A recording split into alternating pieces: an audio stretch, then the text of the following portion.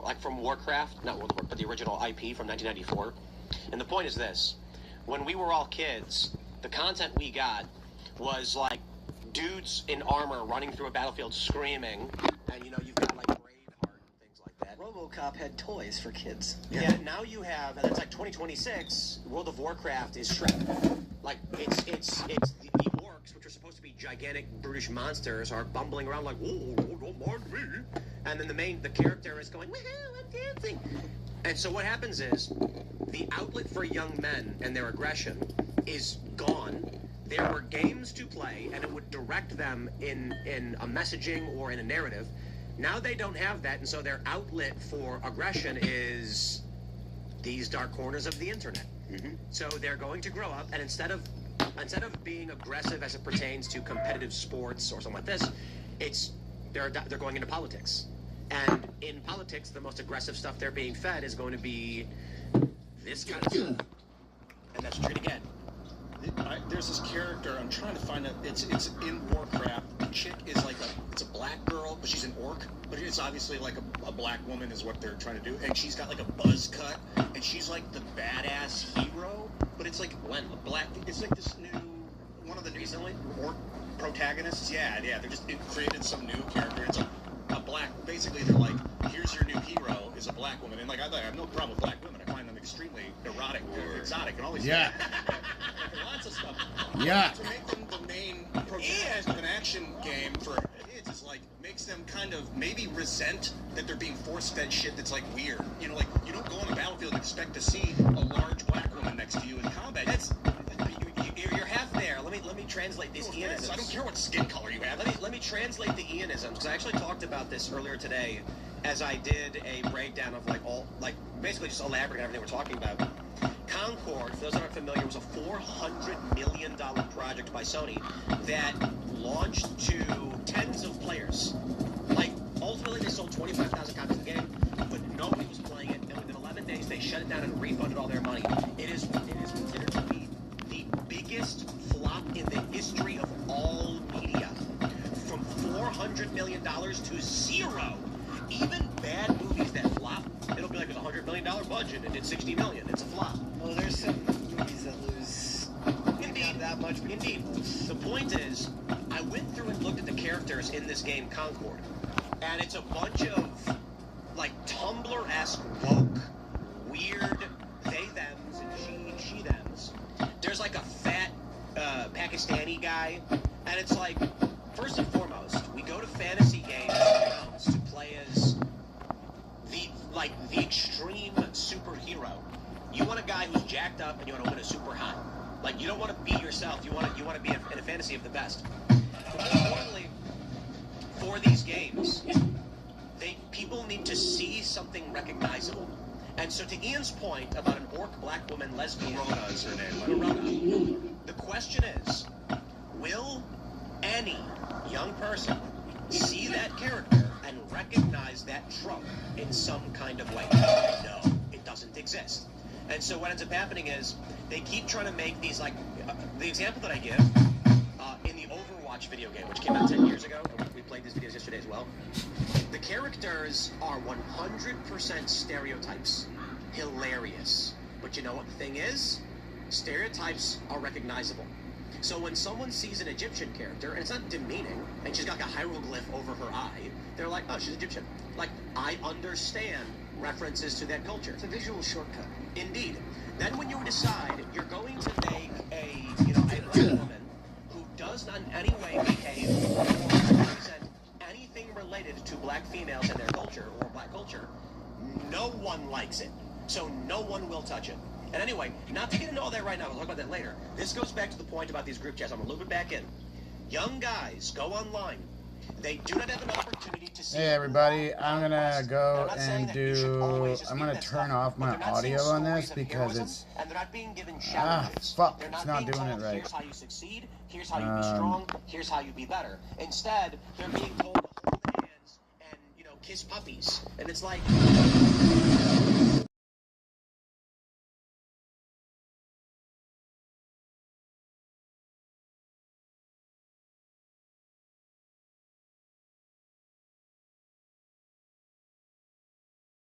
No joke. This fucking garbage. I can't stand 1,900 it. players on average right now. Again, one of the most apocalyptic failures of a media. Within 6 months, the player base dropped, and they lost 70% of their players after launch. Because it's not a game where, as a man, you are being told, here's how you conquer the world. It's a game where you play as a morbidly obese guy with tits, and you're being told by some young girl to go and have fun and play and dance. Oh, gee. And I'm not even, this is why I'm pissed, and this is why I'm going to shout out Mark Wayne Mullen again for standing up and calling O'Brien and the Teamsters to fight, and I'm going to give a shout out to O'Brien as well for saying let's go, because they're being men. You fuck this gay ass garbage. War robots. How fucking gay do you gotta be to fucking? Oh yeah. Let's do these. Gay as fuck. Gay as fuck. Gay as fuck. Let's get healthy. That's Tyrone Layden. He doesn't want to break you with his elbows. He's delivering Fucking it to someone faggot else. He wants to feed you his testosterone-laced health advice. Well, at least maybe Olivia Nuzzi. I don't know. Fighting back. Is that too esoteric a joke?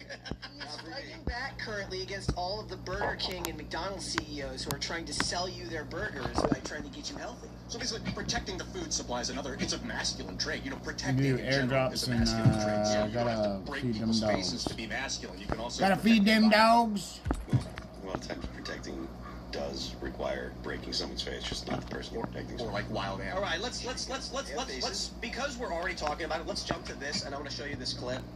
And we have this from World of Warcraft. They have a new game coming out, and I want to just start by saying to everybody who doesn't care about these video games or anything like that, the purpose of this segment is to discuss the destruction of masculinity, the removal of what it means to be a man, the challenge to our young people, and how it's, I believe, brewing extremism in politics in a way that we're not going to be happy with. So we just talked about this group chat leak where you've got these guys, they're saying a bunch of racist things, and I got to be honest, I don't think for the most part these people actually are deeply racist. I think they're trying to be shocking and edgy. They are trying to be aggressive because it's what they've been doing. And I want to show you just the beginning, a little bit of this video from World of Warcraft to give you an example of what is being done to our young people. And if men cannot find an outlet for their drive and aggression, they will find it somewhere else. And it used to be in our media and our video games, where kids would play cops and robbers and chase each other around, and the little boys would play fight, and now they're being told to stop doing it. It's a problem that people have addressed over the past 20 years, but has never stopped.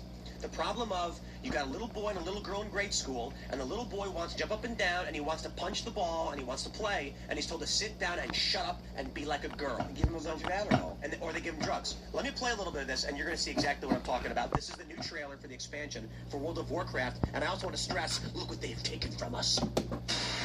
So what? Fuck that game. So it starts off with a woman. What is up, everybody? We coming back to you. Blah, blah, fucking blah.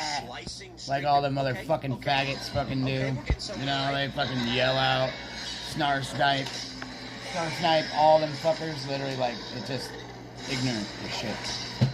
Hey, so far so good. So, Alright. yeah. We don't need to yell. We don't need to fucking try to get everybody to give us attention. Shit like that. That type of shit just makes you fucking retarded. Alright? Stop looking for attention. I play a game. I don't look for views. I play a game, and I play it good, and I'm fucking really, really, really good at all digital content. I just don't like editing videos. So, I don't give a fuck about editing videos. Is it? I think so. 2026. What kind of fucking gay-ass shit is this? Yeah, somebody.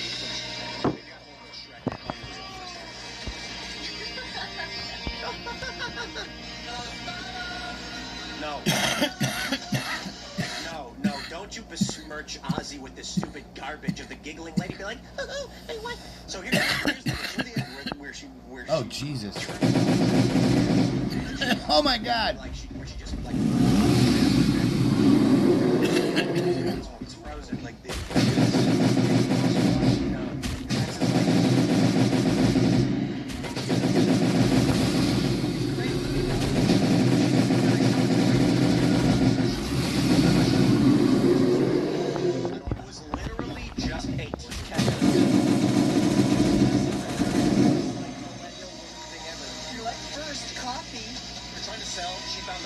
item for her house decorations. Because that's what the game's about, is decorating your house, a lot of the game now. Bro. Yeah, fuck decorating houses and You shit. think it's like a crown or it's like an item you're going to wear and it's going to grant you like a force field? No, it's to hold her tea kettle so she can sit there and sip her tea and, as Ian pointed out, to decorate her house. This is the point, man.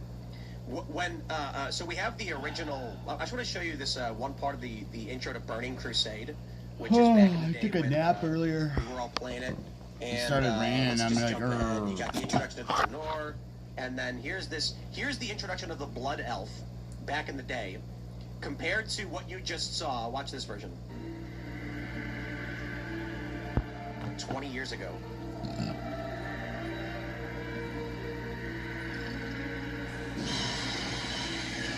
Brutal. Her face becomes twisted and she strips the life out of the monoworm to absorb its energy. Much, much more brutal. And it literally ends with the Blood Elf female. And this is funny because it's so feminist. Watch this.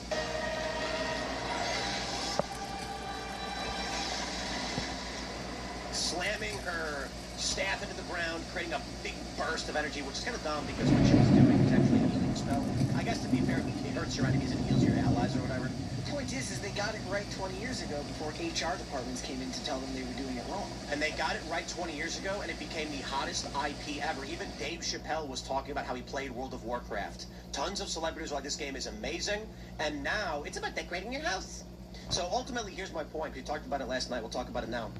Young men need an outlet for adventure, for growth, to conquer. And it's not about just being a merciless dictator and beating people and enslaving people. It's about being the best version of yourself and the male power fantasy that is saving the woman and being the hero. And now all the IP, it's like Fortnite. It's like cartoon, silly collectibles, and that is 100% female. Now, this is the funny thing. It all comes together with like what they're doing with non-binary stuff, which of course we can get into the James Tallarico thing, where it says God is non-binary. But they're basically Need a fucking torch. how do we make the game for boys? I know, you beat the crap out of each other in Can we order pick to up a decorate your fucking house, torch? instead of just one or the other. I know. How about you make a game where you can decorate your house for the people who want to play that game, or if women want to play Candy Crush, they can. And for the guys, play the game where you slay the dragon and then use its entrails to decorate your house. Or destroy your friend's house. Fine for them, you know.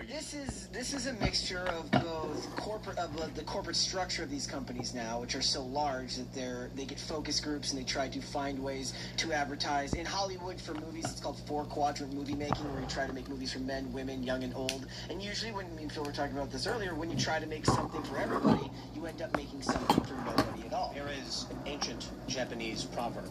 It says, "He who attempts to catch 2 rabbits will catch neither." Did you talk about the Karen video game?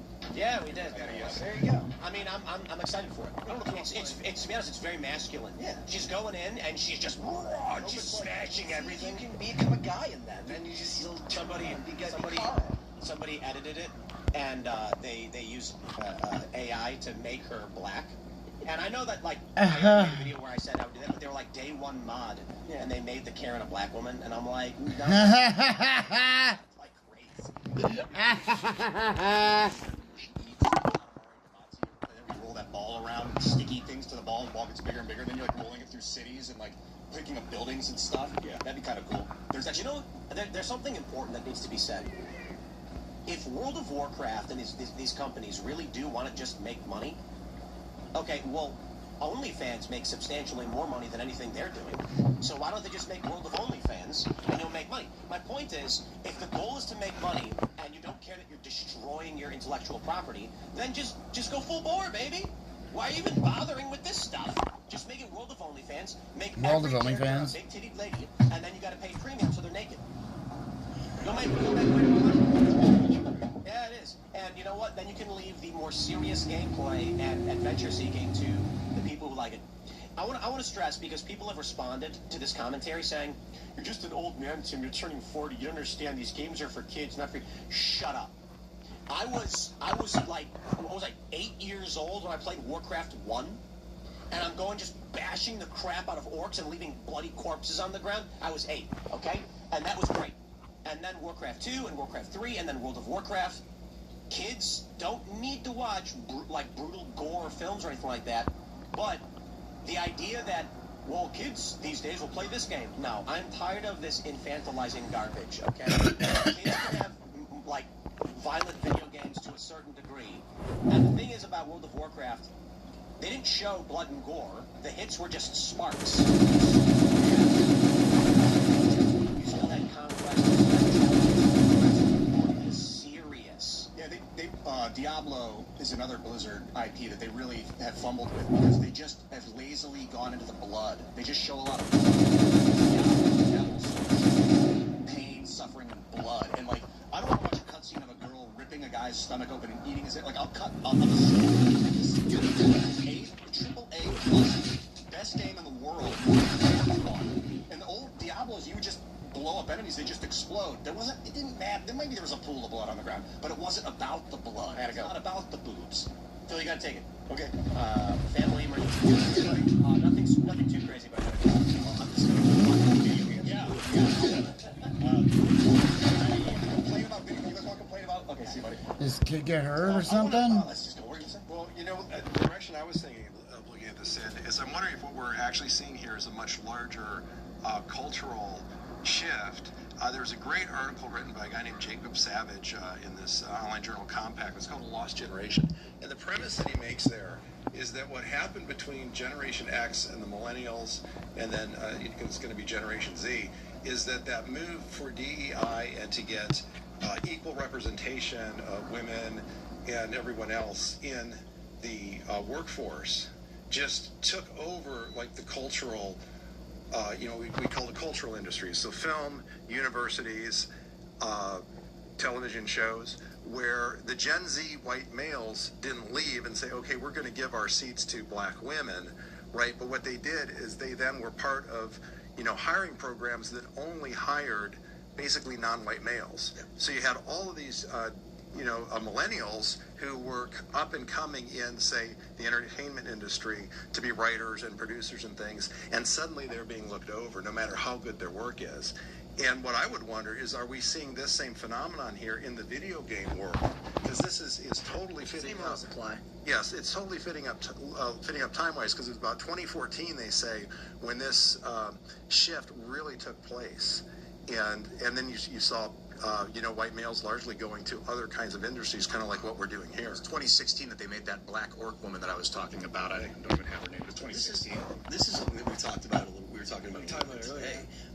It's become a phenomenon. There was a piece that came out. I forget what the article was in, but talking about how millennial men, older millennials, Gen X, and boomers have largely kept their positions, but it's become really, really hard for young guys, for younger millennials, Gen Z, and likely some Gen Alpha kids to find jobs, because they're basically pulling the ladder up behind them, right? So there's this push for diversity and inclusion that started probably 10 years ago, really kind of peaked in 2020 or whatever. And so there were all these guys in these positions, and they jumped on board with it right away, saying, oh yeah, we want to make sure that we hire diverse people. And they were hiring people, all kinds of different backgrounds and stuff, and they were essentially blocking out the possibility for young white guys. And then you have all these positions where you have all these kids that are just not getting jobs. They go to college, they get sold a bill of goods that if you go to college, you'll get a job. You can go ahead and take a loan out because you get a good job and you get paid off. And these young guys aren't getting jobs at all. And it's starting to show in the culture, because the type of stories that a diverse group of people, or a woman would write, or a person with a minority background, they are different types of stories than Not young even men. necessarily just that. Some people in these industries have been diverse for years. There have been fantastic writers and directors of all different races for a very long time, but the ones who have got in by virtue of these programs put a specific interest in the concept of identity and talking about how identity affects storytelling, which is going to leak into the type of stories that you think are necessary to tell on screen. If we're talking video games and movies also, a lot of it is, if it's not the four-quadrant approach that I was talking about for the big blockbuster movies, it is the idea that you make your movies with a female audience in mind, even if they're doing it wrong. So in Hollywood, for superhero movies, that's to put women in roles that were traditionally, these characters have always existed, but they were never at the same level of, Supergirl is not Superman. and in a lot of ways, or in the same way, Batman and Batgirl, all of these things, is that when men go watch superhero movies, that is the male power fantasy, the quintessential idea of being the hyper competent, good in any situation dude who can solve. It still exists in a realm today, what they call dad TV, which is military dramas or covert ops stuff like Reacher or Terminalist or anything Taylor Sheridan is doing, stuff like that. But when you try to make it for everybody, what they just did is they just put women in those roles rather than adjusting for the type of storytelling, which there are still good stories that can be told there, but they didn't do that. They just slapped a new coat of paint on what they were doing, and it's falling flat, and that shows in stuff like this. You guys ever seen The Last of Us? Pretty popular show, but I watched the first episode. My mom was like, "You gotta see it." I'm like, "That's what people have been telling me for years. Can't wait. Get ready for this garbage." And I watched it, and it was like, zooms, apocalypse, mushrooms attack. Zoom comes to the future, and now they're in this like camp, and these are survivors humanity. It's a bunch of women in charge. I'm like, bro, in a post-apocalyptic society, women are in charge. Do you understand They're how breeders. messed up this movie is? They're not willing to approach that type of post-apocalyptic story anymore with any sense of realism. There was a show back in like the early 2000s called Jeremiah that was really, really good, talking about stuff like that and the way warlords would crop up in different, areas of the country and stuff like that. But that type of story, there is no premium put on that type of what they would consider They had to be accuracy, warlords. what we know of history and how war affects, or when different people come into different communities, take over, and what happens. There's no approach to some of the other problems. Back in the day, movies were made, or television shows were made by people that study literature. Now movies and television are made by people that study film, so they don't have a classical understanding of those stories the way they would in the past. Because you asked how much do what we see represented. Like you said, it's putting forward the ideals of DEI culture and making that in the storylines. But you even go back to these diverse cultures, and diversity is our strength, and we love diversity. We go back to these other cultures, and I mean, do we see, African myths that have these storylines, or, no one anywhere, male or female, is enjoying these storylines. Well, and the thing is, they could do that. Most of the time, they're not doing that. There is the idea that you could tell. I gotta give them fucking springs. Culture, and people would have a certain level of interest in that. But what they would rather do is slap the new coat of paint on it, because they are looking to gather the largest audience possible. To them, Fucking if you tell a gays, story unique to African culture or unique to Spanish culture, these studios are now run by corporate executives. And these corporate executives, they look at demographics and they look at focus groups and test groups. What audience is going to come out the most for this? Depending on the budget for that movie, they are going to soften it and make it the most kind of mishmash, bit of cinematic oatmeal, basically, where it's all slop that runs together, because they're trying to get everybody to watch. And what people actually want to see are authentic stories, and they don't realize that most people, they do not need to see themselves represented on screen to go and watch a movie. It's just not something that's actually real to people that aren't terminally online. The attempt to please everybody does miss the mark, because I think the thing about culture and cultural victory is when you make something that appeals to a niche, and then the rest of the world sees it and they're like, holy shit, I want to become part of that. And then they change to form your niche, and you build your niche. Yeah. Go ahead. That's the way I've always seen valuable art, is like it hits so right that it appeals to people that never even knew it could exist. That's why I brought up Maverick earlier. It's like that movie really did kind of focus on just the things that worked for Top Gun initially in the first movie, and it was the biggest movie of the year. Even that, the point I always make with that movie is it ends on a love ballad. Like when was the last time you saw a movie that actually, unapologetically leaned into that type? He gets the girl at the end, right? So in that story, he's kind of a man out of time. He doesn't really, he feels like the world has passed him by. He doesn't really know if he has what it takes anymore, because there are younger pilots. The military is moving past what he does. It makes perfect sense. That's something that anybody of any age, I think, can at least understand. Even a young person can understand, because they look at their dad and they say, my dad doesn't know what's going on in the world either, right? And depending on how, how much you're willing to romanticize that type of storytelling, that speaks to men and women, young and old, but it's not designed specifically for that purpose. Men love it because of the idea of flying a jet and getting the girl. Women love the idea of it because, competition reluctant men save the world for them in jets. I got a question for you guys. This is just like your opinion. If I was going to write a movie, and there's an action movie, and should I have the guy? Should there be a romantic story in the movie where the guy gets the girl at the end, or should it just be pure action? It should. Saves the woman and the child, but he has to move on anyway, and there's never romantic. She desires him, but there's no copulation. We're past I'd say the that. second one. I would No. say you're No, I'm mean? so sick of them. They're just willing to get away from that entirely. No, the dude should absolutely I like it when the guy gets the girl. Yeah. Fucking garbage Choose to romance. get the girl but not take it. Nope. Like you were saying. You think so? That's the argument I said to my brother, because he's like, he's got to get the girl, and I'm like, well, I like it that he's like, keep it robotic, keep it animalistic, animalistic. He also comes out on top. He has options, you know. So in Twisters the other year, they Glenn Powell. It was actually really good. It was the one movie that I thought was going to fail ended up being really, really good. And he develops a relationship or what you'd consider like a romantic interest in the main girl. And at the end, they literally have them come together, and then nothing happens. And it's just like, why? Like, what is the point? Like, there was nothing to be gained, and they literally tried to make some argument about how putting them together at the end would cheapen the storytelling. To who? To any rational person who understands love and romance and getting through something traumatic together. You want to see that from them. You don't want to see them just be like, oh, for the sake of, I guess, her agency, they don't come together. She's an adult, and they're falling in love in a matter of speaking, or at least in a very short period of time. That's something appealing, and that's the thing, women would find that appealing too, not just men. Yeah, and look, the whole reason guys try to be confident and try to be successful is because they want to get women. They want to attract women. That's the base instinct, right? So if you, and it's like, sure, there's a portion of guys that would be like, yeah, he decides not to, and he's got bigger things on his mind. But unless you have an integral part of the story that says he can't do this for what have Like Terminator 2, because that was my argument. Arnold Schwarzenegger's not trying to get it on with Linda Hamilton. He's a robot. Yes. and even I think he weighs like 1,000 pounds, so I think he'd crush her if he did. Even so take the Avengers movie where Hulk, Terminator fucking up the Banner has to what?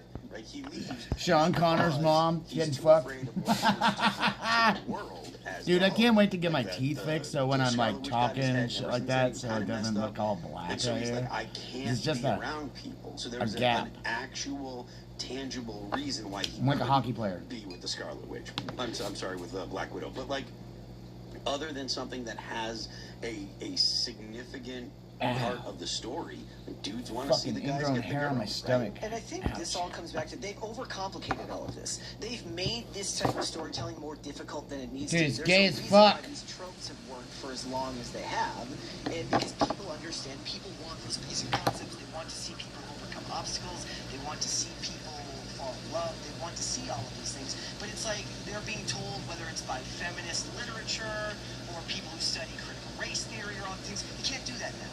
It's promoting bad ideas. It's gotten us to where we are in society. Patriarchy. Exactly, it's the patriarchy. So by trying to be clever and work around it, they end up making their products worse. Yeah, and it's something that is inherent, even in like today in modern society. Like it's inherent for people to want to get together. Like dudes that are pissed off at women, right? Like they're always complaining about it. Whoa, did you guys feel the thunder? Yes. Feel the vibration? They said don't bang on the table. God didn't listen. I'm sure that's like, Is that what that is? Yeah, I know it's thunder. There's somebody at the skate park. It's still going. Yeah, it's really bad. Okay. Sorry, Bill. So, I so rudely interrupted you. I apologize on behalf of. It's like weather, guys, weather. But yeah, so I mean, it is.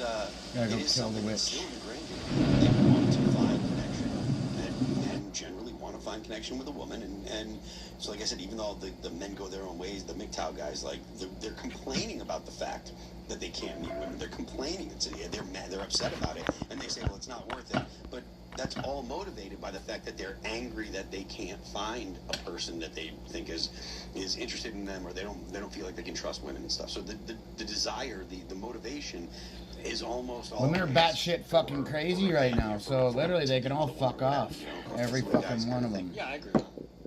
Crazy ass fucking bitches. Well, I Like my just think, fucking the retarded point neighbor, we have is if you look throughout history, like, you look at just screaming some at of the me common films, 'cause it's I was idea smoking of my this tobacco pipe self-sacrificing male who outside my fucking restrains, house.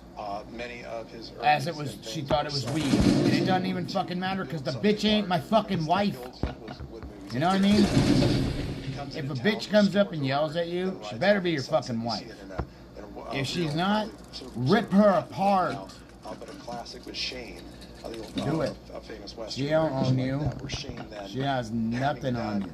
having overcome So go tell her to go fuck herself. And some of them, smack them in the face if they fucking need it. Because literally, some of you fucking bitches out there need to get fucking hit. So if you step to the wrong fucking man, what do you think happens? Real fucking simple.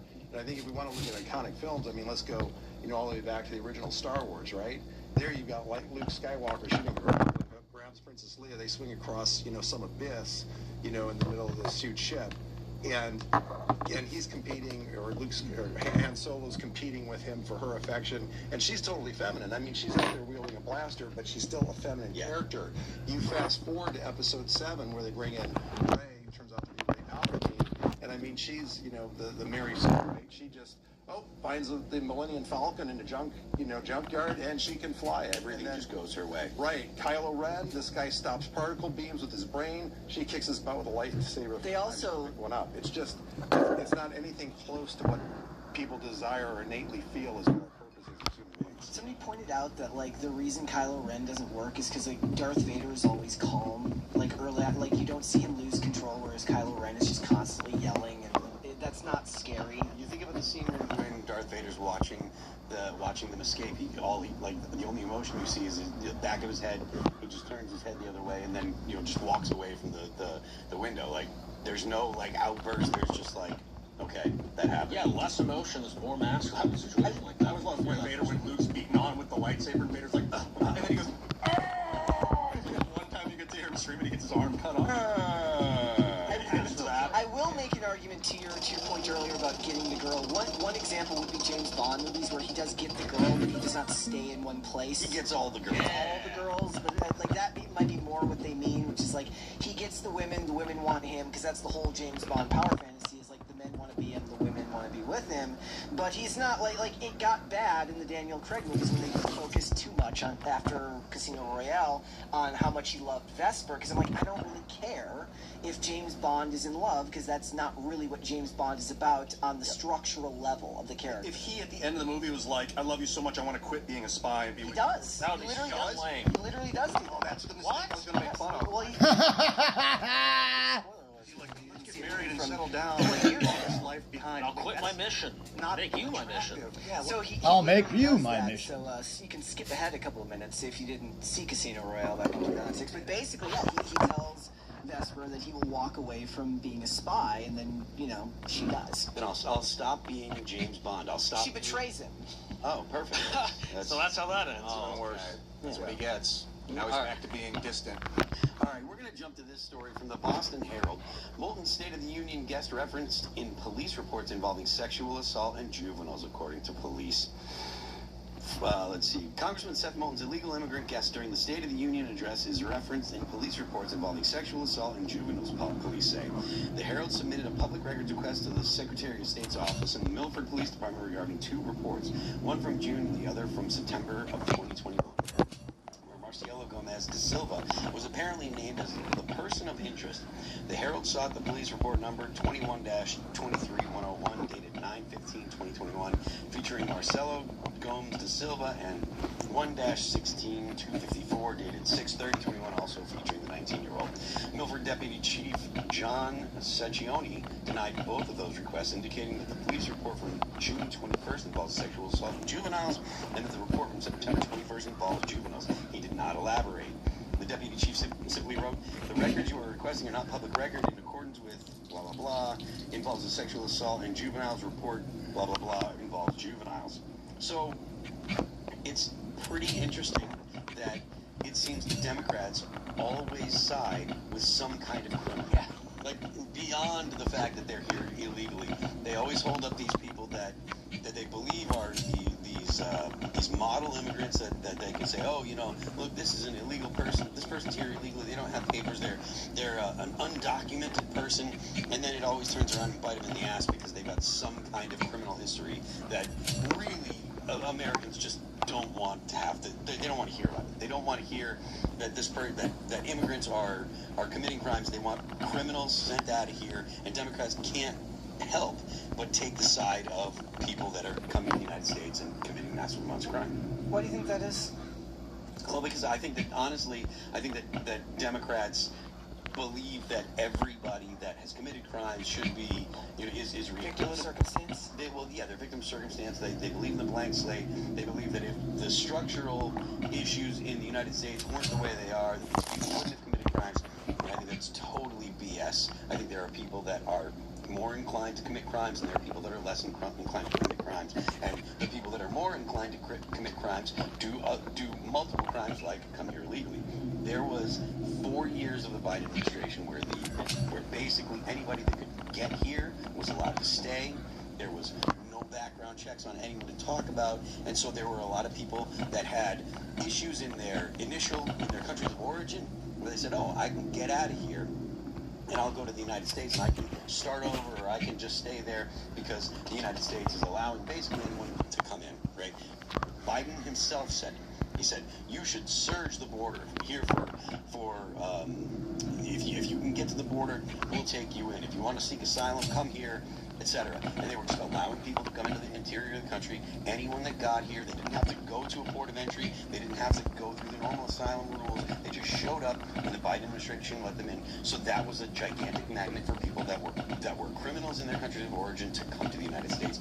And I think this is just emblematic of it. Also, that is, structurally for the Democrats, that's a benefit because of what it does for the census, and then what it does is it takes advantage of the toxic levels of empathy that a lot of people in their voter base have, which means that they get to use it. It's politically expedient for them to use it as a means of growing their voting base, as well as changing the demographics of whatever cities they're going to, whatever, people that are more in line with Democrat policies. And then you are the bad guy if you, for some reason, don't. And the funny thing was, we saw the video. I think we talked about it last week. About the lady who she fled. Her and her partner fled to Canada and couldn't afford the rent there because it's freaking expensive to live wherever they were in Vancouver or whatever it was.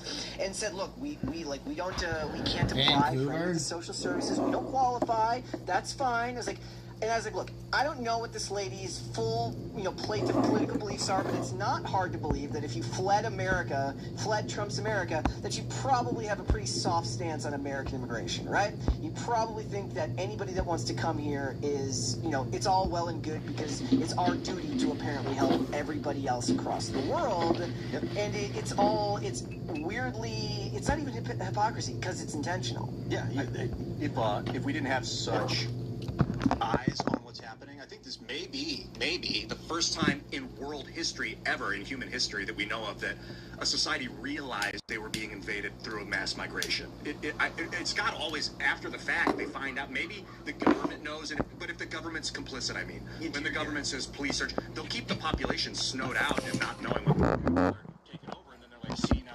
But this, so where's the complicit though? The reason it's worse. Well, one second, I just want to. There's one point, and then I'll get back to you. But it's worse than complicit. They're facilitating. They're not just saying, "Oh, we're going to ignore the fact that there are criminals coming here." They're facilitating these people. They would go and they would offer flights to them. They offer them support from government programs.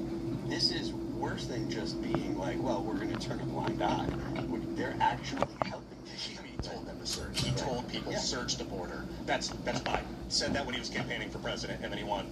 So I think the whole, why people feel like... He was already in office when he said that, right? He was before he got into office. Yeah, it was like November before he got elected, or October. Office of the president-elect situation. No, it was a debate with Trump. He was debating with Trump. Okay. But then people seem to are treated like the bad guy when they speak out against it. I don't think that dynamics really existed much in history because we didn't have internet video to see and to complain about the problem in the acute moment, and the government would just... So, well, a lot of this goes back to demographic forecasting that they did back in the early 2000s, right? So, in general, 80% of children tend to adopt the political views of their parents.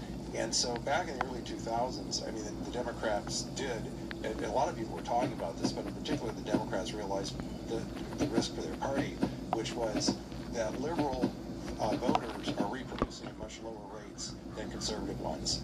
So as the demographic trajectories were going, it would only be a short matter of time before conservatives are really outpopulating. Conservatives and moderate conservatives are outpopulating your farther left base of the Democratic Party. And so you really did need to come up with new voters. And if they weren't going to give birth to new voters, then you have to import your new voters. So it's been a long strategy going on probably for about 20 years or more to do just this. And then it also ties to communist interests in the United States, right? So a long-standing goal of the communist parties was to bring in people from poorer countries, right, who would be more ideologically aligned with socialism because they would benefit the most from it. And actually Venezuela would seem to be a significant player in that, because as Venezuela destabilized under its previous regimes, then it's sending more and more refugees who are liable to come eventually to the United States with at least more socialistically leaning proclivities, right? And so that's what you do. That's how you replace a one voter demographic with another in order to maintain political power. And we see that, of course, taking place in Europe, where the elite political class of Europe is more than willing to offset the indigenous voter base of natural-born Europeans with migrants, and then play to those migrant interests. And we saw that in Spain just I think it was last week, where they gave citizenship to something like 500,000 African immigrants for the express purpose of offsetting what they called the far right. Yeah. Oh, that's shocking. That's the first I've heard that. The idea that they're importing voters. That they made 500,000 people citizens? They 500,000 in one swoop. I mean, so Chuck Schumer just talked about the other day, talked about naturalizing or giving amnesty to 11 million in the United States. What did he say? He said that we should give amnesty to 11 million people in the United States. Of the current illegal? Yeah. And that's essentially the overarching plan, right? Allow the people to come in, allow them to become somehow connected to the United States, whether it be get jobs, save. Move in next to your neighbors. Yeah, and so then they're members of they're not illegals, they're members of the community. If you listen to the people in Minneapolis talk, they were all saying the same thing. These are members of our community. And so they're trying to convince people that these people that are here illegally, that have come in illegally, that they're vital members of the community, and we can't break apart communities. They use these phrases that are politically charged and essentially emotionally charged in order to get people to feel bad, because the whole suicidal empathy thing is a real phenomenon, right? So you tell people that they're actually important members of the community, and we can't break up communities like that, and people are like, oh, well, we can't deport these people. That's sad, and it makes me feel bad. And so then they're hoping that the argument becomes, well, we need to allow these people to stay, and then they promote an amnesty program and allow them to become citizens, and then you have a significant increase in the voter base, which is likely to be largely Democrat. We were talking this morning. When you have people from the third world come in, the way that their societies are structured and the things that they expect from their government is different. In the Somali community in Minnesota, there was a lot of people that expected, if they vote for the Democrat or the person that they vote for, they expect that person to literally shield them from the law. And there was a guy, a Somali guy, he was on camera talking to his representative saying, look, we voted for you. You have to protect us from this stuff. And he didn't mean, to try to change the law. He meant literally to interpose himself between the law and the community that voted for him. You should protect us. We should be allowed to break the law, and you protect us because we voted for you.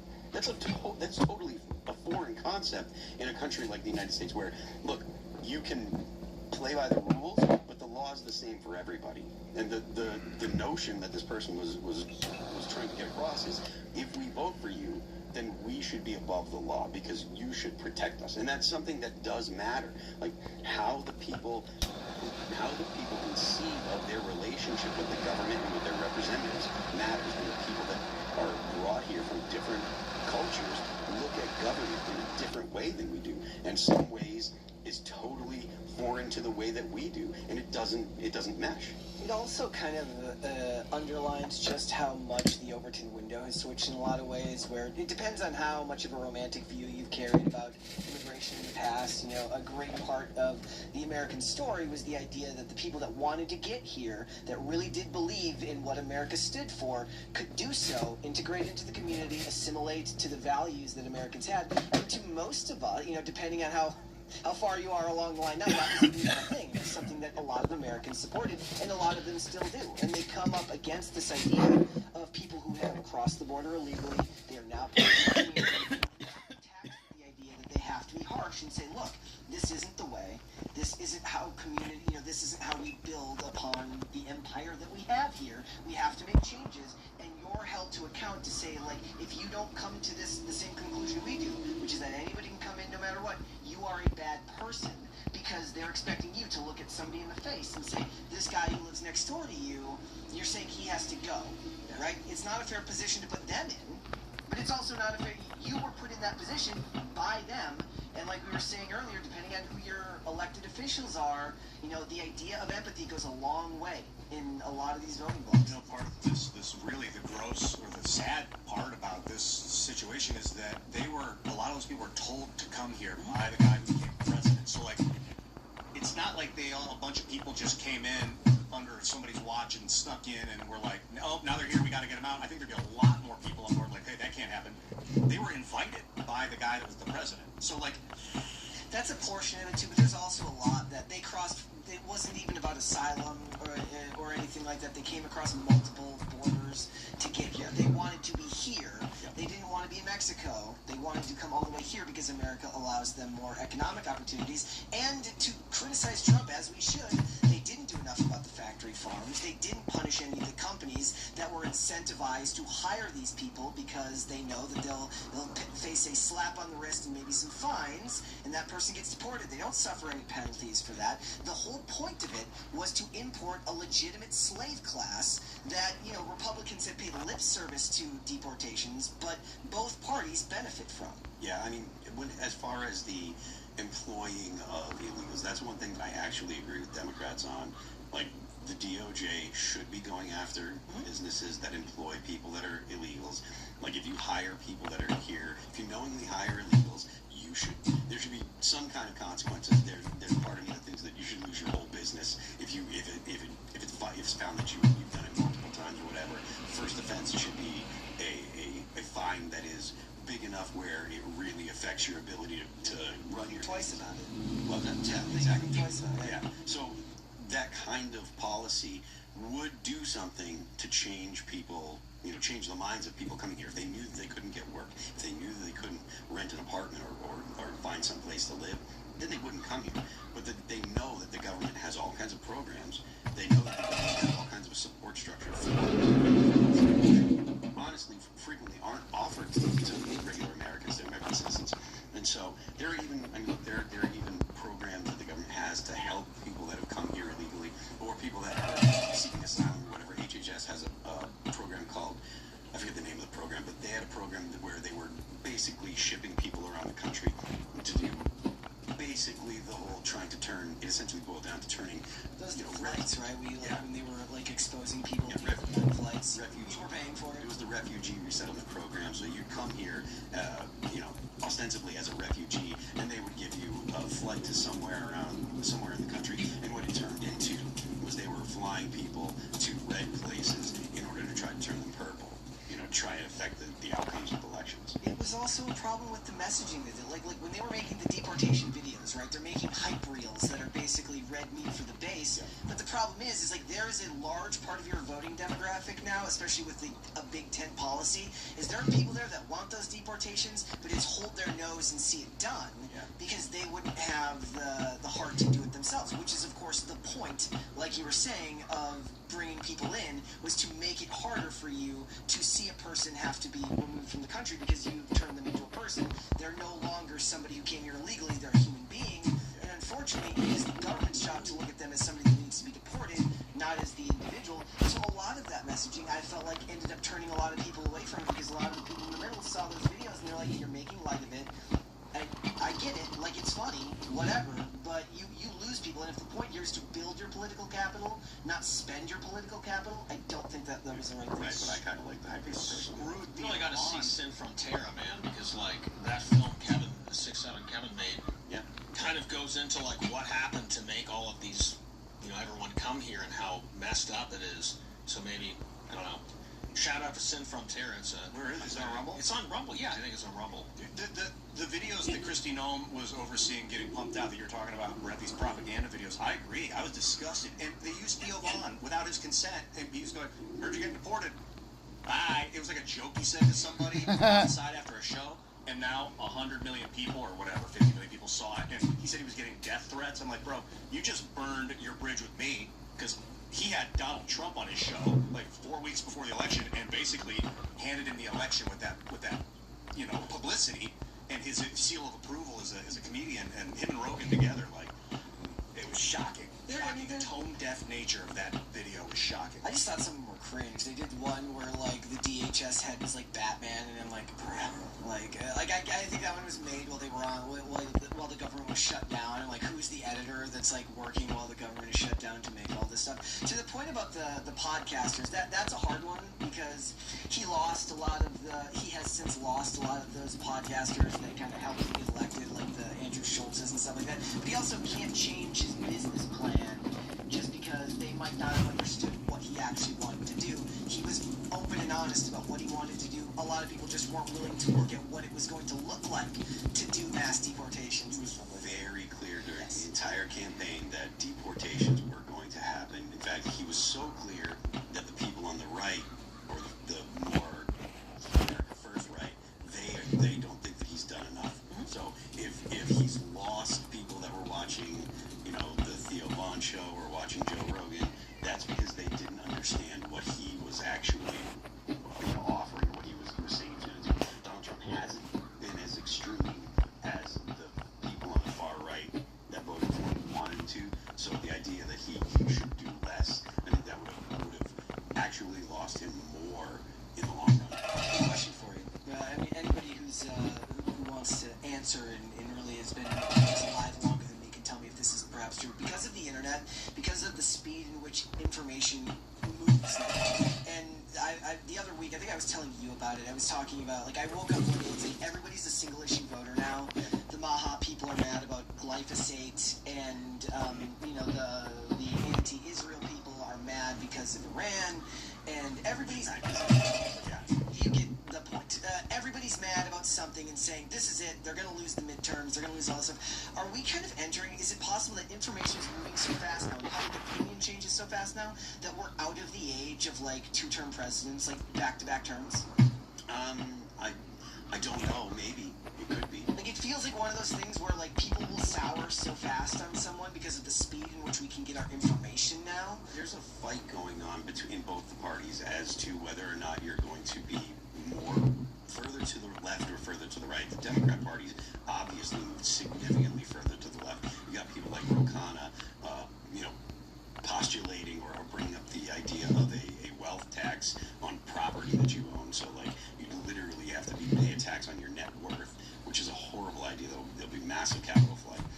And you got California's doing that. They're yeah, and they've lost. I think I saw I think I talked to my AI about this, and you're looking at 10 billionaires leave, and the math doesn't work anymore. That's all it takes. They want to tax them after they leave too. Well, yeah. Right now that's extremely unconstitutional. There's a lot of things that cover that. Because I brought it up. I was in my AI. I was like, well, what if this happens? There's multiple statutes in the Constitution that prevent that. But if it happens nationally, there is an exit tax at the federal level. Maybe if someone leaves the country. If someone says, I want to renounce my citizenship, you have to pay an exit tax. So what are people? It's like 50% or something. That's huge. It's punitive. It's punitive. It's huge. For how long after you leave the country? Well, to renounce your citizenship, you have to pay 50% of your net worth. Because essentially the argument is you made this money by being here in the United States, so you have to pay. And again, it's not just 50% of the money you made last year. It's 50% of your net worth. We need to go up here and go and see if I pulled everything out of his money's the tied up in as much thing of real quick. stock that he has. He owns all of the we'll go kill the rockets witch. that SpaceX owns. He owns all of the satellites. I gotta grab the motors from here because I dropped off 2 motors there. Does that mean I get 50% of one Tesla? Like, Yeah, you have a car. yeah. I don't know about business to really know, but I would think you would start like a company that you would run at a loss on purpose and make it lose you 50 billion, and then you're like, see, I'm not worth so much, right? That's right? Hollywood. That's Hollywood math right there. Yeah. That's Hollywood math. Yeah. But again, these types of policies are popular on the left now. You know, the idea that a senator, I think Bernie Sanders is on, of course Bernie Sanders is on board with it, but that kind of idea used to be so just outside of the Overton window. And people on the right, they are getting a little more extreme. The idea that you can say, hey, we want to deport all illegals. Right? We don't want amnesty. We want to get rid of people that are here illegally. That's a little further right than was acceptable, you know, say 5-10 years ago. Well, I mean, how often I think I grabbed it. Immigration and deportations come up, and they find the old videos of Obama saying, like, you can't just come here. You can't just come here and expect to exist, right? You're gonna have to pay the piper if you want to do that. We're gonna either send you back or whatever's gonna happen. Like, those views aren't all that different for most of us, but most people have memory hold it so fast that they don't realize how much things have changed. Like, it wasn't a border wall; it was a border fence that they talked about back then. So, like, for me specifically, as somebody who still considers himself to have quite a few fairly liberal positions, economically, I don't look at the right as if they like small government anymore anyways. Yeah. Trump loves to spend money. They love to build the deficit. So That's something that's actually more popular on the right as well. Like, Yeah. The idea of, you know, the libertarian right is a shrinking portion of the electorate now. I mean, they were never all that big in particular, but they really have kind of dwindled down in numbers. There's not a lot of people that are like, oh, let's really, really constrain the government. There are a lot more people nowadays that are like, all right, we're right wing, but we want to use the government to enforce our policies and to push our agenda. And to be honest with you, as much as I used to be libertarian, I think that because of the world that we live in, you have to use the power that you're given when you're elected, right? The voting population votes. They don't vote for you to just not do anything. They don't vote for you to just stop the Democrats. They vote for you to do things and deliver for them. I don't think that when it comes to the right, they're looking for policies that would be considered handouts or government programs, but I do think they want to see the government exercise power that they have in favor of policies that they like. I think your earlier question about, are people so one issue minded that it would be hard to even have a two-term presidency. I think we are in something unique in history, which is America as a country has gone through a period of incredible disillusionment. For example, freedom of speech, right? When I was growing up until 2020, freedom of speech was seen as sacrosanct. And then suddenly everybody's getting canceled for speech crimes. And most of those crimes that you're getting canceled for is actually being accurate about the truth and the science and about the pandemic, right? And so ultimately, and that's just piled on, right? And now, it used to be like real conspiracy theory land to think that RFK Jr. was,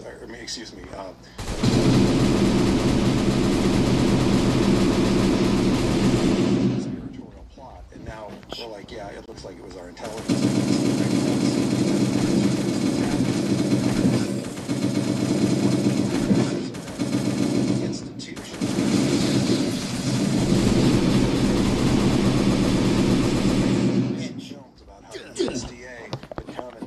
Supply safe, and there was a huge level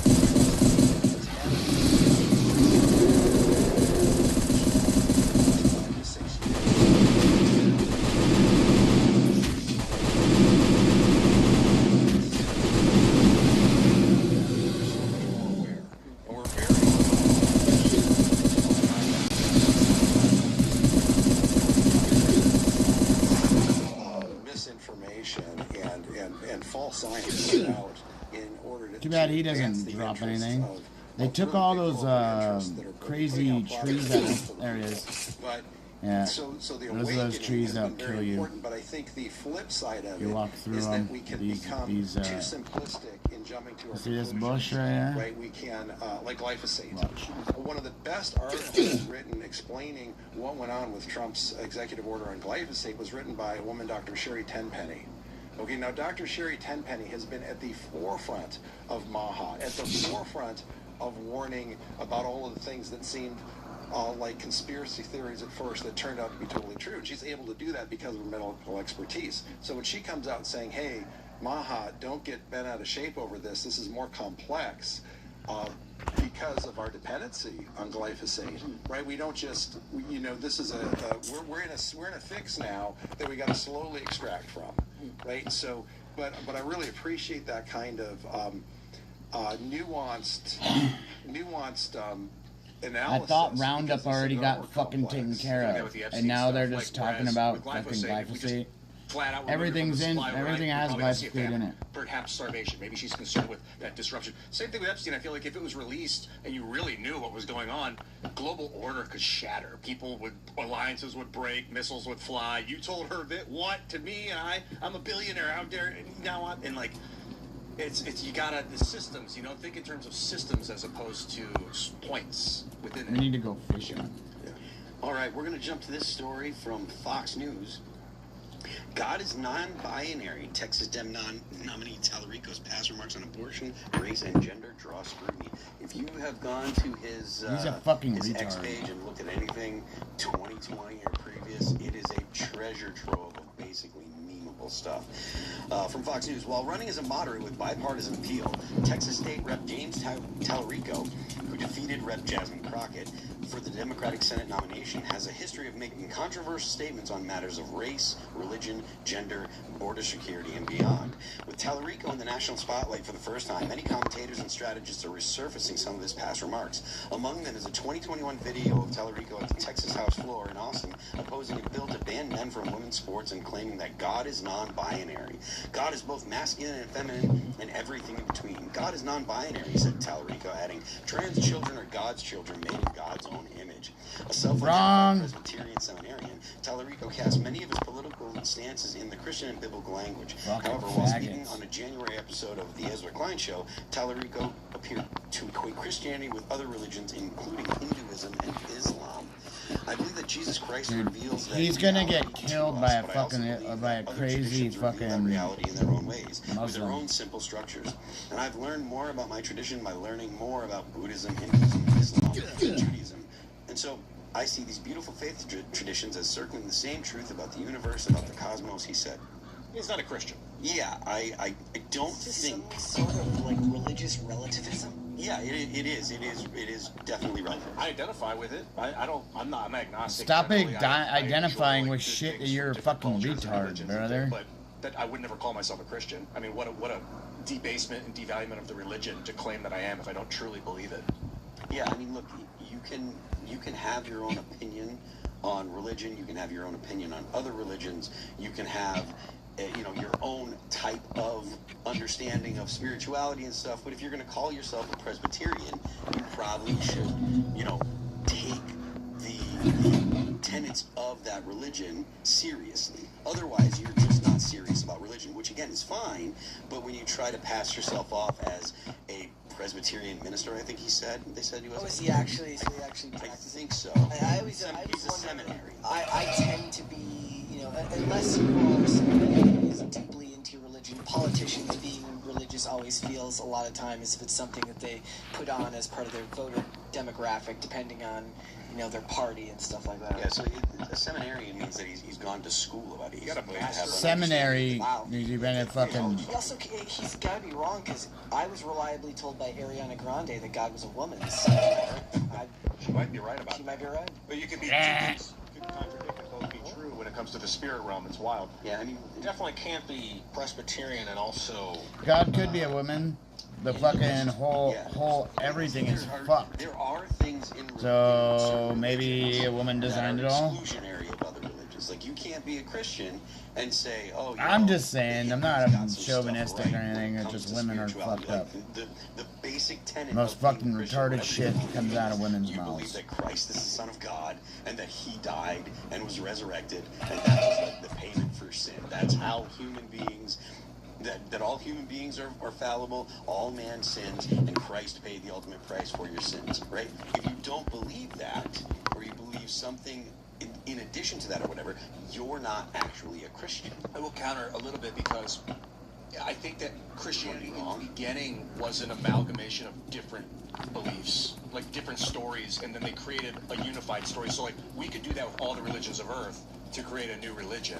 You are welcome to believe that, but Christians don't. Well, they compiled a bunch of books, and I'm not a theologian. Like I said, This particular thing. the only point that I'm making, like I said earlier, like people can have their different opinions on religion, but if you call yourself a Christian, that's what you're saying. You're saying I believe these things, and I don't believe these other things. They are exclusionary. So you can have whatever belief you want. I'm not trying to say that you should. But what I am saying is that you no longer are Christian once you add these other things into it. Add it it becomes to it. something else. To something because else. there are religions that are exclusionary. If you're a Muslim, you believe that Muhammad is God's last prophet. If you add anything else to it, you are no longer an Muslim. actual Muslim. You don't believe in Islam. You don't believe in Muhammad, Muhammad. man, and the things that Muhammad said were actually true. And if you say, well, Muhammad was wrong on something, well, then you're not actually a Muslim. not a You believe Muslim. something other than Islam.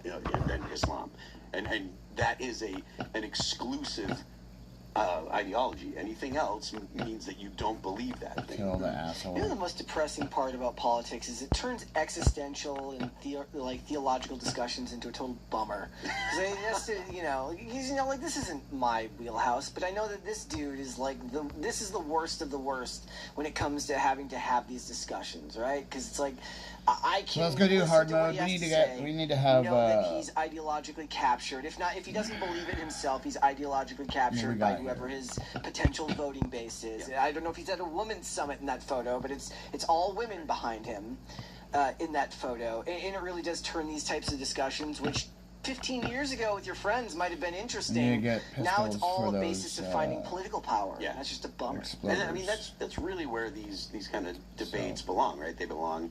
They're theological debates, and you can have theological debates with your friends. You can talk about that, amongst yourselves, or you can go to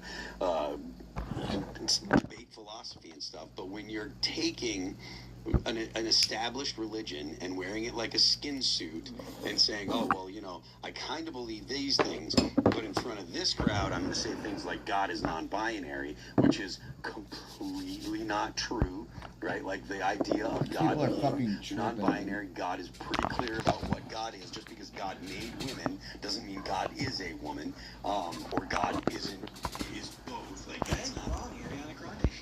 Exactly, God is a woman.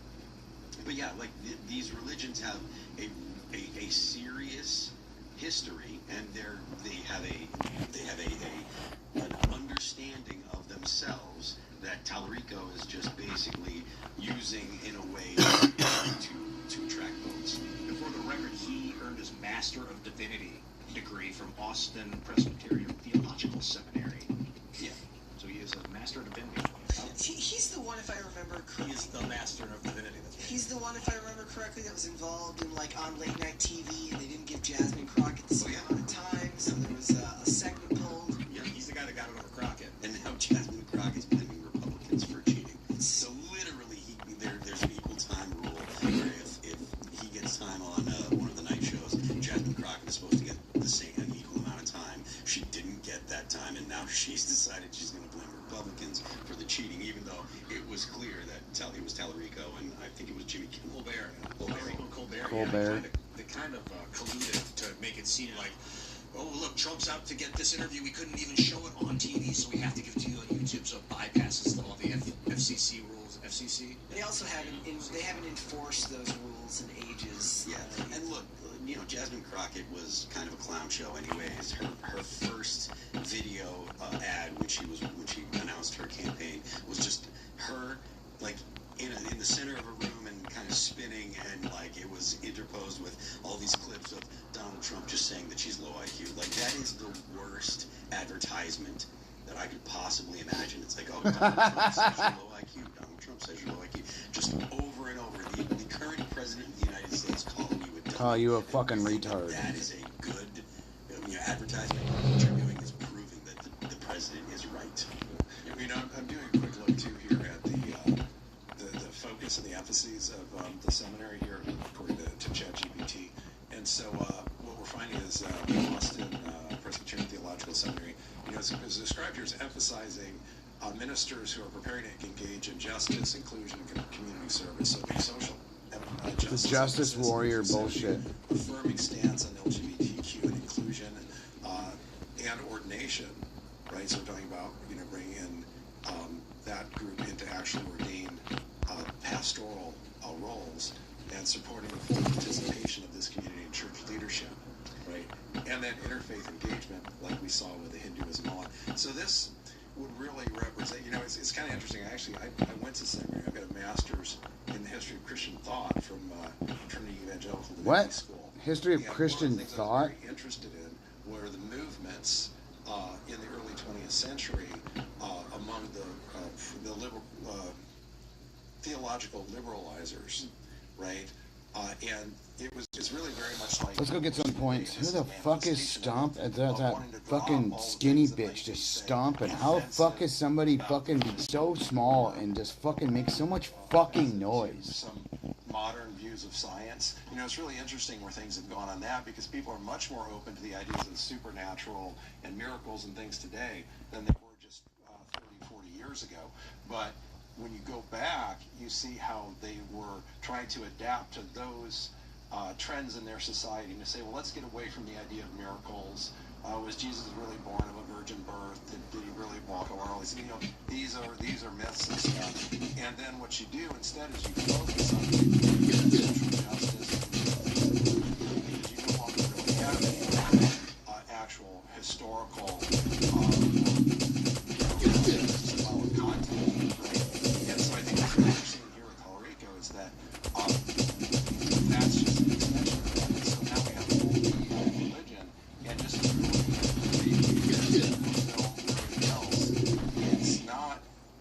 it's not appealing to very many people. This is exactly what happened with the mainstream denominations. The more they the more they lost interest, because even Christianity is They try to justify faith kind of using science because they don't believe it anymore, and now they're coming up with like these different various DEI type beat things to keep it there to kind of replace what they now think is like a mythological. Yes, if you go back to the 1920s in particular, because science showed that nature was just unbroken chain of cause and effect. It's a real thing, right? God didn't intervene, right? And so, well, what do you do if you're going to try and be a Christian, but you don't want to believe God intervenes, right? Well, the only need to push well, let's do good things in society. Let's be on this good cause or that good cause. And this is the extension of that, the connection to the Presbyterian Church of the USA, which is a very big part of that movement at that period of time. Why do you think people are more focused on supernatural and miracles now than they were before? Wow, that's a great question. I think it's for a number of reasons. I shouldn't have grabbed this gun. I should have went pulled everything out that we have. I mean, there's much more bunker. discussion, and so it's much fucked up. easier just to talk about different subjects, right? Whereas before you just people didn't talk about these things. Even in, say, like a church Bible study, if you were reading a passage where Jesus heals, it'd be some brave person to say, hey, you have an answer for healing, a prayer for healing. And then suddenly all these people would start talking about it. But even in church settings, they didn't always feel comfortable talking about some things sometimes, because they felt like it's just, this is really out there, it's very marginal, right? And that just goes to show about how common cultural values really start shaping what people feel free to talk about. I also think, going back to, there's a fantastic video presentation authored by a scholar named Larry, and he did a 2-volume series back in 2014, and this I think really does get your question. So 2014 was a turning point when scholarship in universities in certain niche fields like science, is there more to we've been given credit coming from our scientific background? And so Craig Keener at Oxford in 2014 gives this a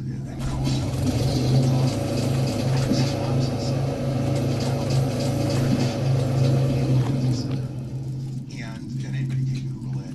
It's an hour of amazing documentation where he went around the world. His wife's African, and he said, you know, their family had stories of miracles that were just mind-blowing. And so he wanted to see, he's a New Testament scholar, so he wanted to learn more about this, and he really went around the world gathering like scientific level quality testimonies of actual miracles. And so then that led following to Eric Metaxas picked up on that and wrote a fantastic book called Miracles. And I think it's really grown since then. There's been some high-powered academics in this field. Candace Brown, I think she's at the University of Indiana, took this subject up, and they took it up seriously, right, to say what are people really reporting in their experience of answered prayer.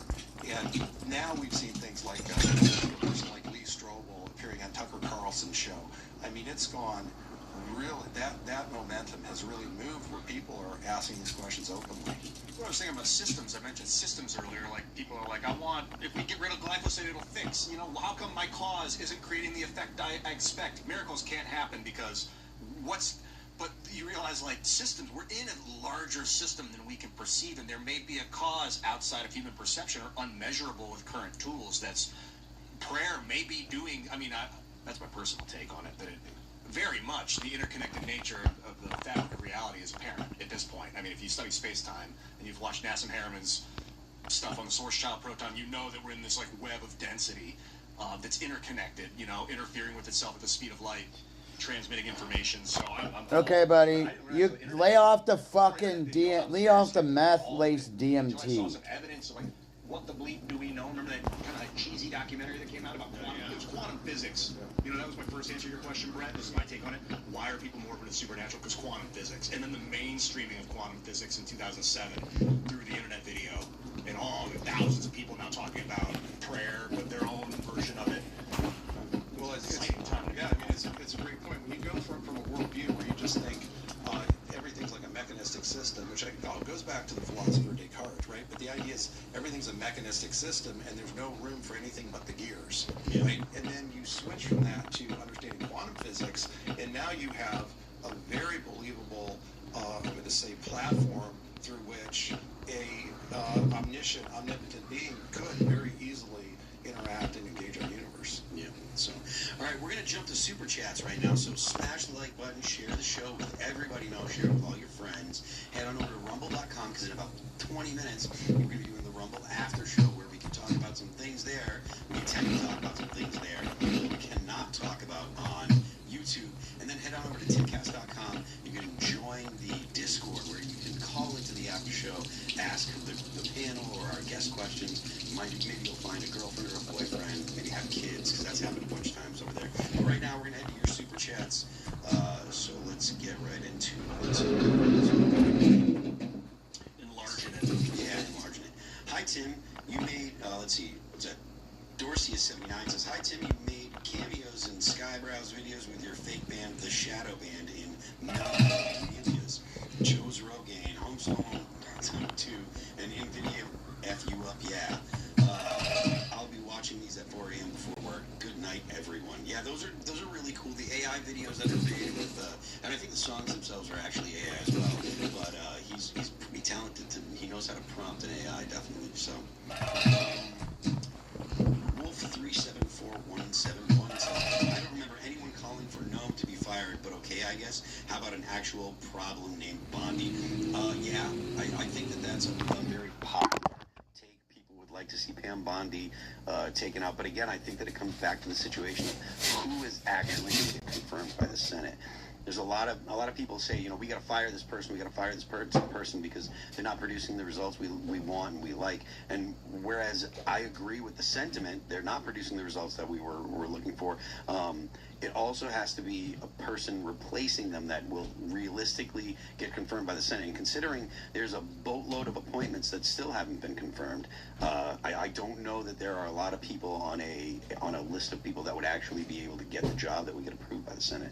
Maybe he'll just like challenge all of them to a fight. If he beats all of them, he gets confirmed. I mean, it would be cool, wouldn't it? Awesome. It'd be far more interesting than sitting there watching them, you know, pontificate to get clips for YouTube or I whatever. just love that he had like the tweets on a big sheet of paper. Yeah. When they were like threatening each other, he's like, actually, for a second, you said this. He's why are you following me, bro? Then your follow-up tweet. Yeah.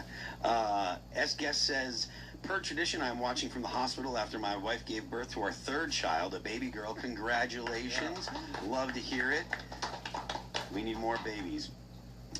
Let's see. That one gamer says, Phil's being too nice to Pam Bondi. Her behavior at the hearing was atrocious. She made the whole admin look bad. Look, you can be totally right about that, but what I said about getting someone to replace her is still true.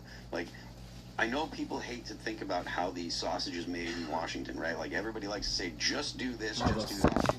There are so many processes and procedures that have to be gone through when you're doing anything. Go grab DC. the This is part shit of that why I people want get so out of frustrated here, with and DC. then we'll Part of go why and things just happen wipe so my ass slowly with this because place. there is a process and a procedure for basically everything that happens in DC, and all of them are designed to slow things down. Nobody wants DC moving fast because then you'll end up having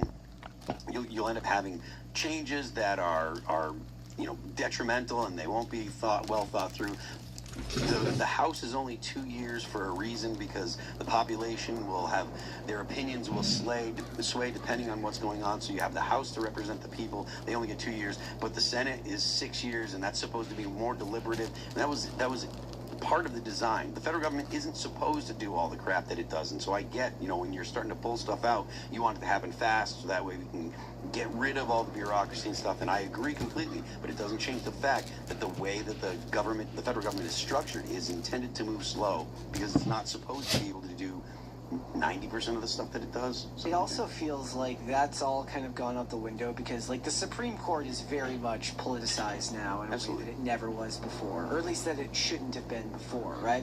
When we got our last cat that we bought from this lady, she's you know, she had like tons of cats that she, you know, kept and, you know, helped and whatever. She wasn't like I think she was a business owner or whatever, but she had a sticker on the back of her car that said "Pack the courts." Yeah. And for people that are unfamiliar, that means expand the court and put more people on that agree with you.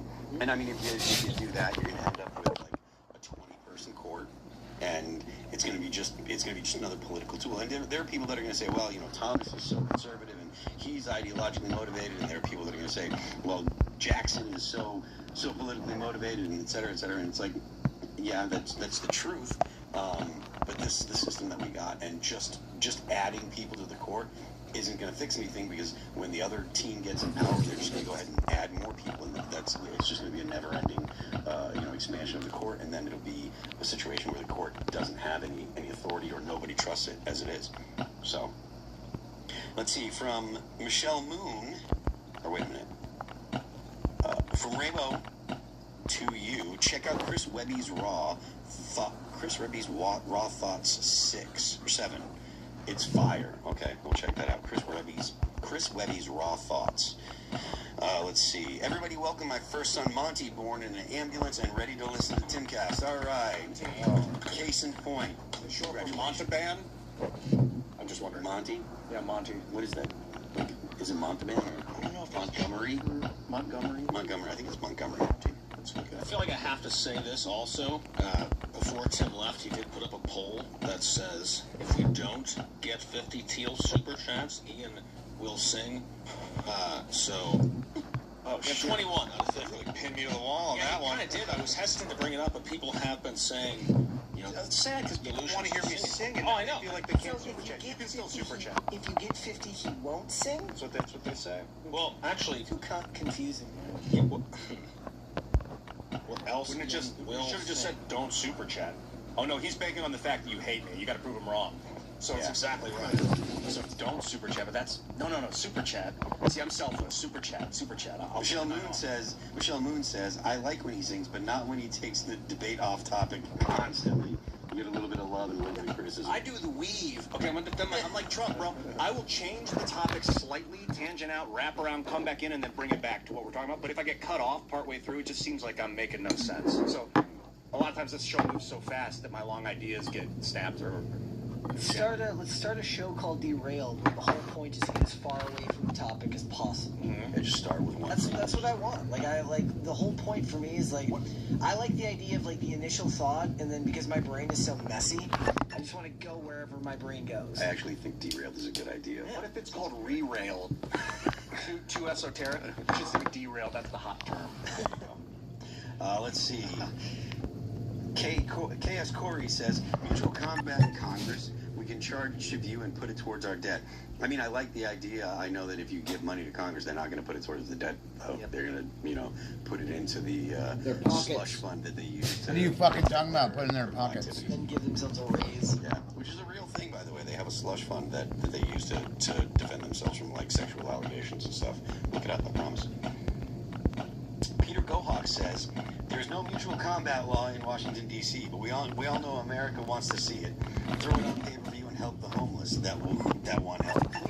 We don't need pay-per-view. Trump is close with the Ellisons. The Ellisons have Paramount. Paramount has the UFC. We will get this branded, and we will put that out there for the American people. American Fight Night. I bet that what's his name? The guy that runs the UFC would be into it. Dana would be all over it. Yeah, Dana White, he'd be down all over it. Bot says, the liberals see orcs and say, yup, that's a black person. They did it in D&D too. Yeah, I mean, that is kind of the way that they kind of behave. They say, oh, look, the people that created this are so racist. They're saying that these orcs are black people, and that's not the case. Did you play D&D ever?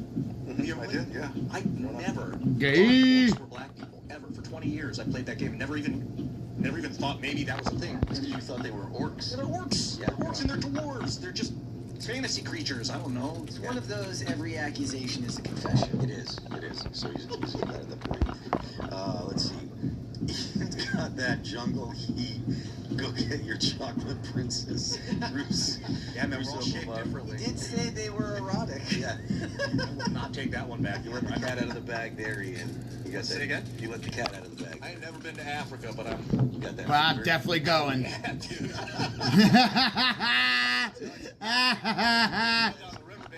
Take me to the Nile. That's a different fever. Let's see. Moving on. Wolf 374171. I don't even know why I said the numbers. If your response to the spicy group chat is anything other than I want to get a beer with those guys, you're a joyless dork. I mean, look, some of the stuff they said, you might not want to admit that you want to get a beer with them, considering it was pretty uncouth. There's definitely stuff that you don't want people to know you said. So. And some of those people could 110% mean that. Some Can of the other ones 100% could just fuck be, off. Going along because that's the vibe of the room. I guess it depends on how joyless you are in the conversation you're having. Are you going to talk about it and laugh about the stupidity of it? Or are you going to talk about the expediency of getting caught saying stuff like that when you're trying to supposedly make things happen for your party? Let's see.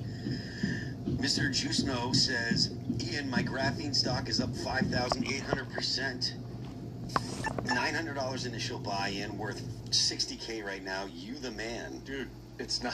Thank Andreas Nicholas for telling me about graphene. Yeah, my graphene stocks are up, and it's just getting started as far as I can tell. 2029 is you're going to see peak graphene. This is not financial advice, but it's just I've just noticed these graphene's coming. Graphene's huge, and graphene stocks are up. There you go. Let's see. Core Ninja says, check out Different Breed TV. He covers Ukraine, and I served with him in the International Battalion Azov. Shout out to Vegas from your boys, Marcos. Well, there you go. This bitch needs to stop Battalion smashing her numbers. fucking door. What do you know? What a guy says, can't believe Trump fired no one before Pam Bondi. She's such a wet, okay. I think she is part of quid pro quo for Trump to receive campaign support. Boo. Look, I know that there's a lot of people that share your sentiment. Pam Bondi's left a lot of people with a bad taste in their mouth. They're not happy with her performance. But again, can't get rid of her without having someone to replace her. And at this point, it doesn't look like it's going to be very easy for Trump to get confirmations for any of his appointments. Now Kristi Noem can dress up like an unemployed person instead of somebody with spec ops. Yeah, there you go. She could just like throw on like a muumuu or just wear sweatpants all the time. She can't go to the airport like that though. I heard that was a fake story about the Tampa airport pajamas. Apparently, the Tampa airport likes to put troll posts out. Wait, that was fake? Yeah, that's even better. Defend my position on that for like 30 minutes for a fake story is kind of the greatest thing ever. Maybe fake, but it was true in my mind. Well, you see the one today about how it was like United's now requiring you to put headphones in. You can't just play your freaking music. That's as if that shouldn't have been. And I said, like, look, I have to defend your right to wear sweatpants to the airport, but they just now make it a law that you have to wear your headphones. Yeah, you definitely should not be walking around the airport with your music playing on your phone, and you shouldn't be talking on your phone like this. Tolerate. Take the speakerphone off. Take a page out of the Japanese people's book. Be very discreet. Be quiet when you're in public places. That's one of the numerous wonderful things about Japan. They're all very polite and very quiet. They're not trying to, be super loud and annoy everybody. Shane Swarm 3 says, WoW is made by woke women for woke women these days. The story is all about trauma and how hard having trauma is, and it's boring AF. Look, you want to have an adventure series that has adventure. You want to see, horror games be actually scary, and apparently the effort to make things palatable for everybody so that way you can make the most broad fucking gay, gay, more gay. They just gay it all up. Main 650 says, Saturday is my son's second birthday. Phil, could you sing happy birthday for him? Happy birthday. How about no?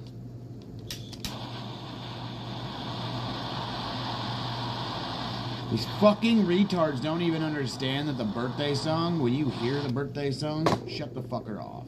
Smack whoever's singing it to you because it's a fucking spell. People don't understand that fucking words have power and numbers are alive. Stupid motherfucker. We're at 21 right now. No one has super chatted since I know. I went live. Fuck singing the birthday song. That's really good I stuff. really want to punch somebody in the fucking It's face. because they have been pushing to expand their audience to include females, citing data that women are 48% of gamers, however, they're mobile gamers.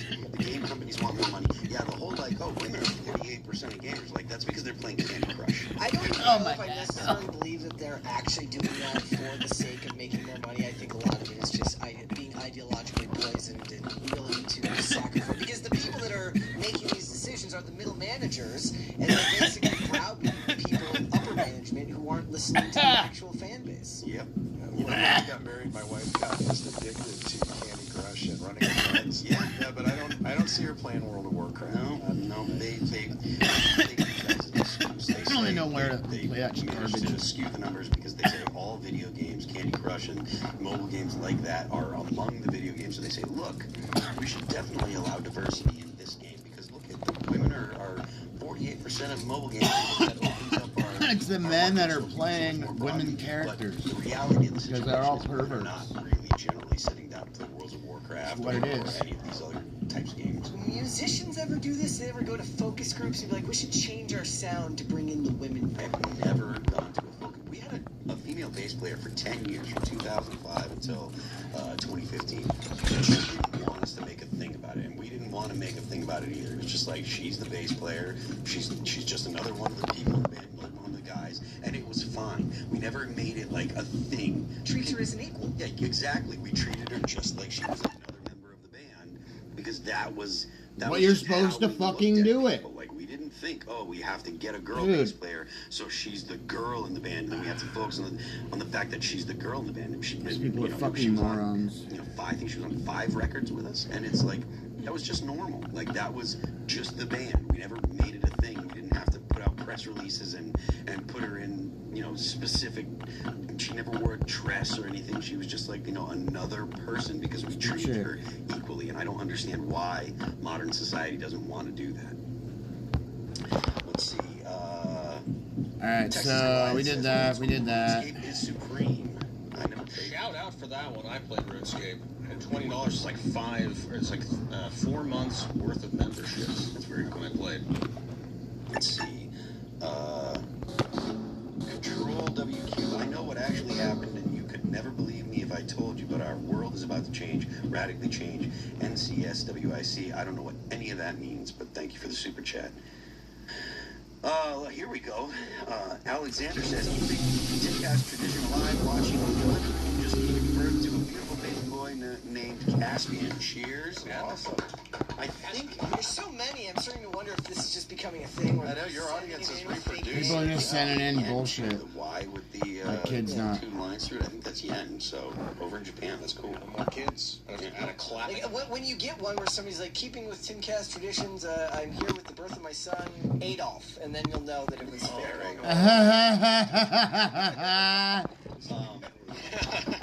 Ian Pike Actual says the answer to Warcraft for men is Warhammer 40k, which Warcraft was based on looking for unadulterated masculinity with chainsaw swords. Check it out. That is one of the things that we were talking about, or me and Brett were talking about earlier today on Pop Culture Crisis. Like, you can't really feminize Warhammer because everybody in Warhammer is a fascist. Like, the good guys are fascists, the bad guys are fascists. They're all like militant and they're all racist. And, like, that's just the whole thing. You can't jump in there and be like, we're gonna make it nice Warhammer. It's all just brutal and chopping people up with chainsaws and stuff. So when toxic masculinity is the point of the game, then it's hard. It's hard to. Yeah. More Canadian shenanigans since Phil is hosting. Would you rather Fuck find Canadians a new home and for their a guns. CZ Bren 2 Mexican force Canada's and fucked. SBR than see it crushed? I mean, look, I'm not up on the laws regarding international shipping of firearms, so I'm actually not gonna say. Don't anything talk that about would anything. Don't involve touch it. an Don't FFL touch in the United that. States. They might be more knowledgeable about me, depending on where you are. Maybe you are able to ship it out of the country. You can't. I don't know, and I'm not going to give you any kind of advice because that's a very, very dangerous subject, and a podcaster that doesn't have an FFL himself shouldn't be getting involved in it. But smash the like button, share the show with everyone you know. Head on over to rumble.com and join us because the after show is coming up in just a few. Head on over to timcast.com and become a member of the Discord. Would you like to shout anything out, or would like to tell people they can find you on X? Yeah, absolutely. Yeah, if you want to follow us on X, go to @safe_blood3. That's a real way to keep up on what we're doing and the information that we think is really important to people, helping to flourish in the future. We are on Substack too. We're getting the broader issues. So or the safeblood. Content. I did a full episode with Verbal Riot. We talked about DC Studios. We talked about Marvel, whether James Gunn might be leaving DC, going back to Marvel. If any of that stuff interests you, you should go over there, check out the channel, perhaps sign up for a membership, because we're going to be doing more stuff like that. But thanks for having me, guys. I'll go first since Ian has grabbed a guitar to fulfill the prophecy that we have laid out here. Carter Banks. Enough super chats for that? No, the thing is, we did not get enough for Ian to not sing. So he must sing. This is Tim's wish. I'm Carter Banks. You can follow me at Carter Banks on Instagram and YouTube. At Carter Banks 4L on Instagram. Wait, Instagram. Twitter is the other one. Follow our record label at Trash House Records on YouTube. And take it away, Ian. Got it, man. This is an older one that I wrote.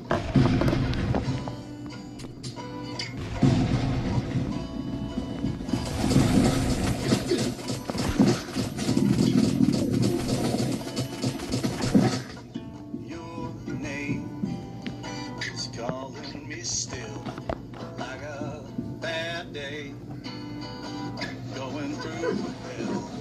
Never need me till I run away. When you feed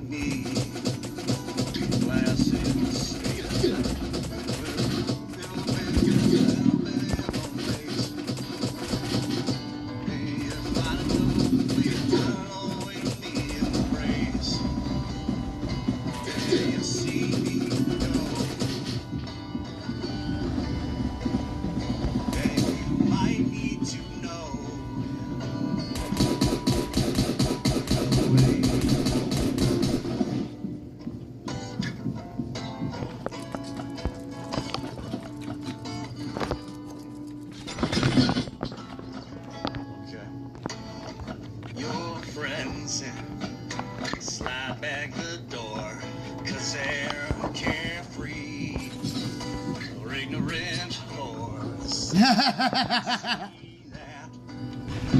Driving me mad, letting monsters I thought I hit him with it.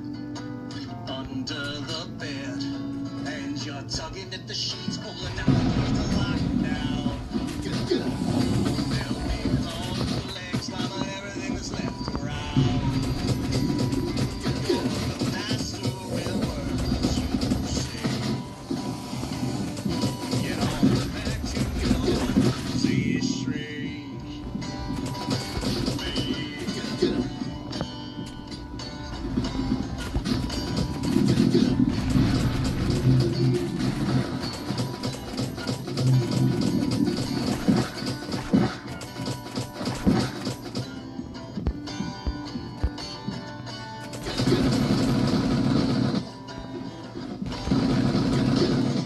Rock the world and you see me another day.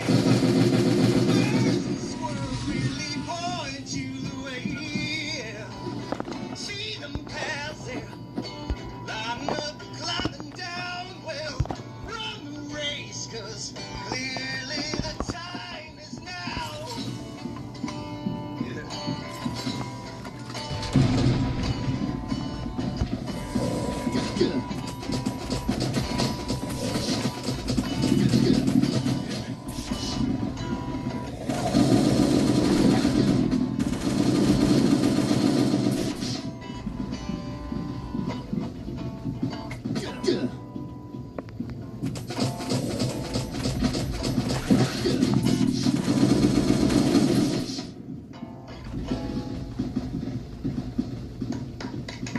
Stick around for the Rumble After Show, everybody. We got clips tomorrow.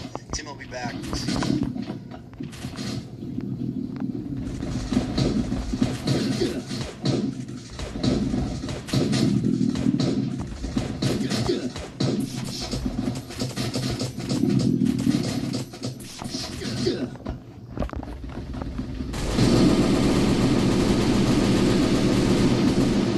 Fucking cocksuckers.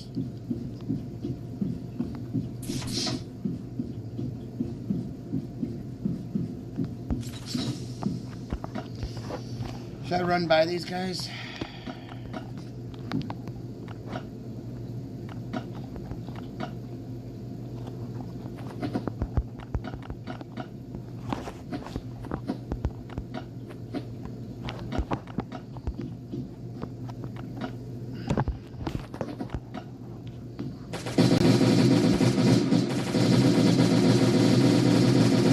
We'll get extra points for this. Break these.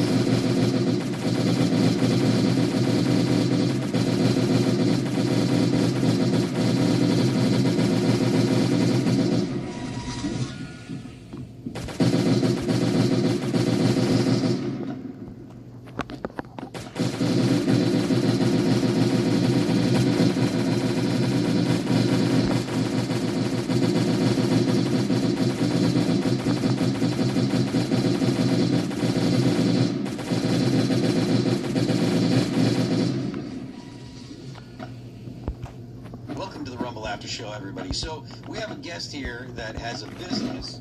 His name's Quentin. He has a business that really just touching on the topic at all. Because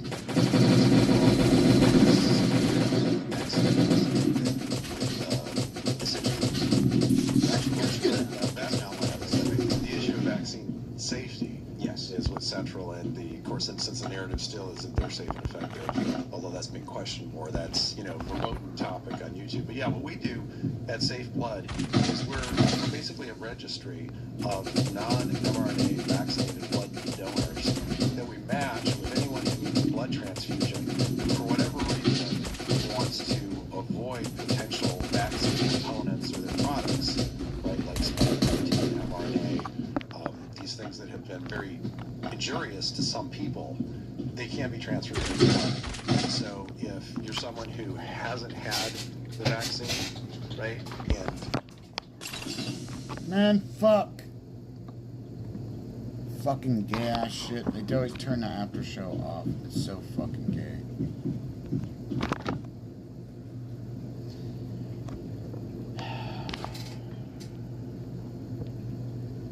The Iron Beam, huh? And that class Let's go is to Bargain some Bliss. story wars. Any questions? I still don't get it. No, I have an idea. Fill her up. You're listening to.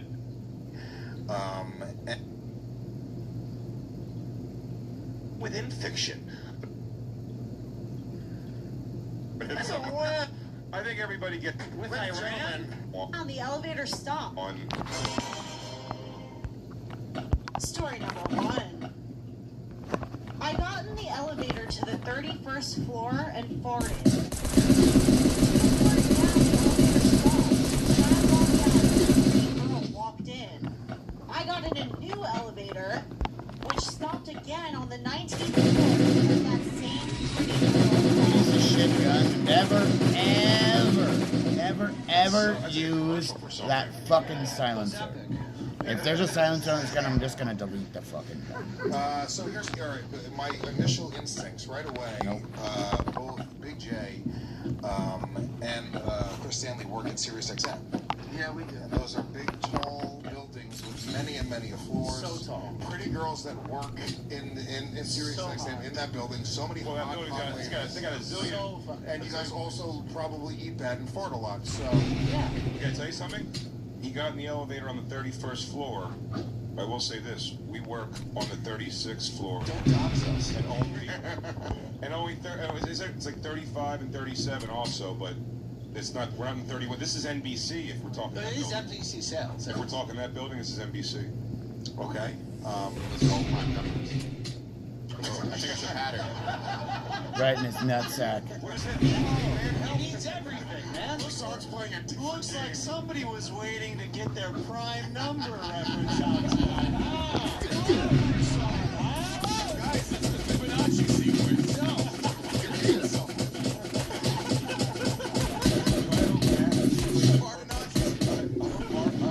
That's how you stop them from based blowing on up. fucking weird like numerology or something. He goes, that's Lewis. 75 letters in the story. I got to put some 6 on the table with him. Yeah, I mean, Matt's a handsome guy. I've never farted. What? It's true. I believe him. Yeah. It's just a Ken doll on the back, too. It's 95 words, buddy. There's a hole on the top of my head. 95, yeah, 95, I thought you take all your farts back up. 95 words, 107 letters. Tastes like shit.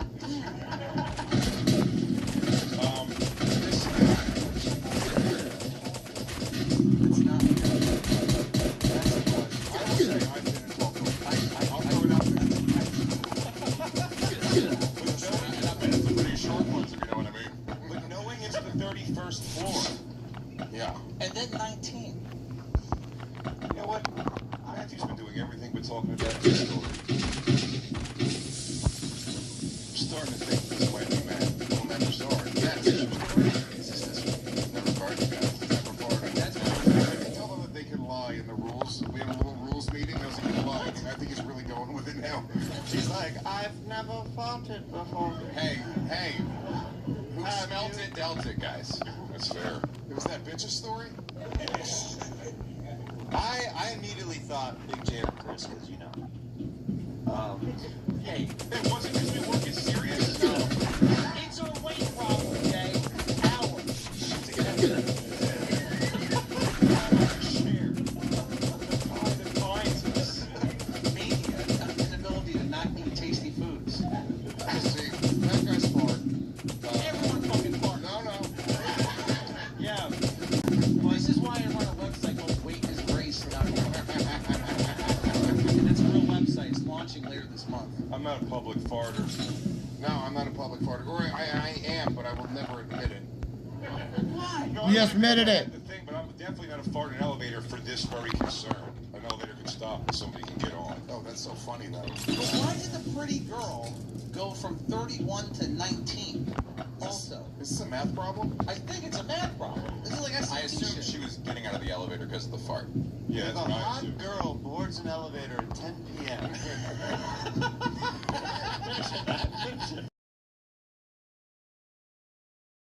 Rate of 3 floors per minute, and she's heading out at a rate of 2 floors per minute. What floor did they mean? I don't know which time. The 3 spades. You guys did not take enough SAT tutoring. No. And it shows. We're on Story Wars. This crowd's like SAT tutoring, more like FAG tutoring. Whoa! Fucking God!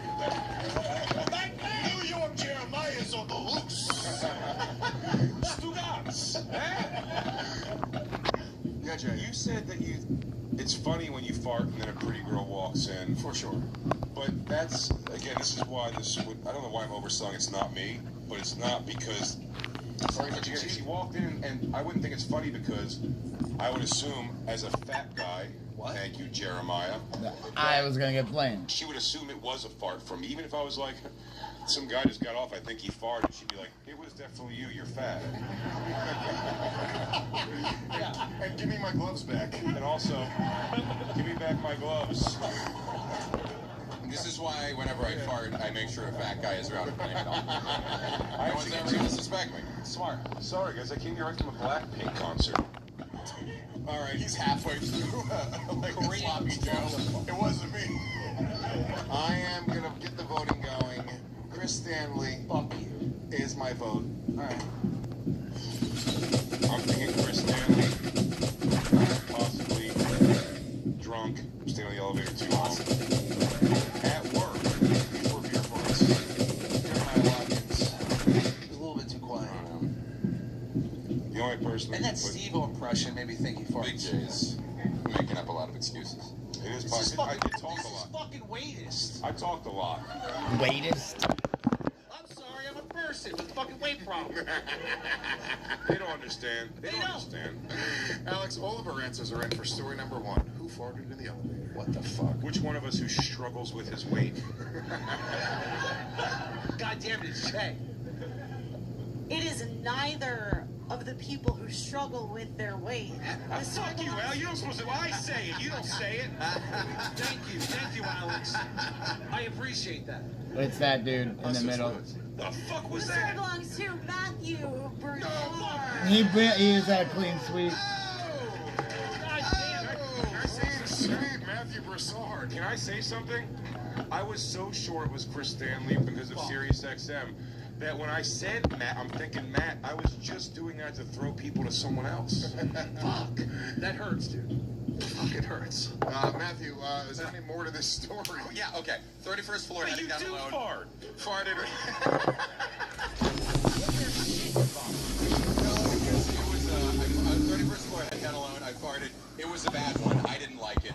And I was like, let's pray I make it all the way. 2 floors, elevator stops. I'm like, out. I'm out. I didn't even see who it was. Just walked straight out. They know it's not my floor. I live in the building. It was actually 2 girls who walked in. Wait for the doors to close, get back in. By the way, this is what's funny about this story, and I can't make this funny when I retell it. I was wearing a helmet. I ride a bicycle. I ride a city bike, so I was wearing a helmet. So maybe if they, when they see me later on the 19th floor, maybe it looks like the same guy. Man in a helmet with no bicycle. Same guy. And they get back in. There was some more people with me on the elevator on the next run. But again, helmets. So, yeah, I smoked them out. I think I speak for the audience when I say, how dare you bury that head of hair in a helmet? Oh. I thought you were going to say appropriate your culture by farting. No. Don't take that from us. I have been doing very well, I thought. Alex, we got one story down. Where are our points at? I mean, I think I know it, but you can make it official. In first place with 4 points, Matthew Broussard. Everybody is 0. Fart. Hey, how is the topic butt stuff and you didn't have any gay guys? That feels... Wait, you're not gay? Sexuality is a spectrum, folks. It's 2026. You are right. Yeah. You are right. Are you coming out on Story Wars? No. Guys have someone that came here to You gotta follow Chris on social media. He's fucking. He's fucking everyone? I'm fucking everyone. Oh, Yeah, good for he's him. he, him. I mean, a lot of people think I'm Stan Man 42069, but who knows? That's a different guy, though. Who knows? Or a woman. You can also find him at Stan Pansexual. I tried to buy OnlyPants once, and it was like $200 Because you thought it was food related? Motherfucker! Naturally slim guys with good genetics and high metabolisms. Our fathers weren't good, dickhead. No. They were drunk and fat. I tried to buy OnlyPants, and then it turns out I only bought the right to bid on OnlyPants. It was like $3,000. No. Yeah, it's really, the story went nowhere. Alex, Did it become a site? I don't know. We can go to it right now. Alex, story number 2. Did you know you can get rewarded just for doing what you already do? With Venmo Stash, you can pick a bundle of your favorite brands, pay with your Venmo debit card, and earn rewards while you go about your day.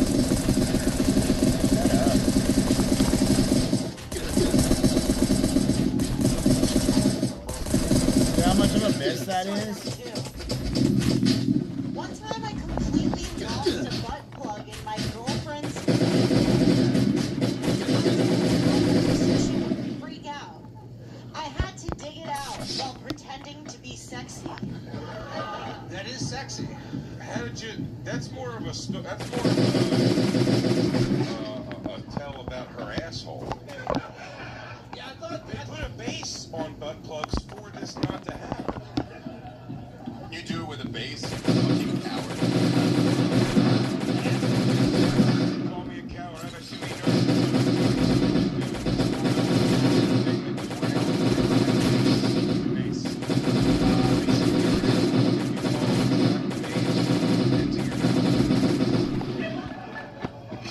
Another puzzle.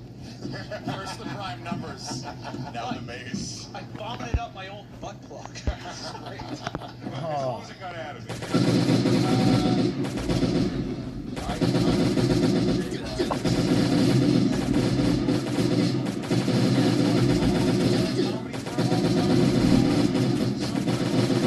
Philadelphia, it was a black comedy club, and that's where I started. Thank you, BET's Comic View thrice.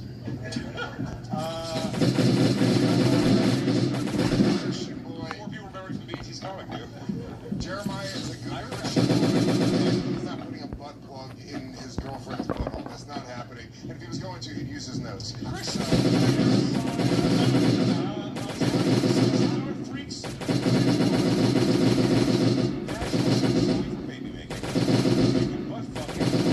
I actually think it's because he's been for so long that he is selectively choosing the word booty hole to play with. And also, if you need a booty hole that's loose enough, Lewis dates whores. So, If anybody here for sure was dating a girl who can swallow a butt plug, it is Lewis. I can't argue that. And when Lewis fished out the butt plug, it was actually a different butt plug from the previous time. That wasn't the one I started with. Fucking claw machine. Oh, dude, this girl can ship butt plugs like a Pez dispenser. Oh. I think that's from September. she just fires out. She goes, which one was yours, the blue one? Yeah! Why is there a date written on this butt plug? Wait, wasn't this goldfish originally in a little tank? And now it's free? Oh, fuck, the tank didn't come out?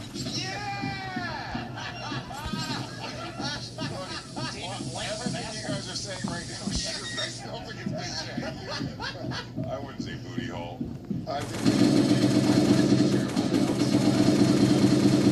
No one suspected me yet. And I'm almost For me, if the story was reversed,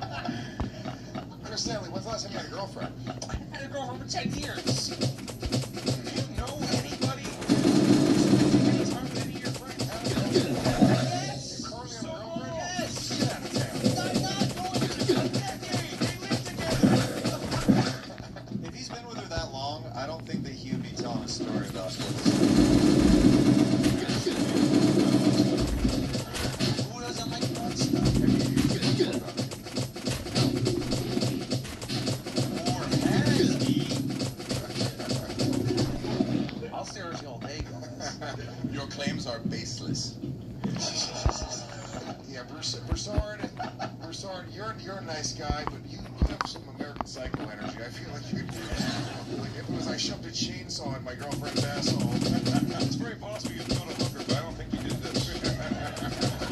I think this, and by the way, I just did a whole math problem in my head, and I'm not going to turn back on my word. I'm going to go with what I believe. I've made this mistake before.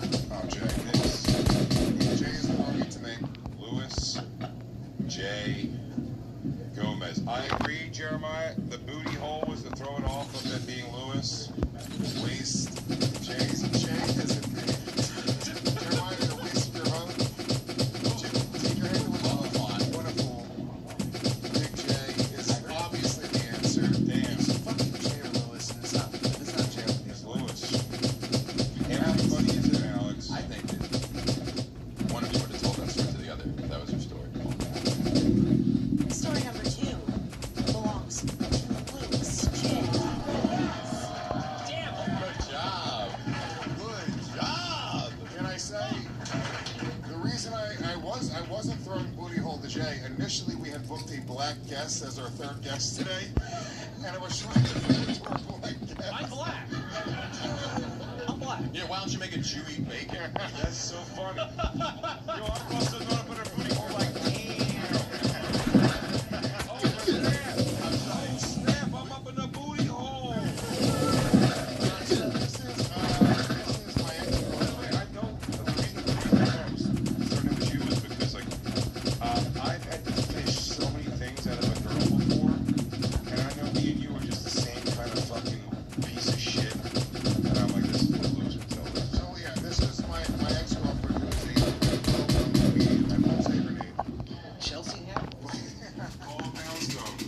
Barber Joe. Very well-known comedian, goes massively viral. Don't want to say her name at all. That's all right. I'm going to say her name. But you guys can figure it out. Wendy Liebman. He just keeps saying names.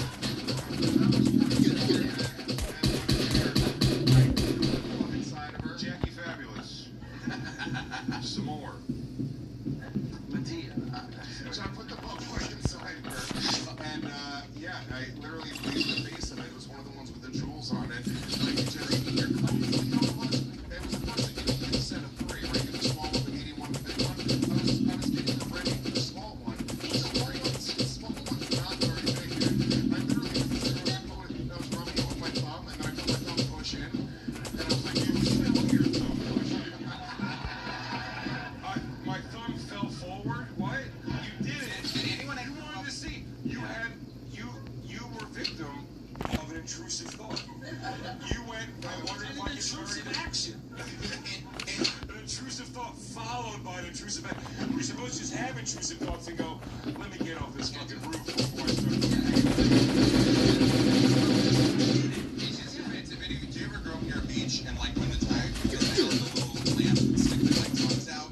When you try to touch it, it would like disappear. How rich are you? What are you doing by a beach? I was in a apartment until I was 20 fucking.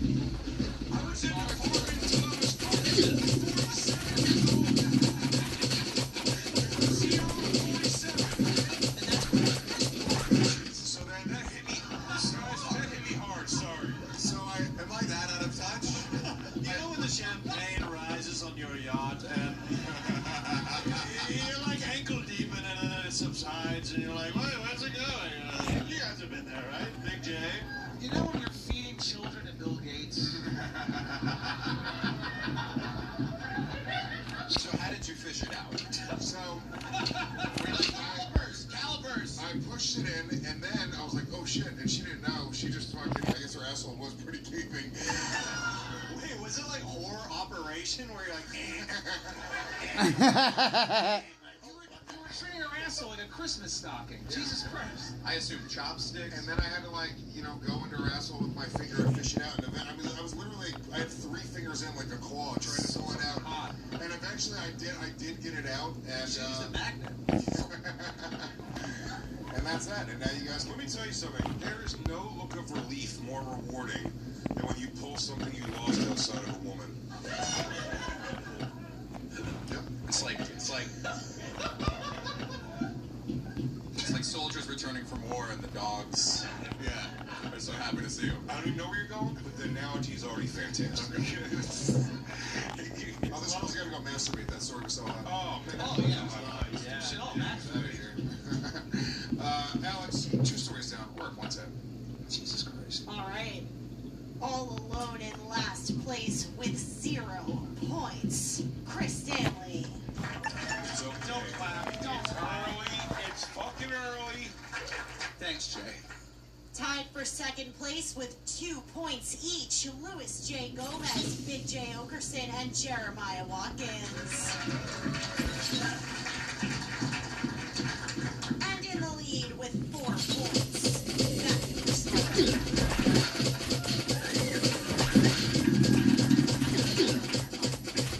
All right, Story Warriors, let's make one of our brand new sponsors, GLD, supporting the show. I love GLD. You guys maybe have seen me wearing my Cuban Links chain that I got from them. I also gave James one because I want James to be a fucking Guido. Thank you. It's the humans. Their hair is so dry. It's the ingredients in their hair care. I have a different pair of underwear in years, and I just have one pair of sheets. I can't take them off my body. I gotta be honest with you. So many colors, patterns, Your styles. penis.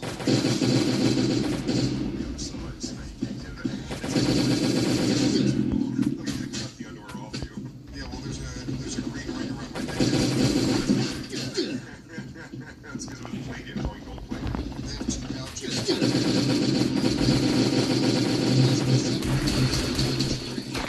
Genuinely the coolest thing. How much other underwear companies do a similar thing? No way. That are fucking actually truly built for comfort as well. They carry all sizes from extra small to 3XL. They even have sports bras and women's underwear for the ladies. Jay, let them know how to get a discount. Well, you can go to sheathunderwear.com and use code WARS with a Z. W-A-R-Z. W-A-R-Z, and you're going to get 20% off your first order of the day. Use that code. Dude. We're also very firm with incredible genuine reach. Oh, wow. Fucking gay ass ad reads. Or comic. I was. There's a third story. I like it. Story number 3. I was on the road with another comic. I was driving. I farted, and when I got out of the car to fill the gas tank, I realized it was actually a shark. I got back in the car and rode for another 3 hours without telling. Why wouldn't they throw out the shitty underwears? This cuts Chris Stanley out. It's me. I'm He's not on the road, yeah. Constantly on the road. Chris doing comedy. I'm a fucking road dog. This is Jeremiah because he's thin and he would live with a shark for 3 hours. The smell, they all know it's me. It's me. It is me. And we have to stop at a fucking Jetro so I can take a shower like a trucker. Piece of shit. No, a fat short. I got a reach, okay? No, I feel like I'm that much of an ass or the short apart. And it's like a Rorschach thing where it just spreads. You know, cheeks to keep it in. No, it's my mom. That's what I see. The shit. That's an interesting. Also, Jeremiah on the road a lot. I guess he would have.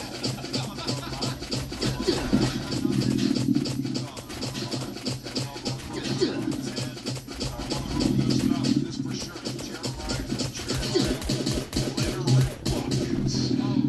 Oh, wow. He's thin enough to just fart. I'm telling you, fart stories are not going to be me. I'm too fat. If I farted and someone smelled weird in the room, I always look at everyone who assumes me if I didn't fart. Now I'm thinking this is you, Jay. Write my name down, dipshit. They drive.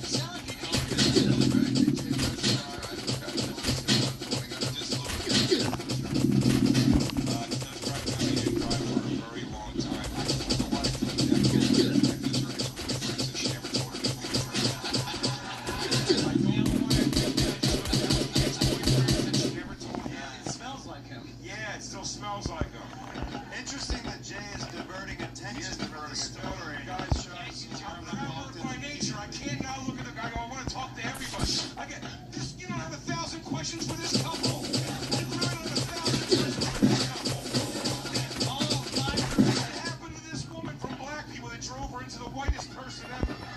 You don't want to know that? I do, but we can't. This is a storyboard. This is why I'm going to end it. I'm on the road. It's unwinding before our very eyes. She's on the road with another comic. Lewis only does I was driving. No, it doesn't. I was trying. It's its own sentence. You know what? For her, fuck, it might be Lewis. It's Jeremiah. Sorry, when was the last time you sharted? He doesn't even fart. Oh, wait. Oh, that's what you lied to me. I believed your beautiful soft features. I'm so sick of all the gaslighting on this show. I hate it. Do fart, but I don't shart. I just want somebody who will tell me what's what. It's me. Thank you. It could be Broussard. We already know that he farts. There's not a lot of clues here. That's enough evidence there. He does fart. This guy And they does say, if you want a shark, you gotta fart first. He's so rich. It seems like he's too good to pump gas, though. It's very possible he's too good to pump Oh, if you're driving, somebody else should be filling the gas tank. I would have been on away my own sugar. I don't know whoever Chris, do you?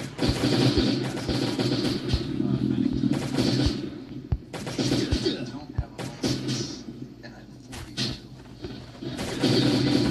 I believe it to be true. Dave Smith is fucking 42, I believe, and does not have a license.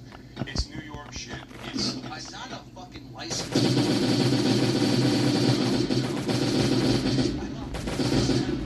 not having a license is shit crazy for an adult. If you've got a license, you know not to shark while driving. That's what they teach you in driver's ed. That's what they really. That's what they teach you. Maybe this was their very first time driving. You didn't know you couldn't shark. Yeah. Fuck it, might be It's for hour 2 of a 5-hour course. It's an No whole hour. farting or sharding in the car. Jeremiah, I'm getting a vibe from you. He's very quiet right now.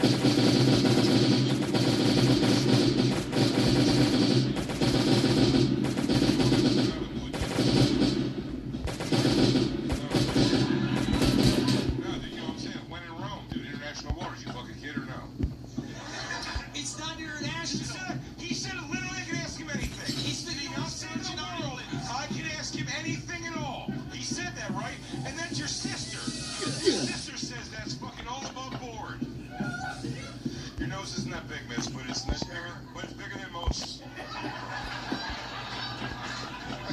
But it's a unique feature. It makes you uniquely attractive. You're very, very pretty. It was drizzling outside, and I stood under Jeremiah's nose. Please come on with a better one than that.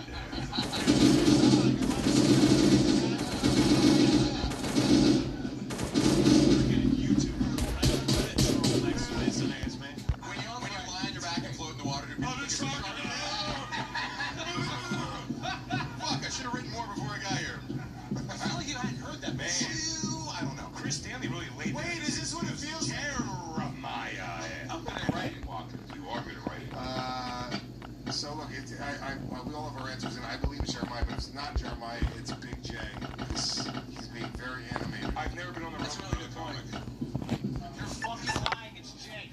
I've never been on the road with another comic. And why this is a good guess if it's me, it's not me.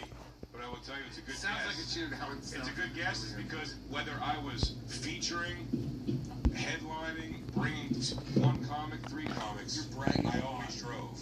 I always drove. So me isn't a bad guess, but it's Jeremiah. We're all good. I eat too much fiber. I never shard. That's a rookie. Alex, all of our answers are in. Hey Alex, you're fucking your boss with the weight issues. Who struggles with weight wants to know the fucking whose the story was. And guest with weight issues. Ooh, you fuck. I've been good to her. Story number 3 belongs to Jeremiah.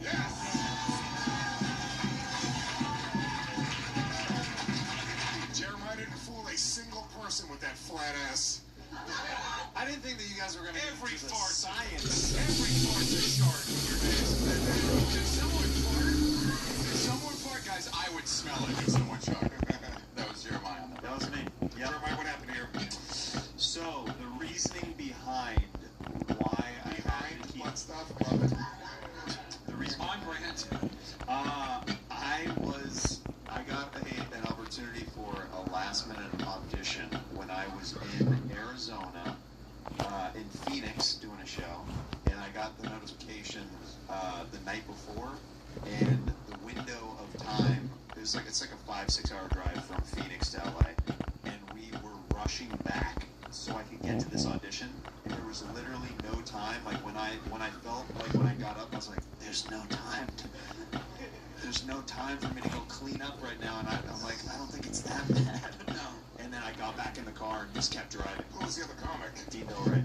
Nice. Did you do the audition with shit pants? No, I made sure I had enough time to shower real quick before I went to the audition. Did you get the part? I did not. It's weird. Hollywood sucks. Did you tell him your story? Listen, Transformers 4, I shit myself for this. I've been covered in shit this entire time. Listen up, Jeepers Creepers Part 3. Do you guys not get the joke as the movie? Alex, fuck you, Jumanji 2. It was like a 3-line roll and something. I probably shouldn't have rushed back. Suck balls, Night at the Museum Part 3. It's getting better, man. Thank you. Alex, just hammer it. Every audience will eventually fall in line. Tokyo Drift. Tied with 2 points each, Jeremiah Watkins and Chris Stanley. Making it up. Making it up. Tied for second place with 4 points each, Louis J. Gomez and Big J. Ogerson. Solidarity. We're keeping roommate by Shadow. Yo. I want that book bad. I know you do. And in the lead with 6 points, Matthew Broussard. Chris Stanley, you are so hard for this book, which talks about a serial killer named Charlotte who sources her victims through roommate wanted ads. Her world begins to unravel when missing children in her neighborhood draw the attention of detectives Lask and Watson. She's kidnapping kids? Yeah. As their investigation closes in, Charlotte's perfectly controlled life threatens to spiral out of chaos. I know. Don't give away too much. Well, what would it sound like if Steve-O read it? I think we can find out. I think we can have the answer right now. I think she has a tattoo of her own face on her back.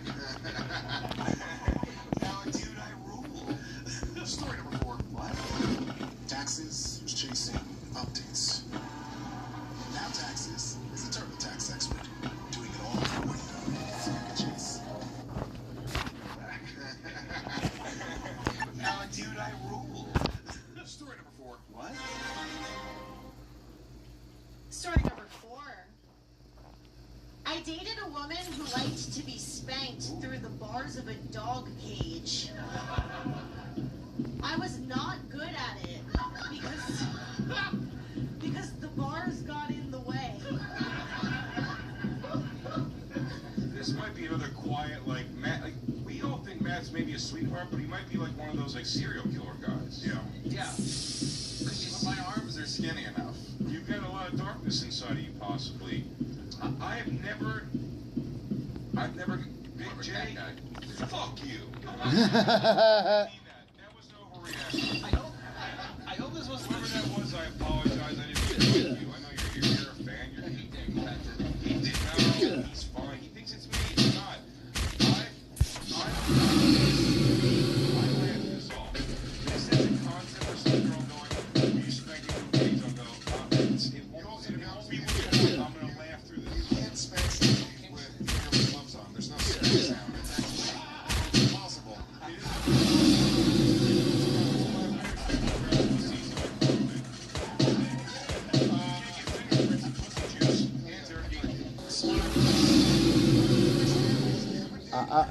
Years, but I can imagine that you dated some pretty big. Oh, some radio slutbags. You were radio early on.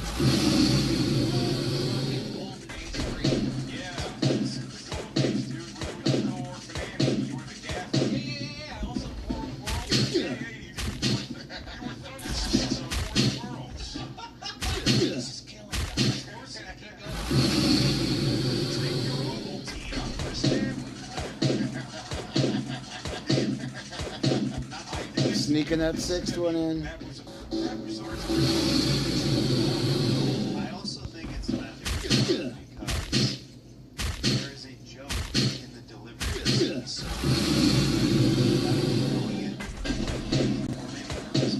the second line is like a punchline without. It's like a one-liner. Like I think that's hard to It does read very like what's his name? Jack Hand. Jack Hand. Yeah. Sure. Well, what I like it says through. Which usually What the fuck was that word you just said? It's trying to distract me with it was the name of my first album. Was that hypnotism? It was. Was that hypnotism? Jay's hand just started shaking. What the fuck is that? Also, I hope this wasn't adult. It being a dog. Through the bars, they actually the man could be in the cage spanking out of the cage to a woman who's just standing outside of it. We don't know who's contained in the cage. I'm just saying. It's You've thought a lot about this. Oh yes. So it's just some guy in a cage like, come on, come over. You're too far away. But this I can't reach ass. It's deep down the kink fucking highway. Yeah.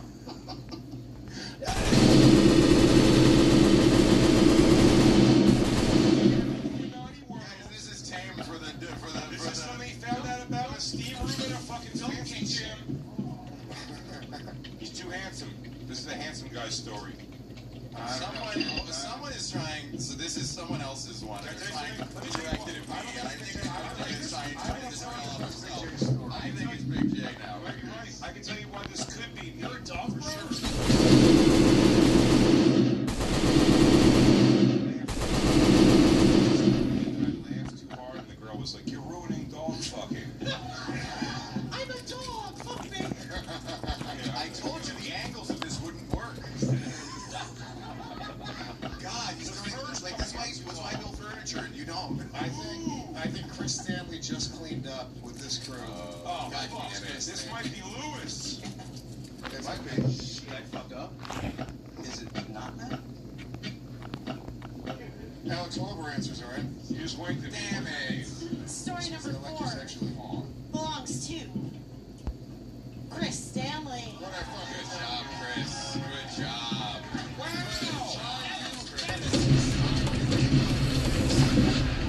She wasn't a pig. She was a lovely lady who had a kink. Alright, so this story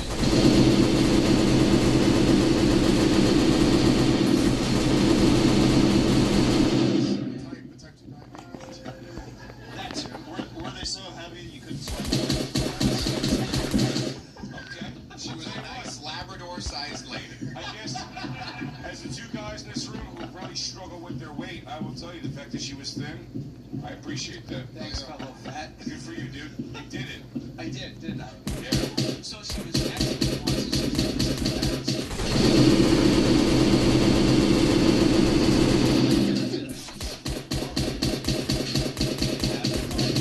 That's fucking Does crazy. she have a dog? no.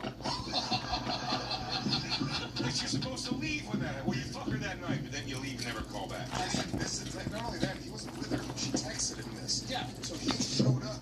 Yeah, I was like, hey, This. where the dog kinks at? Oh, you would set up the fucking crate. I'm here. Well, what does your mom say? Do you have a dog? No, it's just, you never know what's going to happen. I don't know if I should say this. Well, her mom was put down. Please do. So we were all whacked out one night. Her mom's dead for sure, right? No.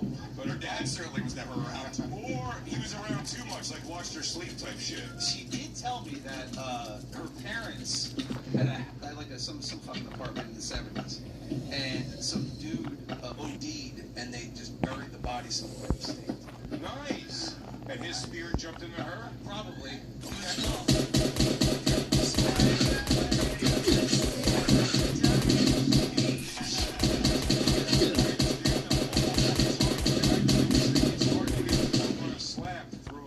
It was ridiculous. She also wanted to be treated as a what's that shit where you just put your feet up on a chair? Ottoman. An ottoman. A human ottoman. Really? Yeah. She wanted to be treated as an ottoman. I'm watching what I This lady was one person IKEA catalog. No,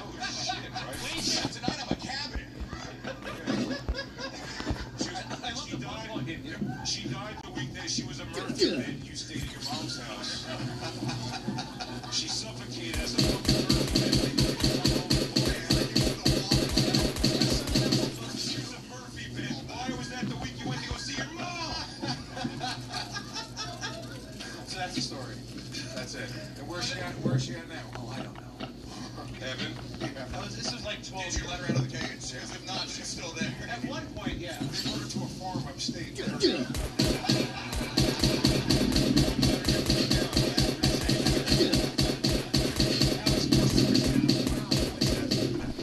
In last place with 2 points, Jeremiah. Oh, shit. Watkins. In 4th place with 4 points, Big J Wilson.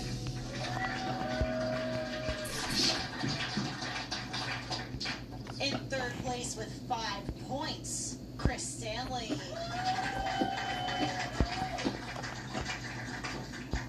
And tied for 1st place with 6 points each, Bruce Tingleman and Matthew Purcell.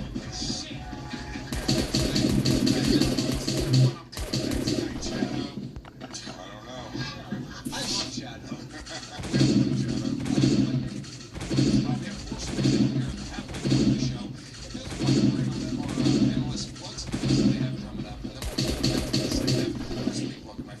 The Bangton Show on Sirius XM Monday through Friday, noon East, and High Society Radio on the Gas Digital Network and YouTube. If you want to really know about Epstein, listen to that show. Not even joking. It's anything else anyone's talking about Epstein.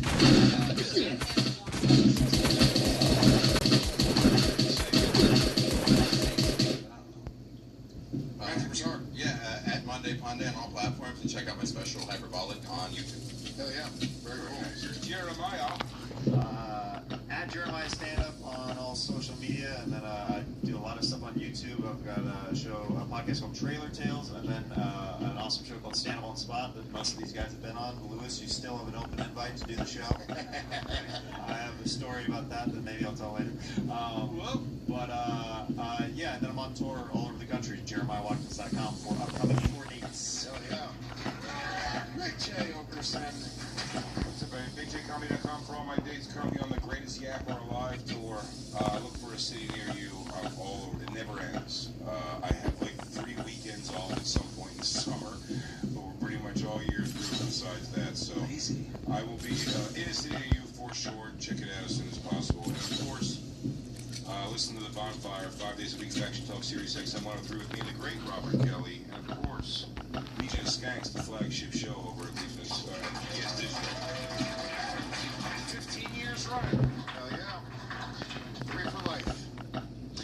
Come see me live on the road, guys. The Rattle Me This tour presented by Yo Crate. I'm coming to a city near you. I'm going all over the place. Go to my website, lewisofskanks.com, and grab tickets for that. Sign up for my mailing list. You get a bonus podcast there as well. Story Wars is going on the road live. We have a bunch of Story Wars live dates coming up. April, we have the Nashville Comedy Festival. May, we have Netflix's Joke Festival in Los Angeles, California. We're also, May 21st, we're back at the Comedy Mothership doing 2 shows in the main room of the Mothership. So get those tickets, all wherever you guys get tickets to those shows. And obviously, you got all the other pods that do the rags, the Jim Skanks, the Real Honest Podcast. Subscribe to Gas Digital. If you love this show, you should know that we do a pre-release, uncensored, ad-free version of the show that comes out every Monday night on GasDigital.com. Use the promo code WARS. You save a couple bucks a month. It supports the show directly, and you get the uncensored, ad-free version with the pre-release and a bunch of episodes that are no longer on YouTube or anywhere else. Also, pre-order my book. Or not pre-order. It's out now. When this comes out, Knives and Spoons is my memoir. I have an entire chapter about losing things and horse assholes. Spoiler alert. Spoiler alert, Lewis was dead the whole book. What? And really, that's it. I'm reading it. That was the secret. We are 4 stories down, halfway point of the show. I'll tell you right now, it's a very close game still. Jeremiah is a little bit far behind, and I can tell you're a little bummed out, Jeremiah. Very competitive. But you don't need to be. Jay, explain what's going on here. There's no reason to be bummed out, Jeremiah. You could fucking bummed out, fun stuff. Hands are deep. Asshole. Guys. Asshole. Bummed out. Butt be stuff. firmly in the lead in 1 round, because what you might not know is that for the final 4 stories, over here, Story Wars, Double points. we go double point.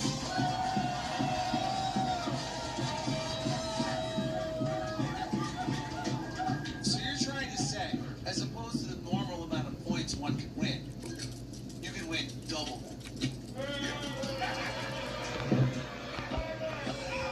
He didn't even say it.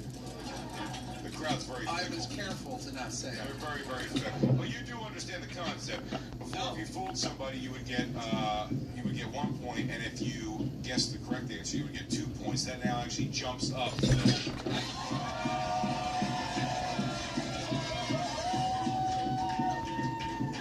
So I could win twice the amount of points. No reason to boo. That is a above-board question.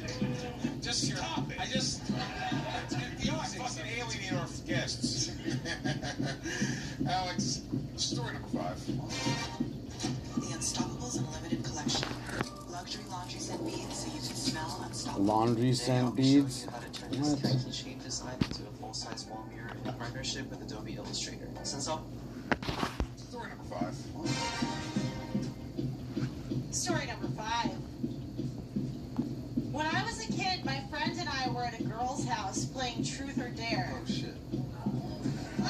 We dared the girl to run outside and put her bare butt on the window. It was winter, and when she did, the window exploded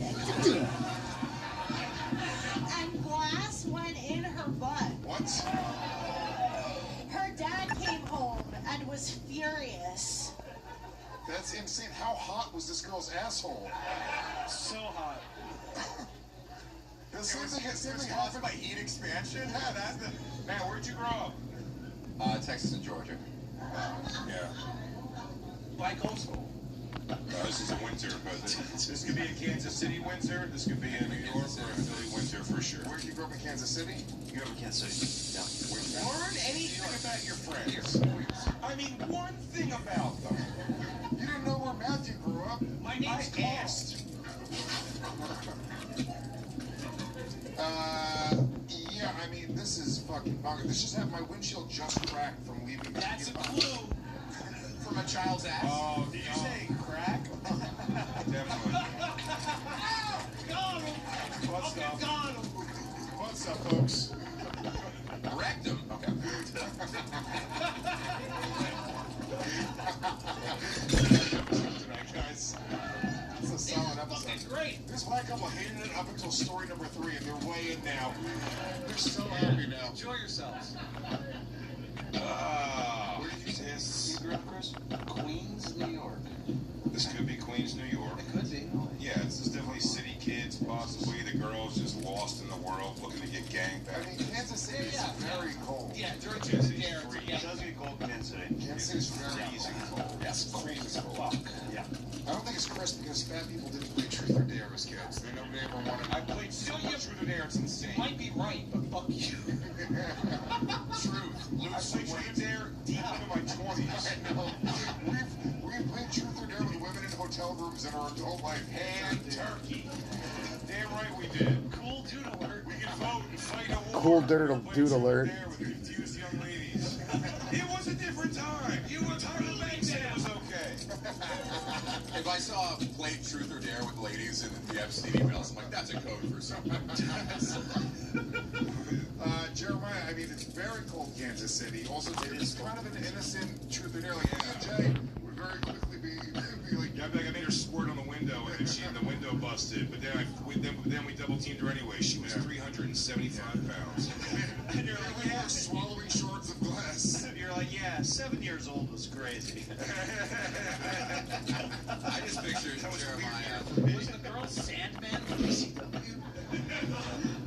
I just picture Jeremiah. I just picture Jeremiah wearing overalls and no shirt and barefoot with straw between his toes.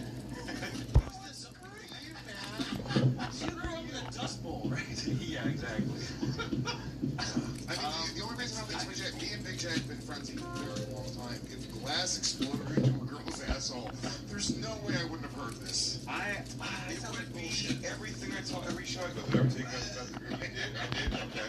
All right. I voted for Broussard twice, and I just feel like I'm going to eventually guess it right. I'm going to put down Broussard. This could be Broussard. I think it's Jeremiah. I also think going over to someone's house is not a thing. I'm going with Lewis. New York or Philly. It could be Lewis. Cold Puerto Rican winters. I think it's like I went over to there. Well, I grew up in like downstate, upstate from here, but downstate New York, so we did have some cold winters. Puerto Ricans get frostbite at 60 degrees. That's true. I don't know if you know, but that's true. I'm going to accept that as gospel. Number fungo keeps them warm. Wow, this is all over the place. I gotta say, just because of where Jeremiah is from, growing up in Kansas City is it's a big clue. That is fucking cold as shit, to the point where just the simple asshole skin of a child would make the Jay already knows. It's a fucking ruse. It's fucking ruse, Jay Gomez. Ruse, Jay Gomez. All of our answers, right? I'm sorry, it's 3 5. Belongs to Jeremiah Lopez. Oh, I thought you flim-flammed me. That's too wholesome. Wholesome, okay. Jeremiah, who is this girl? Can we get her on the phone? Plot twist, it's my sister. No! Okay. All right. Finally, we can jack off to this. That's the Shyamalan twist. My dad was furious when he came home. Why? About the window or the medical bills? He was about the window, the medical pill, and also he's like, well, how did you allow this to happen? Hold on. He's like, this is your sister. Yeah, Miss, how did you allow this to happen? Oh, she's gone. So, my friend and I were playing the game of Truth or Dare with my sister had a friend over, and I had a friend over. This is a hot story already. Shit. Well, isn't it funny because for sure your friend was He's the one who dared. He's trying to get your sister to do fucking dirty stuff. Yeah. How old is your sister? We were like 45. Like. Right age, the manager for 17 years. We were probably maybe 12 or 13, maybe.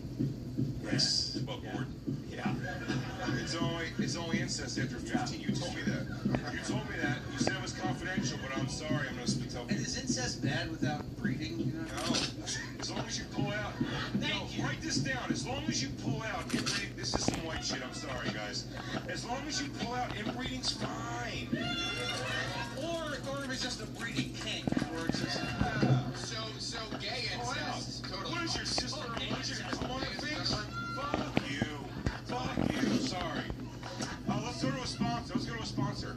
Jeremiah, continue. we're gonna get a $60 kilo of anything. Were there stitches involved? No, but her friend went to the bathroom and had to like pick glass out of her butt. Yeah, it was bad. Yeah.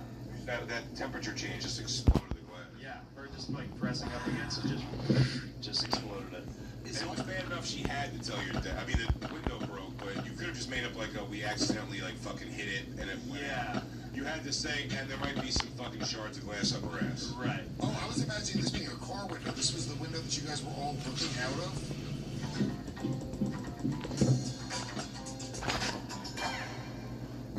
Here they come, yo. Here they come.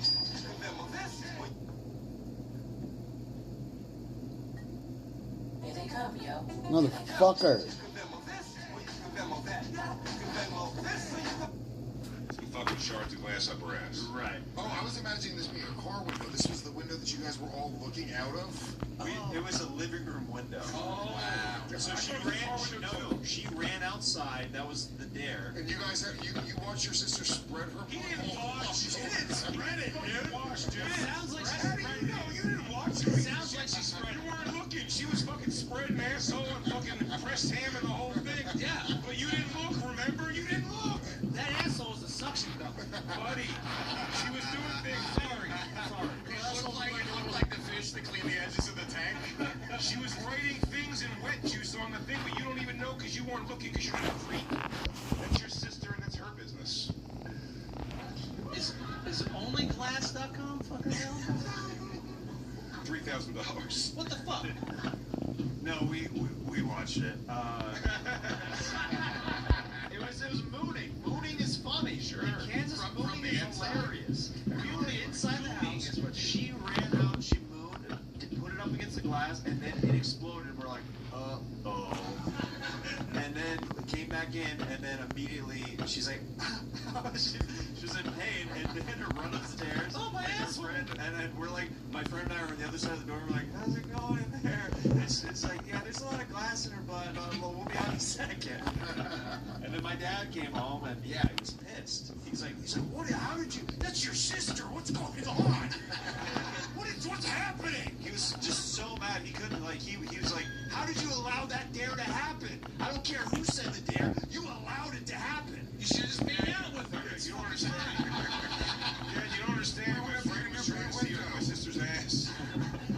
Spit in each other's mouths. Wholesome stuff. Alex, 5 stories down. Where are our points at? We're stopping? In last place with 4 points, Carolina Watkins. Alright, we got more points. We got more points. In 4th place with 5 points, Chris Stanley. In 3rd place with 8 points, Big J Okerson. And tied for the lead with 10 points each, Louis J. Gomez and Matthew Broussard. Everybody is still in it. You know who have 16 points of glass in her ass? Jeremiah's sister. Sorry, miss. It was you. Want to know how I got these scars? Why so filled with glass in your asshole? Why so Siri glass? So my brother, see? I made me show my asshole against the window. I do play the Joker on Cartoon Network, so maybe that's one of my movie stories. True. Really good. He nailed that audition. Fuck Mark Hamill. Alex. Hey, easy. Yeah, you're right, dude. Fuck Mark Hamill. Hey! He's the goat. Throat goat, right? Do like Joker laugh. It's probably the Oh, choke. now you want me to do the voices? He goes, do laugh. I'm like, oh, really? I like the voices. Oh, yes! Well, Matthew Broussard sitting next to me. Very delicious of a human being.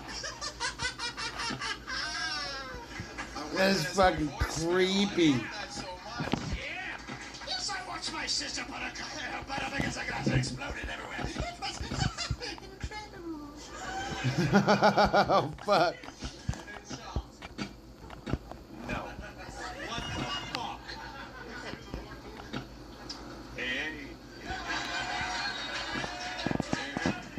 Now, security, if one more person calls something out, remove them violently. Hey, everybody. Lewis is gay. He's in the butt stuff. All right, let's take a quick moment to thank Factor Meals for supporting the show. Factor Meals, we've been using Factor Meals for a really long time. No, you haven't. To get that 50%. But you are initially getting the percent off at Marie.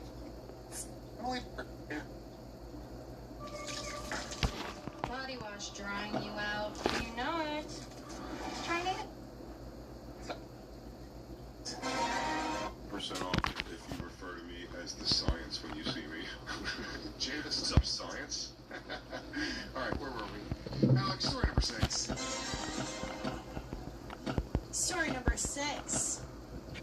A fellow comedian once talked me into taking colon cleansing pills. That's good. I had explosive diarrhea all over every part of my bathroom except the toilet. Oh. My initial thought was Matt because he's telling gross out stories because we're not going to guess him because of his handsome face. You think so? I will say that I'm going, and I love you, but you're the elder statesman here on the panel. This is an old guy thing. Colon cleansing stories. This is crazy. It's not a bad, I just picture like when Wile E. Coyote, like when dynamite explodes, and then it's all black except for like the white behind him. That's how it goes in the bathroom in this scene. Explosive. You're also describing Jay's early comedy career. All black, one white, with a white outline, white behind me. Blackest night.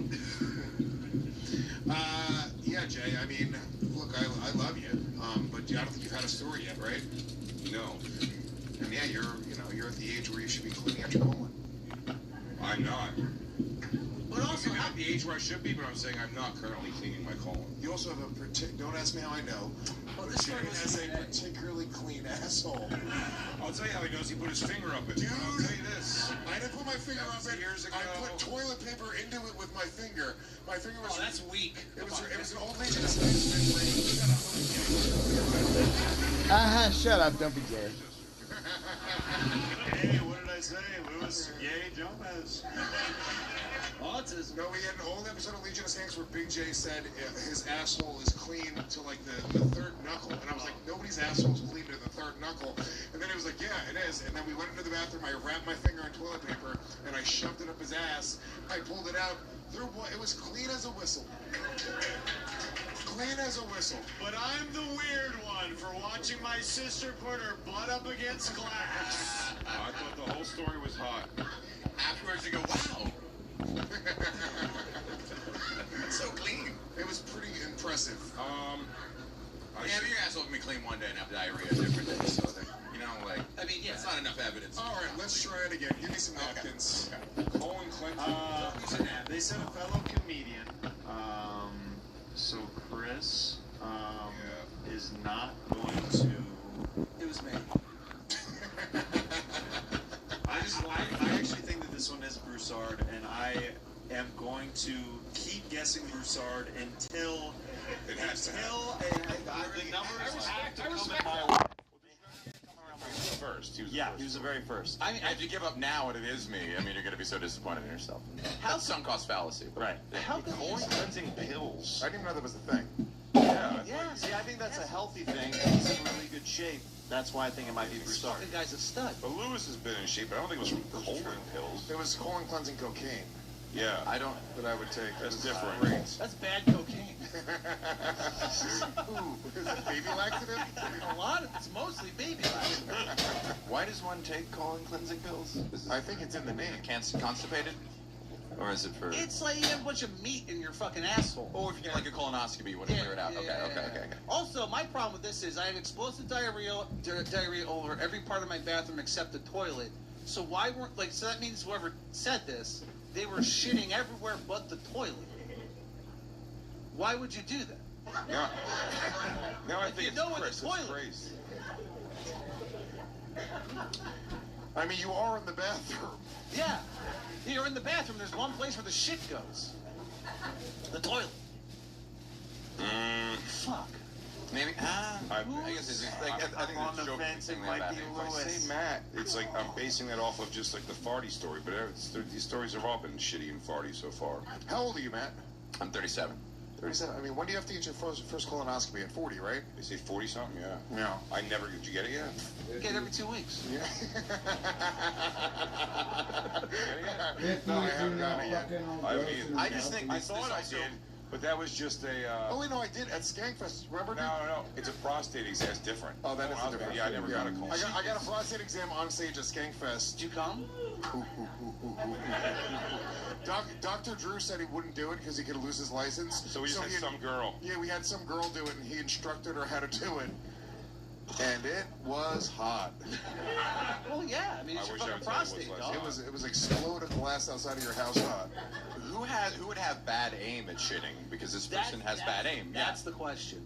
Who is fucking incapable of finding a toilet while they have explosive diarrhea? I think it's Chris Stanley again. Or you. fucking put- I'm between Jay and Chris, but It's the weight thing again, isn't it? I feel like it's just harder to find your asshole. I know exactly where my asshole is. So you missed the toilet. Fuck. And you have to like pull your cheeks apart to realize. I think Oh, there's shit everywhere. Jay wouldn't shit all over his bathroom. There's just something I know about Big J is that he'd make it to that bowl. And my initial thought was Big J, but I'm going Matt Broussard. And you guys like to go for me because it's like it'd be funny if, but it isn't me. That's the point of the I'm show. not that guy. I fart. See, you lied earlier. Okay. I don't know why I It's won't. Jeremiah. It could be Jeremiah, but he's already had 2. Alex, it's all randomized though. Okay. By AI. Story number 6 belongs to Big J Okerson. What the fuck? Jay, I believed in you. Yeah. I thought you could make it to the toilet. How do you Not not this shit time. your Why do you pants? think his butthole's so clean? He had just cleansed it. Who was the comic who gave me these pills, and how can I get some? The late, great Todd Lynn, well, when he first started losing weight, he's dead now. When he first started losing weight, came back and he goes, yeah, it's like this thing like Oxy something. It was like a colon cleanse. No. Cotton? Oxycontin?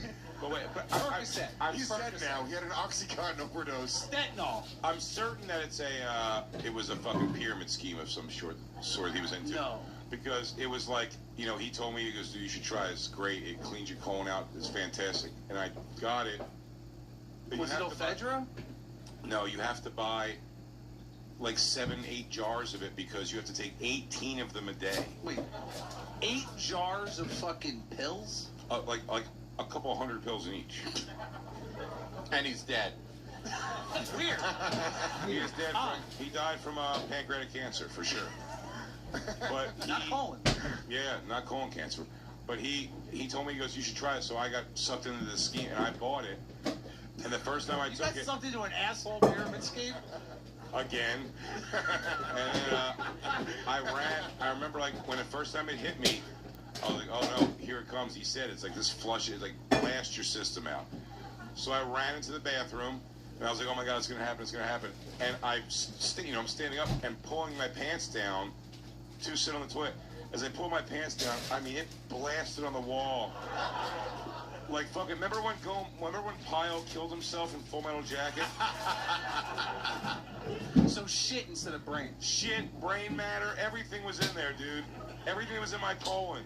The baby I ate on Epstein Island. That should have been the giveaway for Jay. The writing of that, every other part of the bathroom except the toilet. It's really good comedy, right? Nothing, man, nothing in that toilet whatsoever. But the toilet seat, top, the toilet lid, got a taste. How much shit was that in the actual toilet by the end? None. I'm telling you, I'm telling you, it was projectile, fluid. And it didn't keep coming? It was just one pop and it was all gone? It was everything that was inside my body since 1984. The first time I had a Zagna bar while listening to a 45 of Toto's Rosanna. Oh my What's that nut god. on the wall? Oh boy. All right. Well, R.I.P. Todd Lynn. R.I.P. Todd Lynn. R.I.P. Todd Lynn. Thank you for that Alex, super colon blow. where are our points at? Big J just cleaned the fuck up. No, Matthew Broussard. In last place with 4 points, Jeremiah Watkins. It's not over. It's not over. Keep betting on me, buddy. Keep picking me. In 4th place with 5 points, Chris Stanley.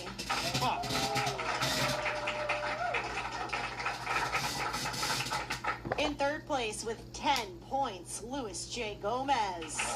Wow. Strong. And tied for 1st place with 14 points each, Big J. Okerson and Matthew Broussard.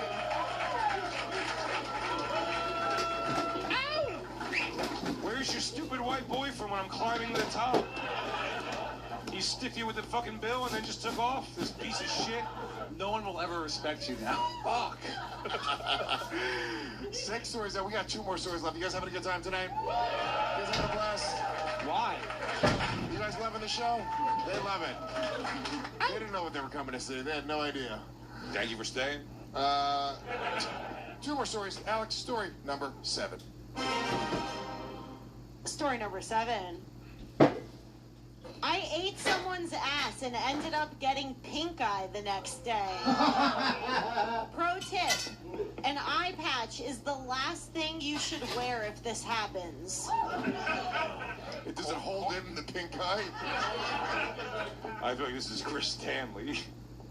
No. Correlation is not causation. We don't know that was what caused the pink eye, and it would be You think it's Matt medically Broussard? irresponsible.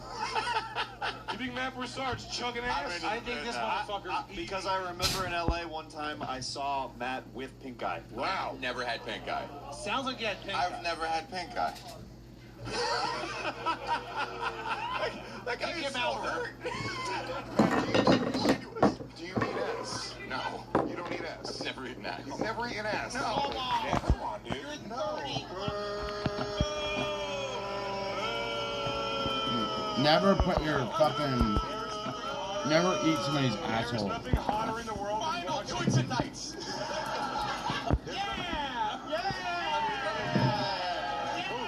Let me text my wife. Warm it up. Warm it up. There is nothing hotter than when you say he doesn't eat ass and everybody started booing, and you started seeing not the guys but the women who were booing. The guys weren't booing because they're basically going like, this guy eats my asshole like a fucking idiot slave. And he loves it. Yeah, no, eating ass rules. All day long. It's part of the process. You can't go down on a woman without eating her ass. Dude, I chug ass. Yeah, dude. You gotta treat it like a buffet.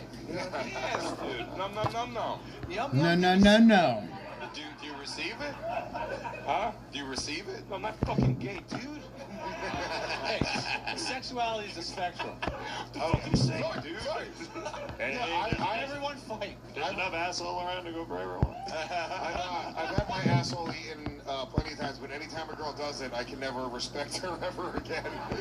But you can't Long-term make out with her. relationships, maybe, but yeah, never like a, hey, nice to meet you. What's your name again? Why don't you suck my asshole?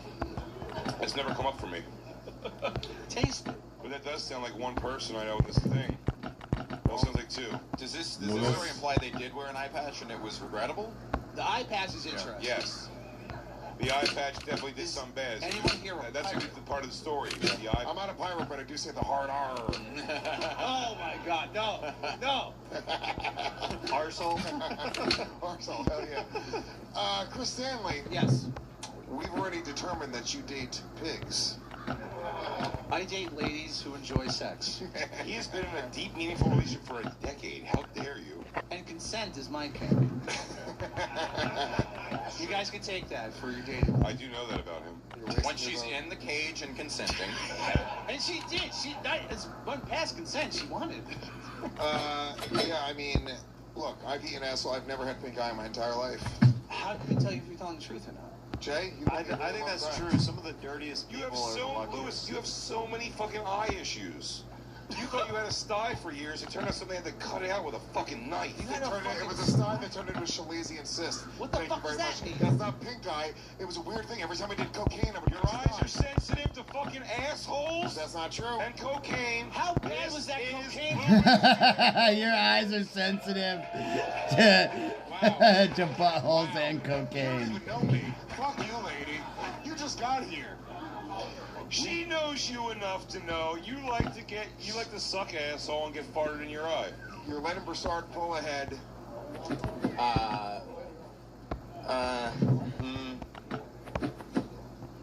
For the pirate thing, I don't know. Big J does look like an extra in Waterworld, so that would be. I do. Dry land's a bet. And you think I haven't figured out a way to turn my piss in the water? You're wrong, Mr. Broussard. I certainly have. You can just drink it out of your dick. And now you're not allowed to have any of my piss water because of this behavior. I'm putting the vote in. Stan Man. Mine's He's a dirty boy. Oh fuck! I think it's Matt. I think he's Matt. Shit. Matt's the last one to vote. He does put the vote in for Big J. I thought possibly Chris Stanley. Fuck. If it's Matt, ooh, he pulled ahead, dude. Ooh, he did pull. He did. Well, a couple people voted for him. Alex. Funny. Story number 7 belongs to Chris Stanley. Yes! I'm in it! Motherfucker. I know your stories, you dirty, dirty dog. I was on the air bitching about pink eye years ago. Nice. But I didn't reveal it. Oh, yeah, the story's... Was this the same girl, the dog girl? No, different girl. No, this girl... You had sex with 2 girls? Yeah, crazy, right? That's awesome. At this weight? Well, there's a couple of guys who struggle with their weight. Alex, it must be amazing to you that we've had sex with more than 2 people. Hey, Alex, that must be crazy for you, huh? Was it? Did you eat ass again with the eye patch and then had trouble with like the depth of it? See, here's the thing. Oh shit, that's right. Like, You start licking her ass cheek because they think it's to the left. I went to Dwayne Reed and bought an eye patch. But then a coworker told me you shouldn't wear an eye patch if you have pink eye because you have to keep it open to get air to. And that's the PSA. You get more farts in it. Who was this girl? I mean, I don't say her name, obviously, but how'd you meet her? How dirty was she? She was very dirty, and she was at a bar in on the Upper West Side. And you ate her ass night one. I ate her ass and it was great. Outside the pink eye. Thanks, everybody. Thanks. But then I woke up with pink eye and was very annoyed. You gave her pink eye. No. What a feminist in the back to be like, how dare you? She was what if you gave her? What if your pink eye gave her shit ass? Yeah. That's What if ladies everything's and pirates. backwards? He didn't give her pink eye, he gave her brown eye. Duh. And then she had terrible diarrhea. Wait a minute, that was Big J. That was Big J. Shut up! Sorry, I gotta get out of here. Yeah, I couldn't sit there while you were eating my ass all night. I had to fucking take a oxy blow shit. Alex, 7 stories down. Where are we? What? In last place with 4 points, Jeremiah Watkins.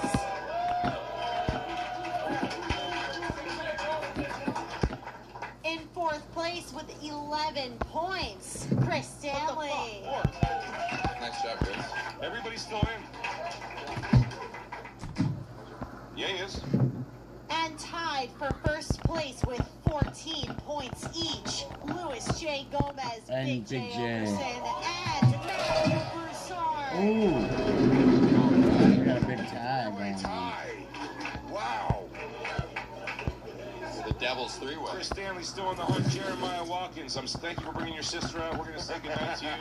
She's great, but No, you can still play because we always say if you're out of the game mathematically, you can still play Giant Killer. That's right. You could always you could change the outcome of this game by a lot. Still being involved. But man, you did bad. Anybody's game still. One more story. Ladies and gentlemen, this is story number 8. Man, you did bad. Yeah. Oh, fuck. Story number 8. I dated a girl for 5 years. We did anal 6 times. All in the first 4 months. Then never again. this sounds like a spreadsheet.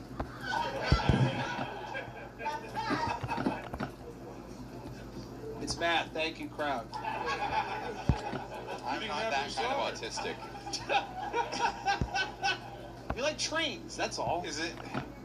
Oh, 6 times those 6 times. Anal in the first 4 months is aggressive. Yeah. That means your dick's really small, and she was like, we should try this. Or you go hard in the paint. This could be Matthew Broussard's American Psycho, like, we wouldn't picture this happening, but he tells a girl, you want to be with me, you got to take it up the shit pipe. I can see that, to be totally honest. She could have offered anal sex, though. Good, sure. But I don't date women like that. But why only in the I first date 4 ladies. months? Well, maybe because... Why never again? Now, this could be Jeremiah, this could be a religious thing again. You let your your asshole could be for anybody, but your The pussy's Mormon for back Jesus. door. Keep Yeah. the vagina clean. The vagina's clean, you can just fuck their ass until you decide to make a baby with them. The best hole is the loophole. Yes. Oh, that flowed off his tongue like butter. The best hole is the loophole. This is a hard one. Oh, there you go, Jay. Has everyone done anal? Yeah. Yeah. Okay. Oh, yeah. I'm not telling. God damn it. I tried, but it just doesn't fit in me. Oh. Well, Lewis has a butt plug that might. That's true. Might work. Well, he I did gotta have a start. butt plug. I gotta start with the rhinestone and move up. This is gonna be Jeremiah's story. Plot twist. This was my sister.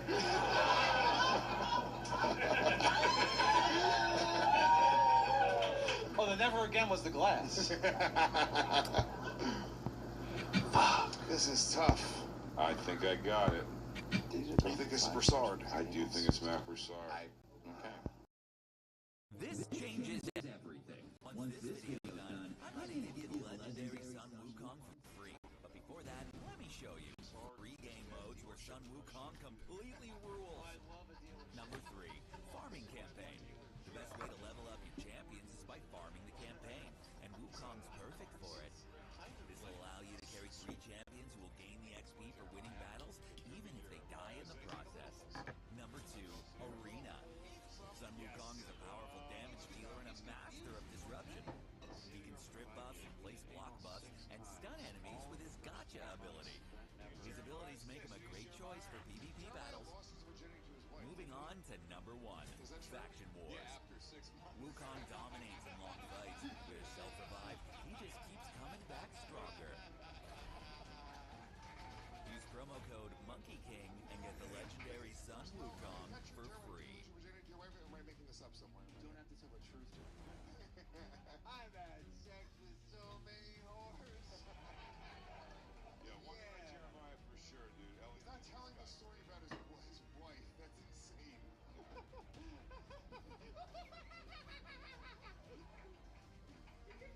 Has this got Broussard or Big J written all over it? What? Well, he's saying. I dated a girl for 5 years. Lewis did. I've never had a 5-year relationship. Can I tell you something? What? I've been with my wife. Wait a second. No, it said it was 5 years. How many girlfriends have you taken to Jamaica again, Lois? I've taken for 5 days each. I've taken five girls to Jamaica. All inclusive or what? No, we usually do a villa. Years are days in Jamaica. No, I've never dated a girl that long. It's funny that it's like a signing bonus. Sort of, yeah. You'll get the trip. If you behave right, you'll get the trip. This contract was front-loaded for sure. Or was it backloaded?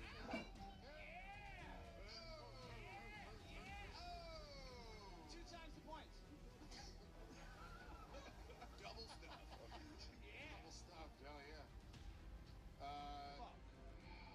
Yeah, I mean, you're going to change it to me? No, I don't know. I might just write Matt again. I just wanted to write it differently. Do Metallica font. I did that. I'll do it again. I'll do it again, though, in this way. Has there been a non-anal story? Oh, no, the butt. Glass in the butt. Yeah. I mean, it's not Stan, man. The only, look, it is, all the numbers and all the fucking math. If it was 5 years for me, it'd be 5 years anal. I'm telling you that right fucking now. But this could be Big J, the mother of his daughter. Oh, shit. You think that Colombian took up the shit pipe, dude? A couple times here and there. Did my daughter come tonight? No. A couple times here and there. My daughter come tonight? Nah, a couple times here and there. A couple times Yeah, here and there. dude. Not our thing for Fucking sure. faggot And it wasn't raid. a bunch in the beginning for sure. I'm Raid not that faggot brave. legend. Oh, hey, fiery Latino. Can I shove it up your ass, your culo? Latina. Only if you want me dinner first. Oh, wait, you're talking about your wife? I don't know. I'm getting Big J vibes. And you had a couple long relationships. Big J's a long relationship guy. Big J. His first girlfriend he was with for a few years, his wife he was with for a bunch of years, and his current chick he's been with for like 10 years. Who the fuck is this you, dude? There's a fucking Wikipedia article? Jesus Christ. No, it's not me. Oh, fuck. For 5 years. Who'd you date for 5 Fucking years? Lewis. You haven't dated somebody for 5 years. I have not dated somebody for 5 years, but you have twice. Now I think it's Lewis. You can't change it, right? You can change it. You can't change it. No, once it's locked in. Is it locked in? How's this game work? Once you... The rules are slightly complicated. It's matter, Lewis. This is If fucked it's up. Lewis, he's getting so much right now. It's Lewis. Anal Wars is a fucked up show. Anal Wars is a fucked up show. I'm changing my pattern. I'm locking it in right now. It is Louis J. Gomez. I'm ready to knock a giant down right now. Yeah. You're not gonna win tonight because of me, Louis. Do it, dude. Let me just say this: if it is Big J, if it's a Big J, I'm doing the math right now. Louis motherfucking Gomez. Because, God, Alex, whose story was this? Oh, God. Your final story belongs to Matthew Pierce.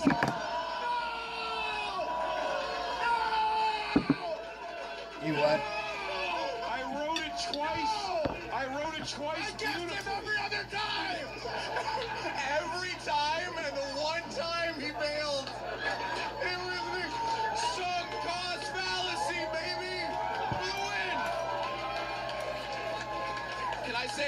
say one thing about this story? Please. New customers only. Terms and conditions may apply. Yeah, we did it all in the beginning and then never again. And I never asked for it. It was offered up to me. I was like, this is fun, and then it was off the table, and I didn't want to bug her for it. So you had anal, but didn't eat her ass. No. Odd. I'm saying. I'm sorry, Matt. I'm sorry. I didn't mean to start this. Boo. What a feminist crowd. Yeah. We care about It's like the take a penny, leave a penny tray. We care about a woman's pleasure here in Story Wars. Yeah. Forced orgasms. This is a wild. First of all, this was, in my opinion, one of the best episodes of the show we've ever done. This is so fun. I agree. Everyone killed it. It's fucking nut. Great stories. Fun game, up and down. I think I know who won, but Alex, make it official. Where's our points at? In last place with 4 points, Jeremiah Watkins.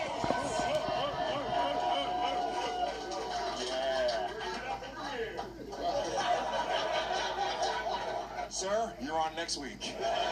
That was good. That was good. Good timing, too, you know. Tied for 3rd place with 14 points each, Louis J. Gomez and Big J. Okerson. Knock them out. Streak broke. Combo breaker. Streak, butt stuff, love it. Lots of streaks. 2nd place came from behind with 15 points. And your winner tonight with 20 points, Matthew Broussard. Butt stuff.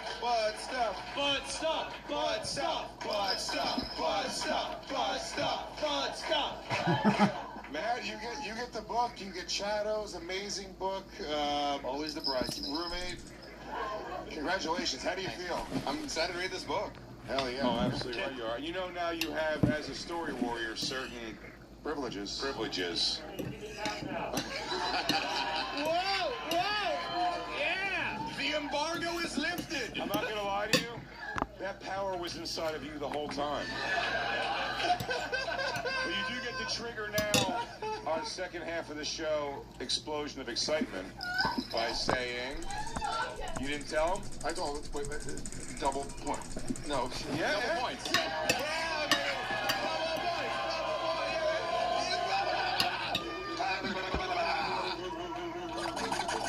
That's all I want, is just to be able to Doesn't say. that feel electric, though? It felt great. It felt good. I bet it does. Thank you guys so much. Straight to my wife's house. Have that for our amazing panel tonight, everybody. Stan Man 420, 69420. Chris Stanley, Jeremiah Watkins, our newest story warrior, Matthew Broussard. He joins the ranks of the elite, everybody. Thank you for hanging out. We'll catch you next time. I'm Big J. Okerson. I'm Louis J. Gomez. Peace.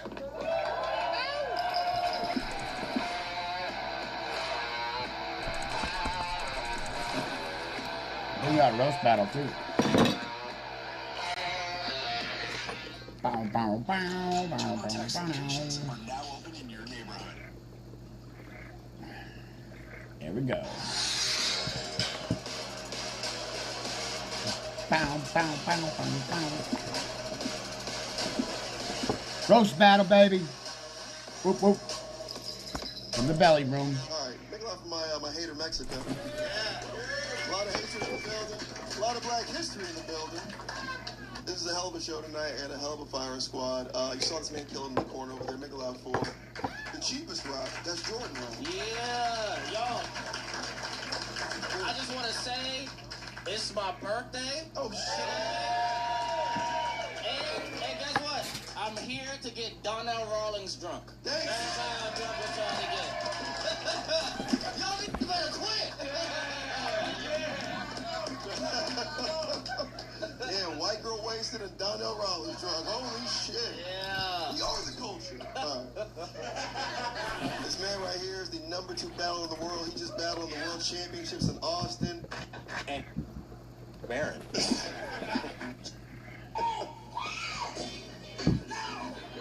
The most appropriate music. Yeah. Just the coolest guy in there. What up, Jake? How's it going, man? All right, so why, Paul Bunyan, why are you battling Betty? Yeah. She didn't fully pay for the thing I sold her off the street, so I figured let's get at it. That's my boy. All right, this feels like divorce court, but let's start. It's 1 round. It's 3 jokes. Who's going first? I'll go first. You got this? Yeah. You're a gentleman. Guys, Sav LaBelle from Boston, Jake McMacken from the Tall Tales. Battle! All right, keep it going for Jake from State Penitentiary. Yeah. Jake looks like Clark Kent if when he takes off his glasses, he becomes super into kids. This guy's kryptonite, just the age of consent, you know? Even with my glasses off, still wouldn't touch it with a fucking 10-foot pole. You know what? I don't want to be too mean. Sav did lose some weight recently. Yeah. I had no idea EBT was this bad. So until it gets better, please go support her Go Feed Me page. Go feed me. Jake, if you're here, who's holding Savannah Guthrie's mom hostage? Jake looks like he eats pussy like it's corn on the cob, okay? And he has to floss after both with those chompers, you know. Look at the fucking idiot. Sav. Listen, alright. Sav looks like... I was gonna say something, but fuck it. Sav looks like she is a theater kid, if you guys can believe it. She also looks like she got a botched transition surgery. Yeah. Yeah, that's why I like to call her the Phantom of the Opera Asian. Jake has the body of a pedophile and the voice of the little girls. Okay. Jake, his favorite superhero is the Flash because that's what he does at playgrounds. When he runs away, he's like, "I'm Jake McMacken, I'm the fastest man alive," which is what all his ex-girlfriends say. That was a strong joke, Sav. Almost as strong as the buttons holding that thing together. Strong as the stitching in your dress. Sav has a father, and he is an inspiration because he is in a wheelchair. But despite that, he was still able to walk out on her.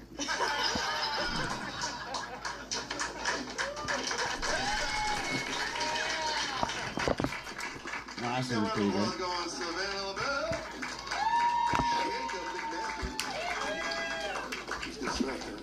All right, Mexico, I know you're hating already. You're stewing about this. But who'd you like, Andre or this giant woman? I hate their body shapes. I like how she said she was keeping the streets safe, but it looks like he's a problem, like during school hours. So technically they're off right now. You know, the funniest thing, you look like the interior to the van that he kidnaps children in.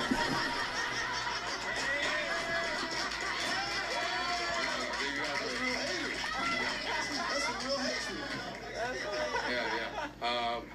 But if I had to give it, I did like the buttons joke because I was noticing the buttons are sticking out like 2 inches off the fabric of the suit. But I'm gonna have to give it to Susan B. Anthony right here. She was stronger the whole time. Nice. She has a point. All right, I'm gonna start with the champ over here. Yeah, y'all make some noise for them, bro. It's not as easy as the first battle. That was fun. I enjoyed watching the 2 male nurses. He looked like he protesting her outfit. Hilarious. I don't know. Big McLovin, I liked the rebuttal with the no glass, the glasses thing. Like, even with my glasses, I ain't fucking that. The EBT joke was fun. You had some good stuff too, with the Superman and stuff like that. But the strong buttons was the banger too. So I mean, I think y'all both should definitely keep doing it. I would definitely give it to Jake though. Whoa! It is crazy. You guys both look like you play for the WNBA. I don't know how that works, but that's what it looks like. All right, I'm going to go to the haters on this one. Who do we like, fellas? Superman or Black Man's Kryptonite? This was a good battle. This was very fun. Battle between me and the future and the woman wearing a onesie even though her body's a twosie. That was very good. For Forzy? Very good. I thought, Sav, you had more pops, but the buttons joke was, I think, the best joke of the battle. So I'm going to give it to the guy who does IT for Epstein's Island. Thank you for your service, sir. This was a great battle between that 70s hoe and the IT guy from Neverland Ranch. Sorry, you took my joke. We were both racing to call you a different kind of tech pedophile. I get it. Sav, I love your outfit. You're like the top is like, you know, 70s anti-Vietnam War, and then the boots are like very pro-Vietnam War. It's great. It's the best thing you could do. There was a lot of up and down in this battle. I thought, yeah, we all saw what the best kind of joke of the night was, but I thought, Sav, you had it by most pops, so I'm going for you, Sav. All right, let's send on Jordan here. Who'd you like, live action Peter Griffin or live action Meg? Oh, fuck. It's a Family Guy. The color is there. The color is there. Yeah, I felt like this was like a battle of the NPCs, almost. Like, you both look like your profile pictures. If y'all commented on anything I wrote, I'd be like, yo, all these fucking bots, bro. Like, look at their page. They're not even real, bro. They can't be real. Look at their outfits. They're not real, dog. Other than that, this battle was good. Yeah, you guys had a good opening battle. Sav, great jokes. You had great structured jokes. I'm not gonna lie. Jake from State Penn, funny as hell. Yeah, that shit, it just didn't hit like that. The super, when he turned the super to go with the kids. You had really well structured jokes, but his button joke was just a knockout. And yeah, so I gotta give it to Jake. All right, audience, you've heard the analysis. It's on you now. By your round of applause, who do you like? Do you like Sav LaBelle?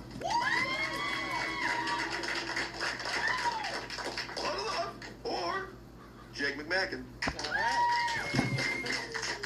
Not as loud. Make him not be your winner. Sav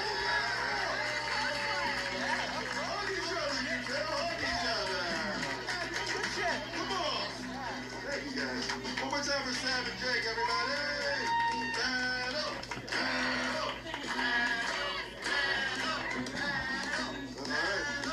If your New Year's resolution is to eat better... No. Yes.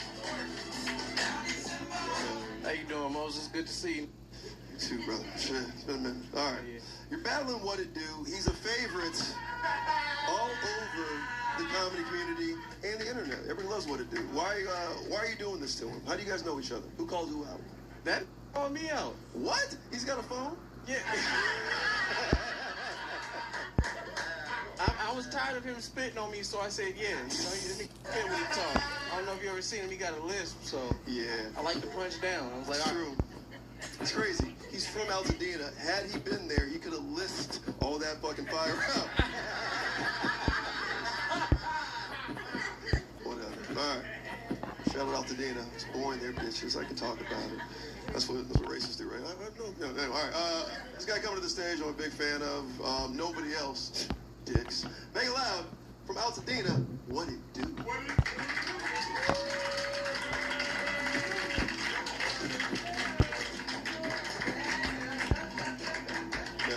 Yo, I'm from Pasadena. Let's get it right. Shit crazy. That was racist. Holy shit. You could have just been from there?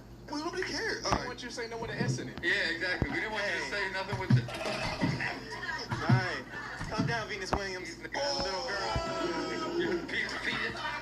I'm going to keep it real. Call me a fetus. That's good. Fetus Williams. What It Do? Welcome back. When you're not the lead singer of Jagged Edge, why do you battle Matt Longino? Yo, he's the most anti-Lispedic person I ever met in my life. So I gotta go after Adolf Spitley. Let him know what it's gonna be. Wake up, ugly. Yeah. Yo, this is a battle of Lispy versus Alopecia Creed. Damn, some pre-jabs. Hey, if you're watching this at home, every time this explain a joke or say, come on, take a drink.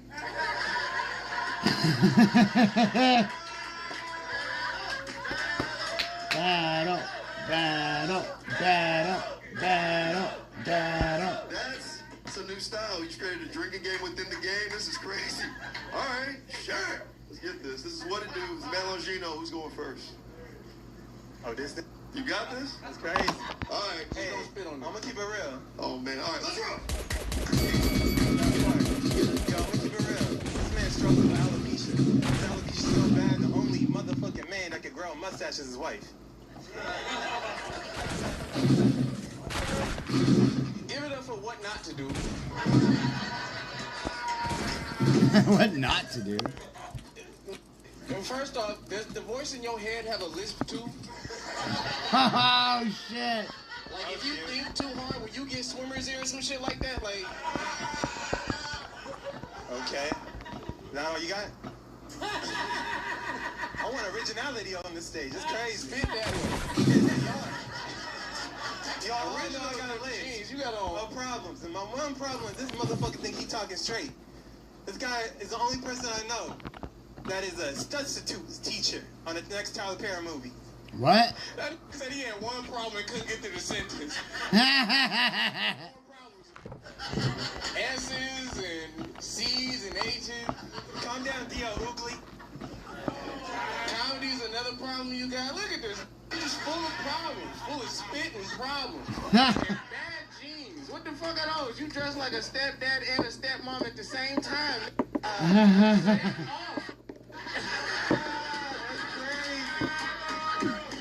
This is the only man that is a stud-at-home dad. Hey, I heard you. I'm not done. It's the only man that can take transsexual hormones and never grow a mustache. This is the only Abraham Lincoln motherfucker I ever seen in my life that believes he still got a dream. This passionate and stupid, ain't it? That's a horrible combination. Passion and stupidity should not mix. Like that outfit, them jeans should have gone with that jacket. You just all fucked up. I heard your grandfather had a lisp too. I heard that white people used to call that the color fountain. Hey, I only see this. I'll let that breathe. I love all the anti-lispism this man got in his back pocket. I'm gonna call this shit out. I've only seen this man maybe once or twice a week for a year. And he already wore this out 15 times. Nigga, please. You would have timestamped it when you lost your Supreme endorsement. I feel like this could speak perfect English underwater. What you think?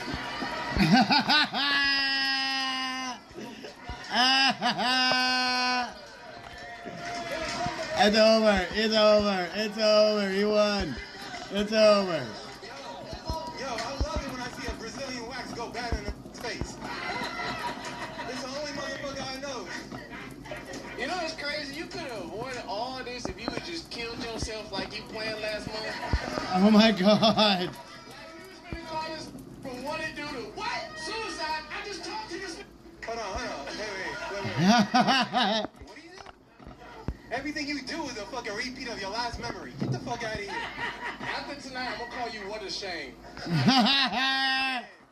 Again, what he do? I gotta tell y'all, man, every time I do, no, sit your ass here. I'm gonna take a drink. Calm down, cousin Skeeter, calm down. God damn. Hold on, we was drinking, you was explaining. Hey, give it up for Curious George if he was curious of fentanyl. Give it up. Just give it up. Let that breathe. Give it up, get your mic back. Good shit, man, good shit. Yo. Keep it going with this. One more time with this. Oh, yeah. Good shit. What? My God. This stage is soaked right now. Oh my God. Man, we've been doing this show for almost 13. You called a black man with a lisp. His grandparents, they used to call him the colored fountain. My brother. Colored fountain. Black History Month, there's so many layers. That is such a well executed. That is a brilliant fucking man. Oh my God, what it do?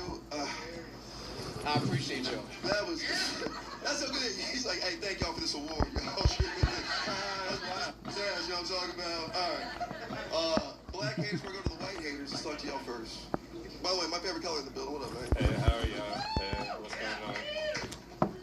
Man, if you make it, bro, they're gonna like make an inspirational movie about it. Already ready. Like one of those good ones where you just root for them, so they. We can't come here near you. That's serious satellite radio. That shit is nuts. It's radio 2. It's radio 2.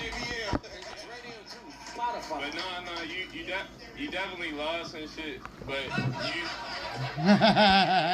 get an E for effort from me. Get an E for effort. Yeah, like you said, yeah, you're like, so of course. You're like retarded, so. No one wants to root against you. I'm glad you up here. Keep trying. I mean, you came up again. That was crazy. I think you can kill a lot of that usually come up here. I'm gonna need him not to bring my ex-girlfriend next time he come. That'll be greatly appreciated. Wait. Damn, hold it accountable. It's Black History Month. That was crazy. You're James though. Let me hear it. No. What to do? You know what?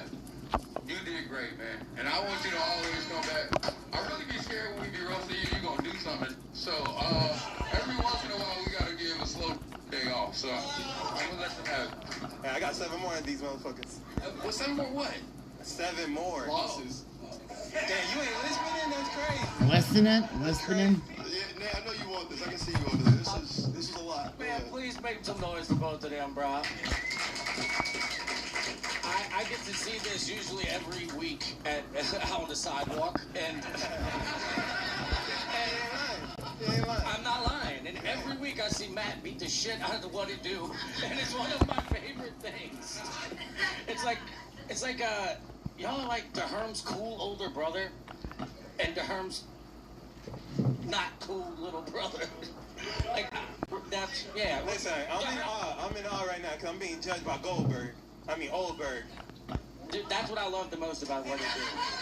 That's what I love. He delivers it. He's learning it's Mr. Miyagi, right? You're teaching him how to do this shit.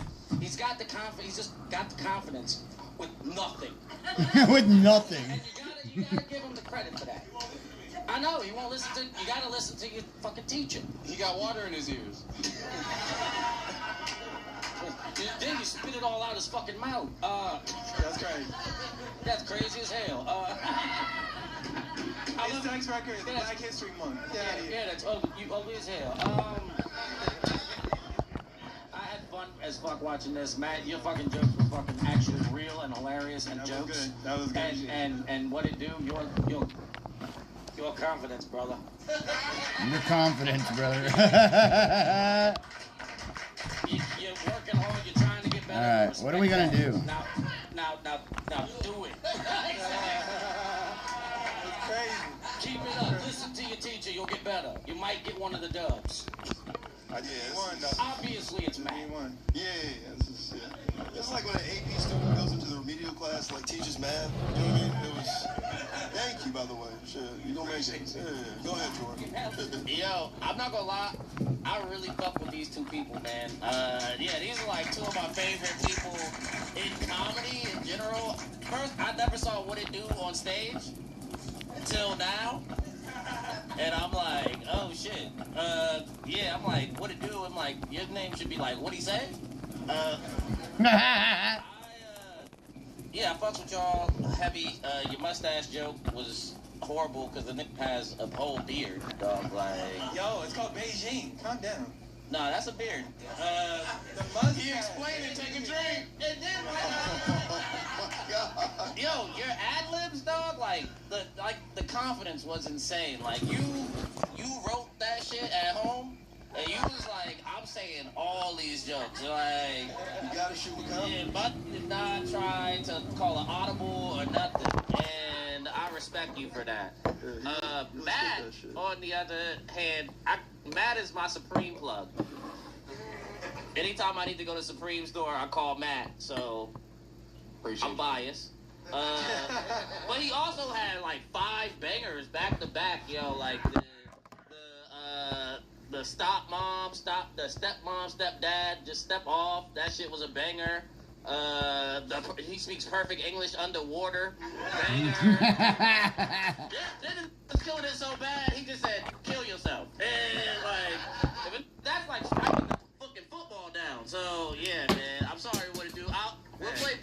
Friday and That figure part, it out, that part. but it's got to go to Matt. I appreciate it, man. Getting judged by the Tiny Tim of the Rock family. That shit worked. It's all good. All right. Haters. New podcast. You can do that. The most haters podcast in the world. Who spit that shit better? I mean, there's no question who spit it better. I mean, we have to acknowledge what it does confidence for. It's kind of like, you know what, you ever seen Team USA play like Kosovo in basketball? And they're down, Kosovo's losing by 90 points, but they're still balking and mean. The confidence is like, we can do this if we foul enough. That's kind of like what your vibe was. Also, terrible name. It's just one of the hardest, weirdest. I mean, is your real name like Melvin or something? Why? Wait, what's your name? His real name got too many S's. He ain't gonna tell you. It's got too many S's. Name Mississippi. I mean, It's Sylvester. I want to do stand-up comedy. I want to be mean to you, but I also like want to invest in you or like follow you into battle because there's nobody that will have this level of confidence. Like, it would have been less demoralizing if he molested you. You know what I mean? Like, I saw less fucked up shit in the Epstein files than this battle. And Matt, that was one of the best I've ever seen. What it do, that was one of the worst I've ever seen. And so in a way, that's special. You know what I mean? Because usually you have two good battlers or two bad battlers. This is incredible. This is the kind of shit they don't allow at the Olympics. Hey, tonight is this the 13th reason, I swear to God. God damn. Hey, put my name. If you can spell it right, put my name in that suicide note, please. Still don't know your name. All right, Shannon. Who do you like? Tyler, the creative player, or Cristiano Rock's kid all grown up? I mean, regardless of how one-sided this battle was, it was very fun. Let it breathe a little bit. Let it breathe. This battle was very fun. I think it could have easily happened on speakerphone and a Boost Mobile, but we got it here tonight. We got it here tonight. Matt, you were fucking awesome. You were like a sniper who holds his rifle like that. It's all cool shit. And yeah, what it don't, I think you had too many words. You were like, it looked like you used to look at yourself in the mirror and you call yourself Nas. Did I leave? It's obviously Matt. All right, audience. This is fucked up. We just had all these guys. Damn, You can't kill that guy. Audience, who do you like? Matt Longino?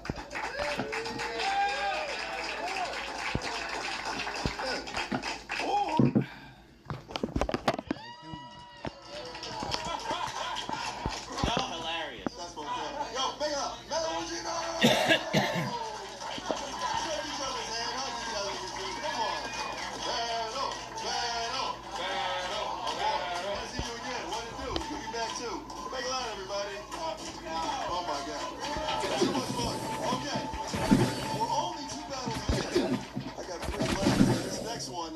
Oh my God. Okay. If you thought that battle was crazy, this one's gonna be even crazier. Let's bring the white man first because he's mine. All the way from Vegas, I think. Make it for Evan Connolly. Yes. Evan, what up, man? How's it going? Welcome back. Thank you. Are you albino? No, I'm Filipino and Irish. So, I see them both. it's ideal blackjack, blackout drunk. You battling Ray Earl from Vegas. Yeah, Why are you doing this to him? because I've done a bunch of shows with Ray Earl, and he has showed up 45 minutes late to every single one of them.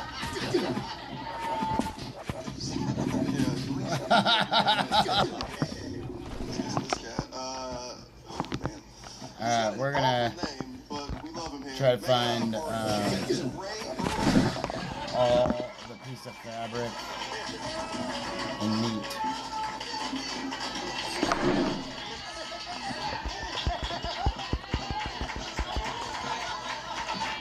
Send him. Oh my God. What the fuck?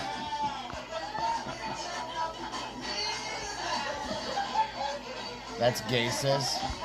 Notorious F.A.G. Okay. All right, so, Evan, this is why he's late. Yes. 45 minutes every show. You see the back of the shirt? Yeah. Everybody read the back of the shirt. Man needs to be stopped. All right. These have both one of the worst pair of Jordans I've ever seen in my life. This got on Team Jordans with the toe. You're still paying for these, okay? Calm down. I don't know. Like, I don't give a shit.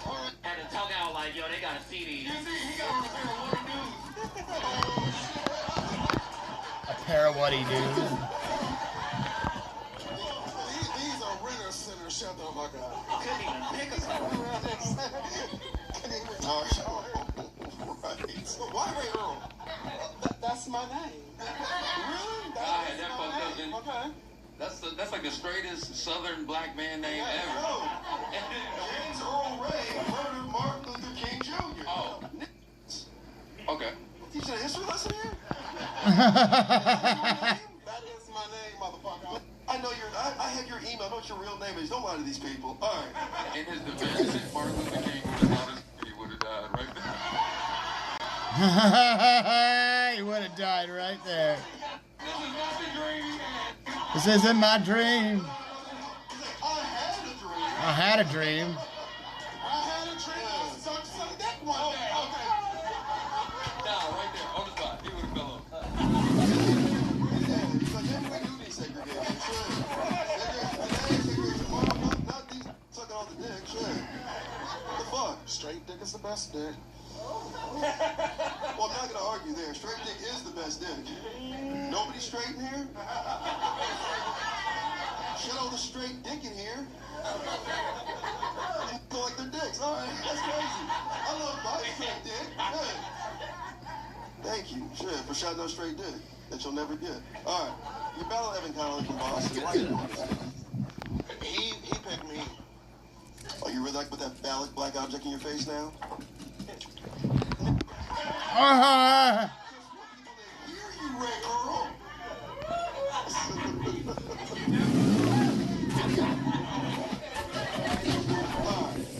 I'm not going to ask any more questions.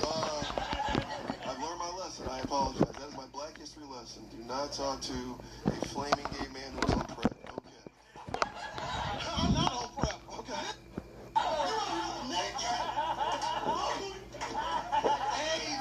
AIDS, okay? Give me the grid. I don't give a shit, okay?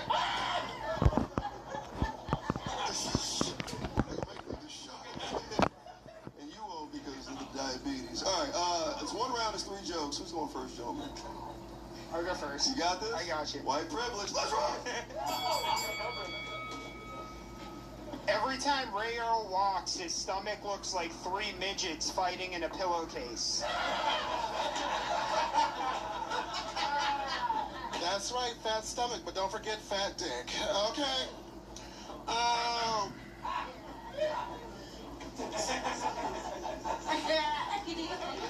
Evan looks like a medieval painting of a boy watching his family get raped. Okay.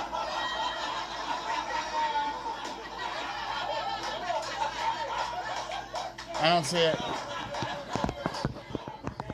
Everybody give it up for Glam Patterson. I don't know who the fuck that is, okay? Thank What? you, White Power Ranger, okay? A new study finds jacking off leads to hair loss. Evan has the hairline of a chemo patient with full-blown AIDS.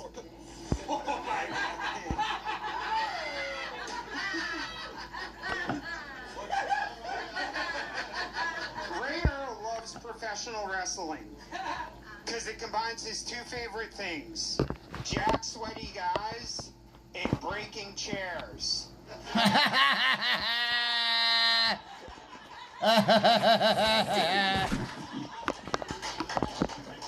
only time Evan has ever made a woman squirt is when he puts on a wig and jerks off in the mirror.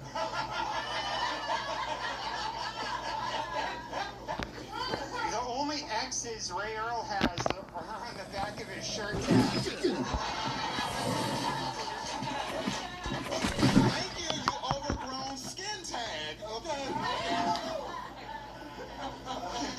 You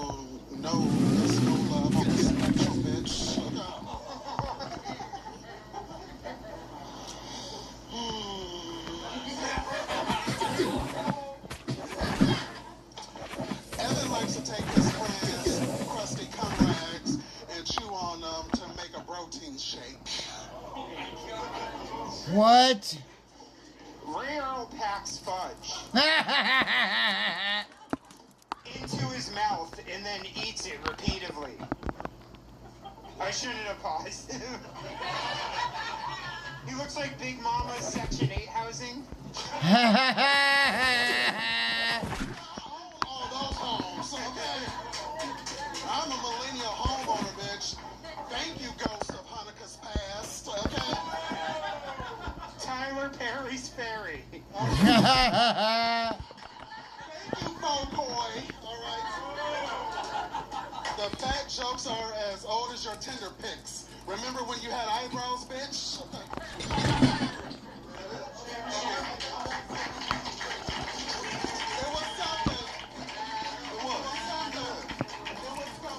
One more time. You guys good battler. You don't have to get existential right now. Everything's okay. Talk to me real quick. What you like? Trees O'Neill's. I still got all 10 toes, okay? Or that circumcised penis.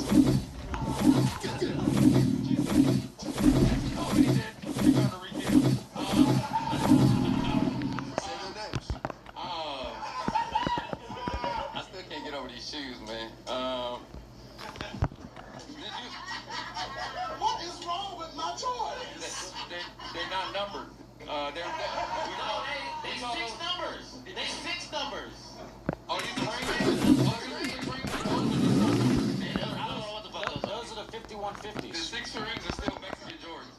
And it looked, and the patent leather looked like you just kind of put that on your lips and came outside. Is that what you lost up with today? All right. Anyways, if I had to pick a winner, I might have to go with the Asian Irish man. That is so funny though. I did like you. He does look like a surprise child that sees someone. That was hilarious. Yeah. Goldfish are flounder. Yeah, it was funny as fuck when you started passing the hair around. Some nigga back there was like, he was like, what the fuck? Like, just some innocent bystander. But yeah, I'll tell you this much. This is the most interesting thing I've ever seen in here. You guys are making it possible for so many people. And, give it up for them. I'm totally certified. Exactly. You're inspired. Yeah. So yeah, I'm not racist or anything. I like some of the Freddie Mercury songs. I like them a lot. But I do think you lost this one. Yeah. Okay. All right. I'm going to talk to Jordan Rock. Who'd you like in this HIV commercial? That was only that bottom half of the map. Yeah, I was like, I don't know if Evan is like evil Nate. For real. Or like Bill Burr. I really can't tell.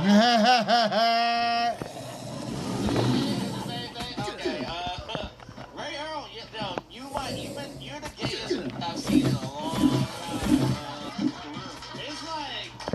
It's like you saw Lil Nas X and was like, I raised you one.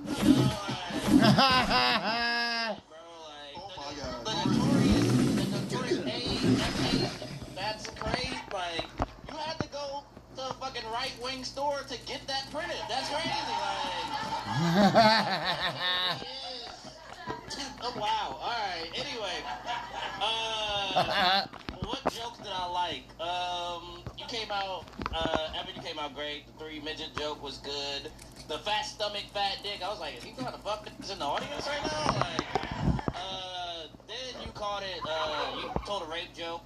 Evergreen. We never get tired of those. Bring those in. Called him a white Power Ranger in between. That Nick didn't even realize how good that was. I was like, I see it with the shape of the head. That Nick do look like a helmet.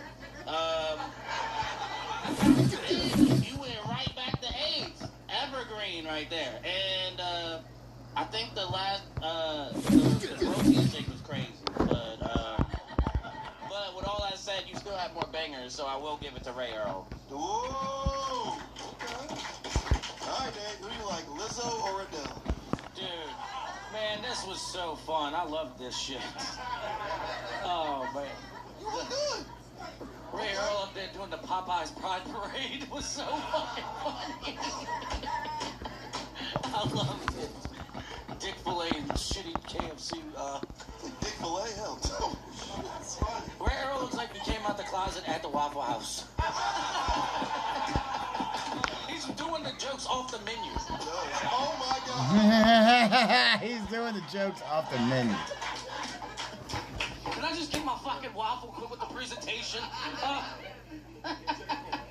All that being said, Ray Earl versus Dildo was great. Evan, your wrestling joke obviously was my favorite joke because it was actually really good. But Ray Earl is just a fucking gay hurricane that I don't know how the hell you're gonna fucking stop that. Entertaining as hell. So I think you both were great, but I'm giving it to Big Frida. Big Frida. Big Frito? That's what's up. Yeah, because he's calling you a corn chip. All right. And you're dressed like a period. It's crazy. But, your head for real. Shit. It was entertaining. This was entertaining. Can we get a round of applause for this fucking battle? It's not often you get to see open carry versus open about being a carrier.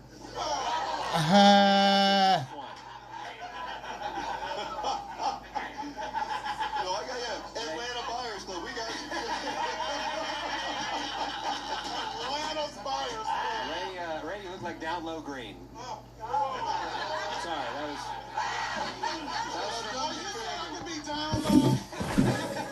Wait, are you gay? I thought passing the hat was incredibly brave because he did say he was not on prep, so you know. That's on you, but you have a henchman's hairline, so you needed that. This was just an incredible battle. This was fun to watch. I will say that was one of the hottest starts I ever saw, and then at the end it got weird and cummy, which is probably what having sex with you is like. But just, I mean, I love the joke so much, but just on sheer who got the most pops there, I'm going Evan Connolly. Ooh. All right. Who do you like, Evan the butt plug or the receiver? This was fun. It's always good when the pre and post battle is better than the battle. That's always fun. This looked like Super Bowl halftime show versus Turning Point halftime show.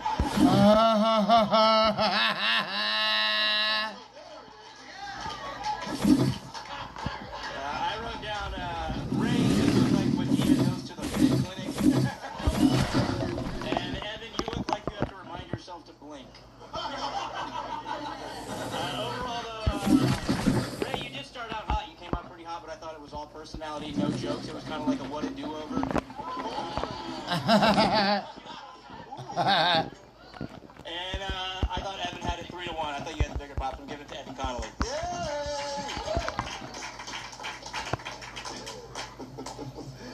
Oh, well. All right. Well, who do you guys like here? Do you like Evan Cadillac?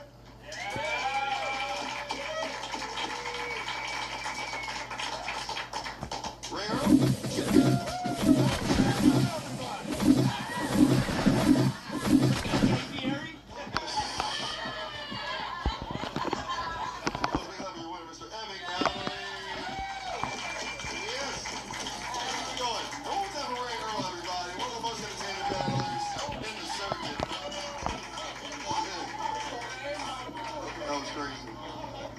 Keep coming out. I love this cat. Make it loud for New Orleans' own Joseph Carter.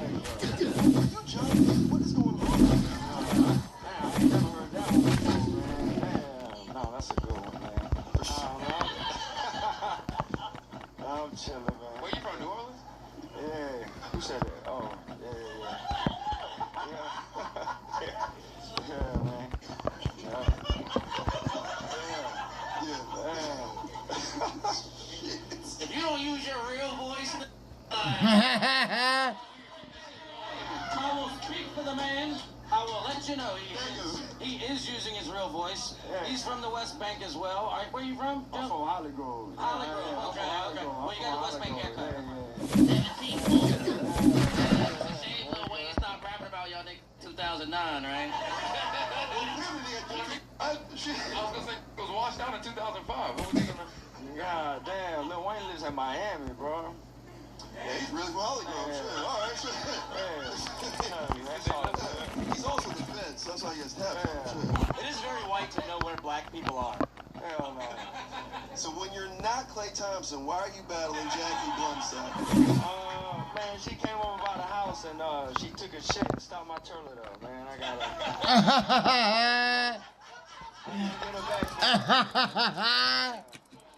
She stopped by his house and took a shit and clogged his toilet, so he's gonna rip her. Alright, this next lady is Jewish. By birth and by choice. Whatever. Make it loud, LA's own Jackie Blumsack.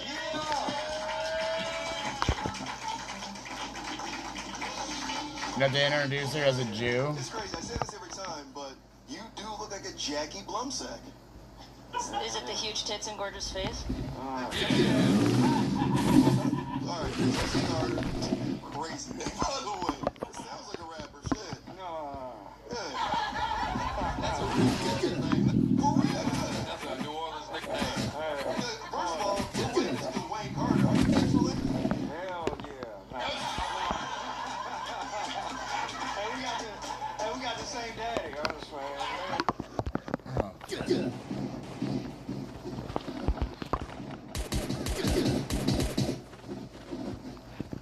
Fucking bitch.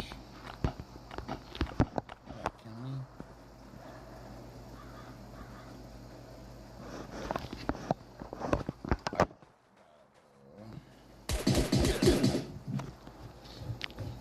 I need to plug this fucker in because obviously I already killed it.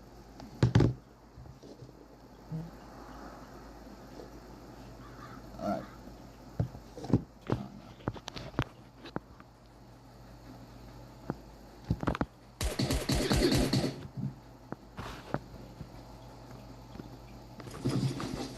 Ba-da-ba-ba.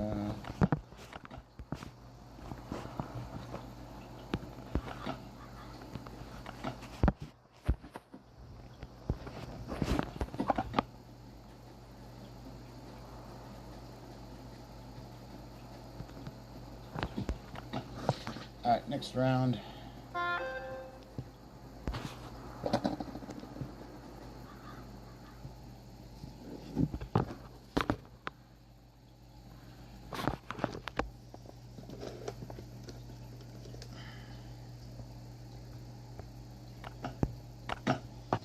My other device died, so sucks, but it did. We gotta go fishing again.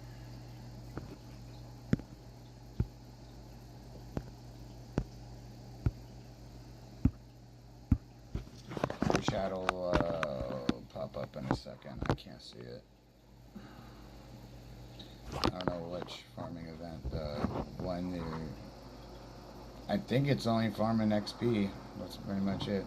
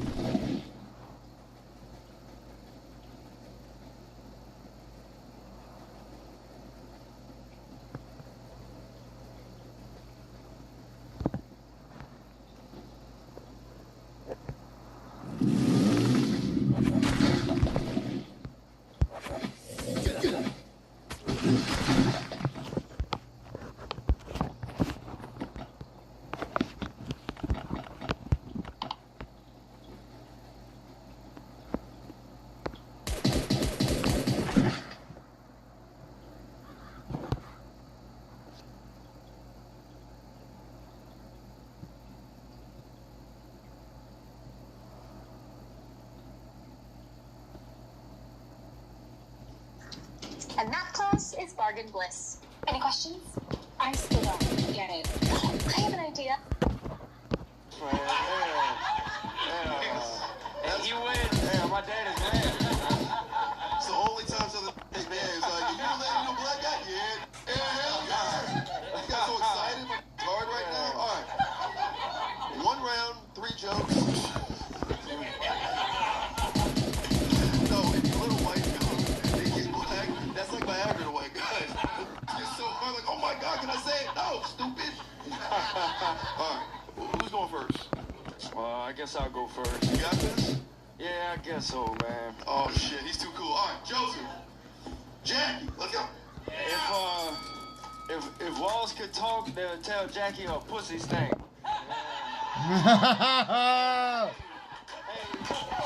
She walks around with a butt plug in her vagina.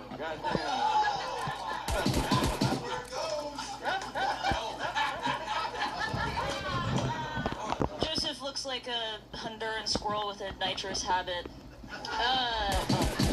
When Joseph's not doing comedy, you can find him shadowboxing his coworkers at a Metro PCS.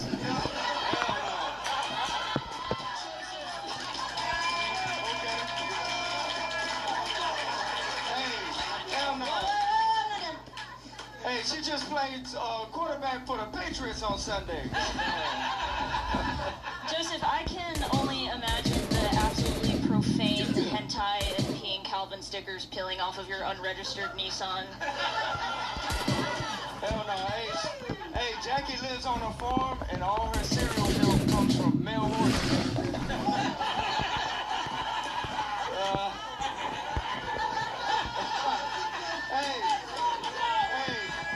Hey, Jackie learned karate to fight breast cancer, and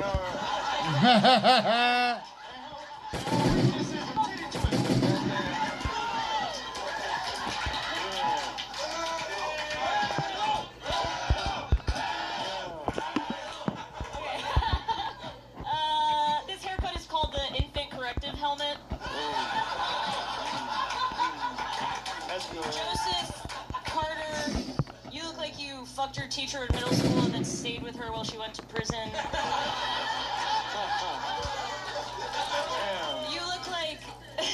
You look like Riff Raff if he only smoked spice and fucked torchas from Fresno. Hell no, hey, she played Bartholomew on Spaceballs. The softball team for uncontrollable queefs. Hell no. Hey, Jackie got away with a murder. They didn't know who done it, but by the forensic evidence, they knew she was fat.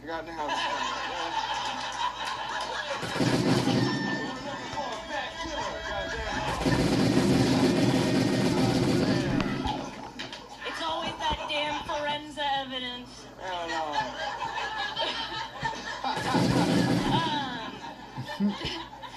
Joseph, you look like you ordered chicken teriyaki at Sugarfish.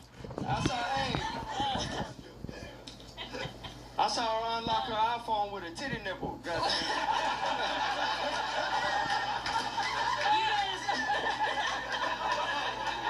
might.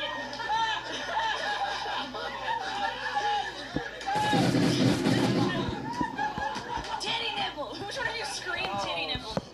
You guys might recognize Joseph from Six Flags and not Disneyland. From the Fox Hills Mall and not the Grove. Okay, whatever. If you guys want to catch more of Joseph, I suggest a raccoon cage and a Hell no. Hey, she looked like a pretty girl that got stung by a lot of bees. Goddamn.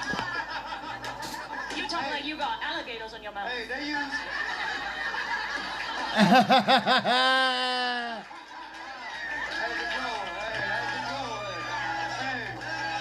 Hell no, hey, they use her vagina slime to melt master lies. Goddamn. We're done, but Joseph Carter's as gay as his hairline is straight. Wow. Hey, keep it going.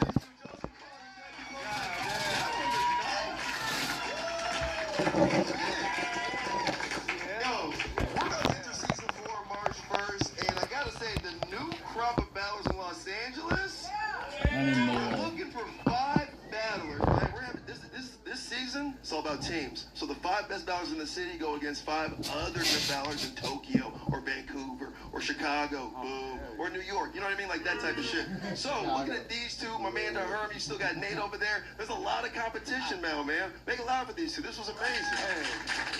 You don't see a new crowd like this all the time. I had to glaze you guys a little bit. All right. Gross.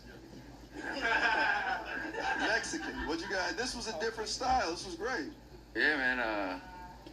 You know, I'm from Atlanta, so he was kind of like he was roasted on the parking, like in the black, you know, outside in the parking lot type shit. I mean, I love to see, like, it was like written verse, nah, bitch, you look like this. And that usually doesn't work. I mean, the Herm has kind of mastered it a little bit, but a lot of people can't really do it. But shut your ugly ass up. Yeah, oh hell no, this bitch. Yeah. Exactly. And then he's soft spoken, so everything he said was hilarious as shit. Like, that was fire. Jackie, you know I love you. But I'm gonna have to give it to the New Orleans nigga with the work boots. Thank you. Yeah, them rims, not Tim's. All right. By the way, the fact that Jackie knows what spice is, I gotta give him some street cred for that. That's crazy. He must have fucked some in the military. That's crazy. Oh. Oh shit. Yeah, you got the shot. Everybody got it. Hey, goddamn. I fuck with that shit, bro. Like, I like your whole vernacular, bro. Like, that shit is hella fun, bro.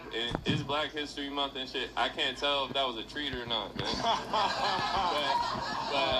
but I don't know. I'm not, like, upset. You know, it was fun. You know, I had a lot of fun with it, bro. And I feel like you kind of won, bro. Because every time she hit you with a joke, you just be like, hell no, bitch. Like, you just smack that shit like Wimpy. Like, you just fucking that shit up. So, yeah, man, that was fun. Yeah, fuck it. Yeah, it's for the niggas, I think. Thank you, man. Appreciate it, man. Damn, I'm honored, man. All right, Nate, listen, because this is your hometown. Yeah, who'd you like, New Orleans Bad Bunny or Sad Bunny? Oh shit. That's fun. Dude, this was so fucking fun for me. Jackie, you're great. I've seen you before too. You're fucking hilarious. I really like the shadow boxing joke. You had the alligator shit at the end was very funny. But my boy, Blair, dude, Bird White Man. Bird White Man. Put some respect on his frames.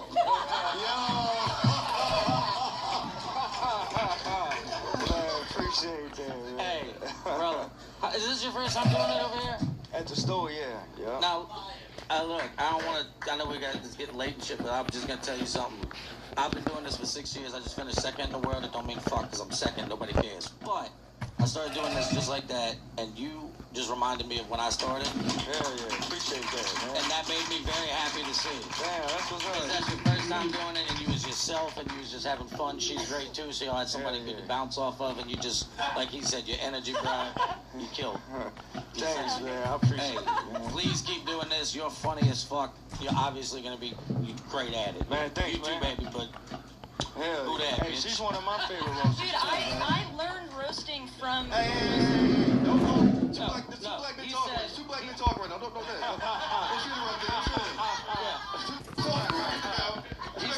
He said if the walls could talk, it would say her pussy stank. Oh my God. He called her Drake Mayface. He said her cereal milk come from horse cum. He said she learned karate to fight breast cancer. And she could, the Spaceball joke, she could unlock her phone with a titty nipple. That's 10 fucking bangers for me, bro. Titty nipple. Hey, well, when you say it like that, goddamn. Man, thank y'all, man. You're like, I was like, you watching Shakespeare. That's crazy to me. You like shedding tears the whole time. You was like, oh my God. I said, finally. I love it. I love it. So good. None of you. My husband, when did you get so big? His confidence hits different with Rougiette Ready. It dissolves under his tongue. I don't understand what none of you are saying, but go ahead, Jordan Rock. Shit. It's like a crawfish boil. Yeah, this is Joseph, dog. We can tell you roast like you've been roasting for your life. We can tell, bro. Like New Orleans Your nickname should be Soldier Skim. That's what it is right there. It probably was. Jackie, you have some bangers too. You know, Jackie's the type of white woman I love to see after midnight. Yeah, you know. I already know. She at 11:30, she gotta put her phone on D&D for. You know what I'm saying? Like, anyway. And I'm fart. The pussy snake joke went crazy. You know what it is? Like, yo, you the type of nigga you don't want to roast with. Because, like, he don't even need good jokes. The nigga just, once he get momentum, he did have good jokes, but he also had flow. So, it's like, once you get momentum and flow, I've been roasted against these my whole life. Once they get momentum and flow, it don't really matter what they say. They could be like, you look like goddamn, and you lost. So yeah, Joseph just caught the momentum and flow. The alligator, he looked like he had alligator. He was speaking with alligators in his mouth. That was a banger, but it was too late, and Joseph had already took it in. So yeah. For real, man. Thank you. All right. Who do you like? This rapper probably named PH Balance or a lady who has PH Balance? This rapper named PH Balance. I know we've given it up for them one more time. That was so fucking good. Joseph, you are somehow the blackest person we've seen on stage tonight. And Jackie, you look like the type of girl who dates them.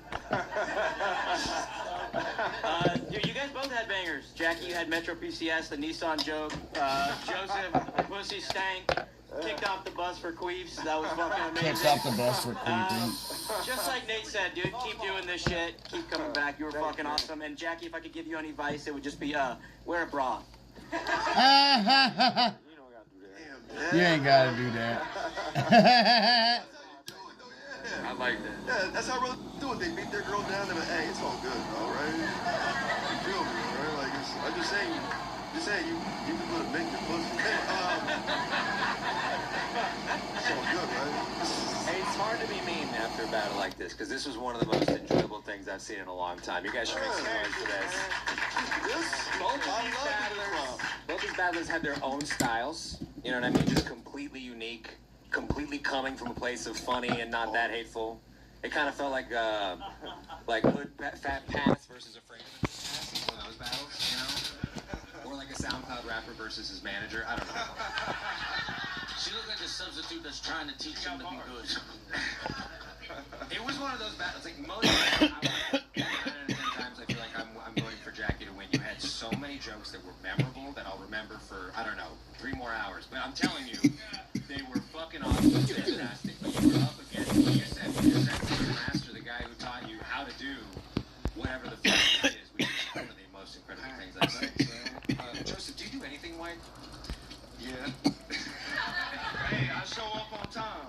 I show up on time. Oh! You look like Chad Hanks. You look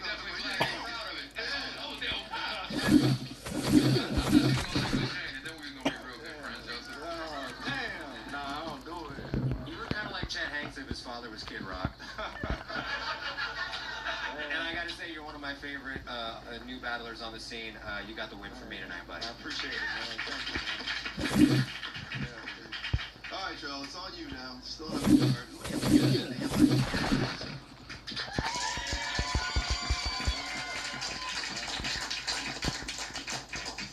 Joseph Carter? Check it out. First win in this building, Mr. Joseph Carter.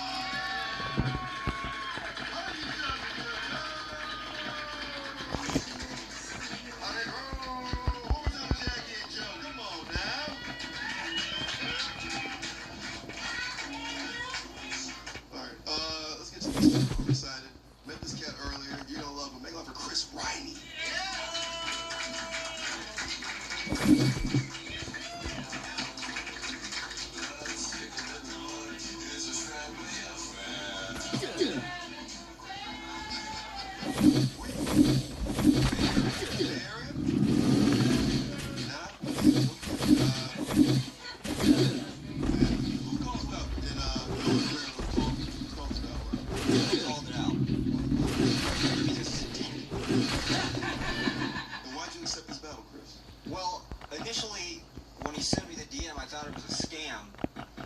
And then I looked at his profile and I was like, oh, it's just a human trafficker. But then I figured it's in the Comedy Store, and fuck it. Exactly. A lot of sex traffickers in here. You're right. A lot of competition for him. Let's make a laugh for this next guy from the Bay Area. Here in the Bay, Noah Guerrero.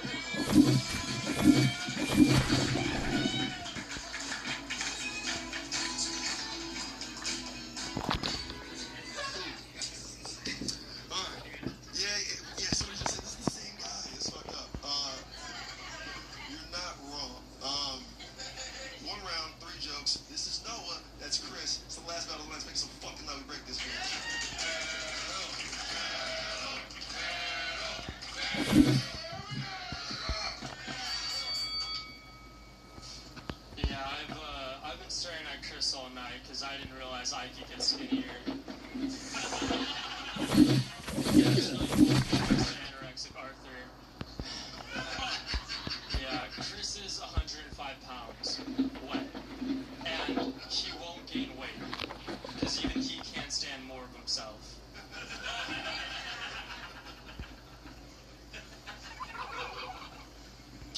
That was really rude.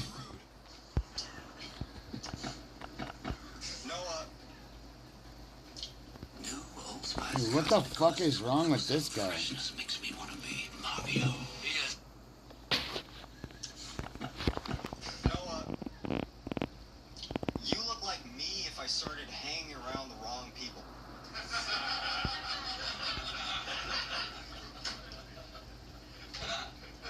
If I stood to your right,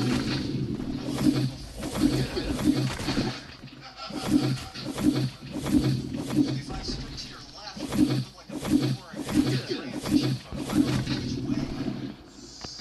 And if I stood in front of you, you would probably touch me inappropriately, so I'm not going to do that. Bitch. Chris has the face of a deep sea creature. Yeah, as we all know, many moms have taken Tylenol when they were pregnant. Chris's mom didn't do that. She did Adderall. And Chris is really obsessed with comedy. Like, before the show, he asked me how many vows I've done, and I was like, Chris, get out of my house.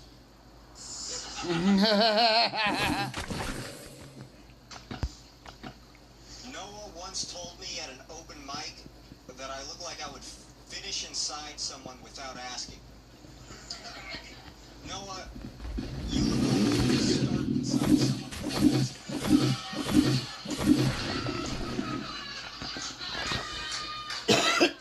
What? You look like you would start inside someone without asking.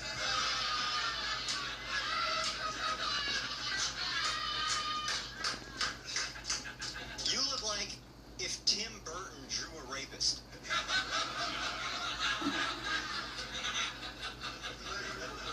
Noah, you look like a witch that exclusively casts spells to make women run slower.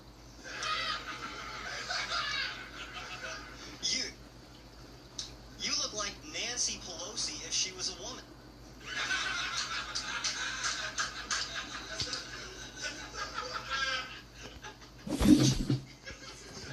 Yeah, give it up for Wasian Golem. Yeah, Chris is usually really busy making clothes for the Incredibles. Yeah, and it's a real honor. Like, Chris is chronically online, and he's always home. And it's always been after Charlie Kirk died, and I can't blame Chris. Like, I'd be traumatized if I killed him, too. Fuck this guy. If Noah's jokes didn't kill you tonight, don't worry. He'll do it with his bare hands. Noah dropped out of the same community college 3 times. But I don't blame him, because he told me when he was a kid, he had severe anxiety. He didn't talk to any children. And now look at him. He's texting dozens of them.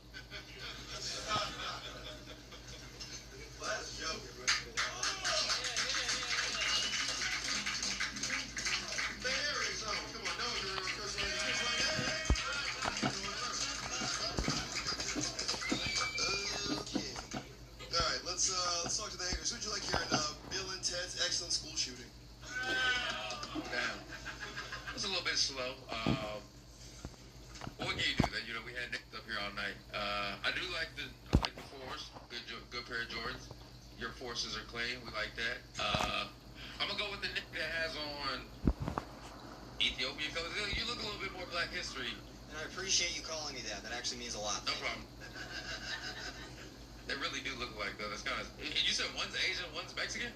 Yeah. And then when I say they look okay. Yeah. Night Stalker, Virginia. I have an Ethiopian wallet. Yeah, no, good shit. That was cool. I have fun with that. But yeah, man, you're like, it's like funny. Like, it's like you guys kind of like give the same vibe, but like you do like shit that ain't too crazy, but a little crazy. Like you be like spray painting and like stealing gum and shit like that. I don't know. Like nothing too bad, but like you cuss at your mom about like pizza rolls and shit.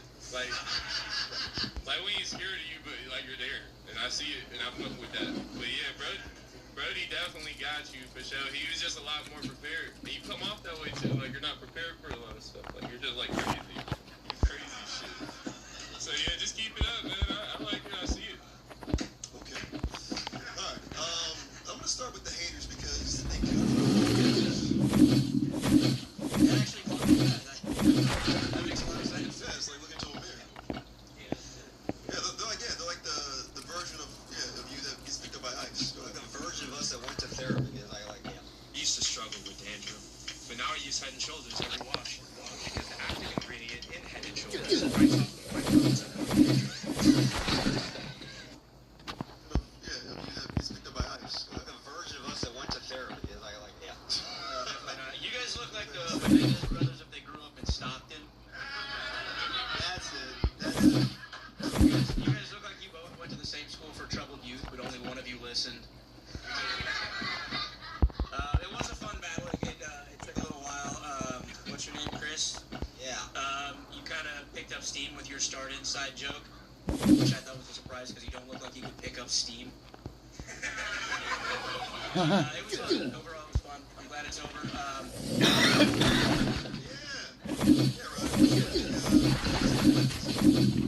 This was interesting. This was fun. It was just like you ever seen two brothers separated at birth, and then they get reunited. And they found out they were molested in the same grade. It's kind of that energy. I can't believe you aren't related. You guys look like you did the cousin walk, got high, and then came back dumber.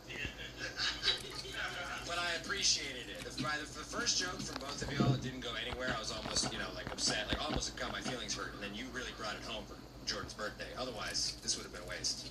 I like the outfits. I like the energy. I want you guys to fucking try, right, come back, do it again, because you're both made for it. You're both mean and scary. There's a type of scary about you I can't even describe. I don't want to be on anyone's list, but you got it. Bring it. Come back. I'm going Chris. Jesus. All right. Who'd you like in this Gen Z remake of Goonies called Gooners? Jordan Rock. No, I'm not gonna lie, man. You came out here with white forces, but you have black force energy. Like, they should be black, bro. Y'all, I'm not gonna lie, like, I've been in a deep wormhole on YouTube. Y'all look like a group of school shooters. I'm not gonna lie. Y'all look like a duo. Yeah, right? Like they laughed at us. They laughed at us. You know what? When you came out with your jokes, I have a note here, and the note just says mid. But Chris, you know what? He came out. I also have a mid note by you. But then you did a rape. You did what was it? The consent. I start coming in. I come with girls without. Like you did double rape. Evergreen, like I said, I told y'all. And then he followed it up with another rape joke, and I was like, I told y'all, right? Like, I told y'all. Then you did the Incredibles joke, and Chris, you did. And then also you had the funny things when you didn't have jokes, you'd be like, this guy's a bitch. And I really like that. You know what you should have done? You should have done a cunt. A cunt would have killed. But with that, what did I say? The bottom note that I have here, somebody fuck these guys.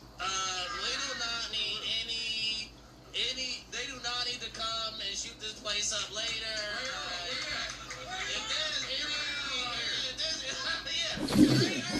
Come suck some straight dick. So, yeah.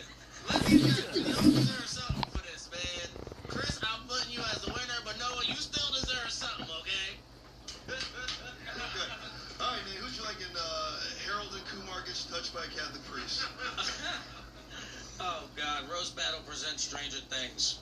Which one is they and which one is them?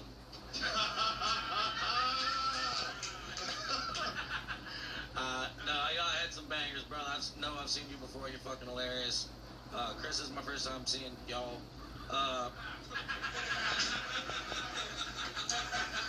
But y'all's jokes was great. I'm giving it to you. You them. Chris. Damn. Chris wins. Alright. Audience, do you like Chris Riney? Or Noah Guerrero? I need more decisiveness here. It doesn't matter. You're right, though. You're actually right. Chris, get over here. Alright, this is Chris, that's Noah, that's Richard Ramirez, this is the Virginia Tech shooter. Let's get this right. Do you like Noah Guerrero? Or Nick Cruz.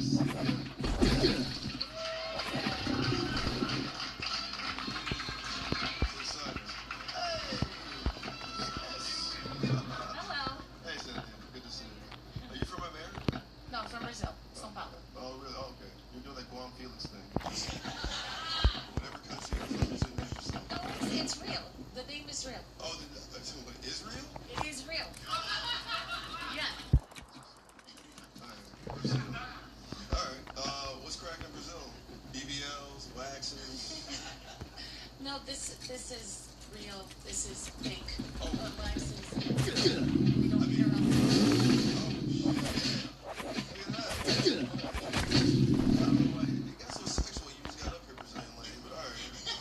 You sound like Squares. Yeah, I know. All right, you're battling Mitchell Cummings. He saved my life. Actually, someone canceled it. It's a Russian chick. He saved my life last minute. Canada. Nobody cares. Yeah. It's a classic. All right, let's bring up the 51st state of America. Make it loud for Mitchell Cummings.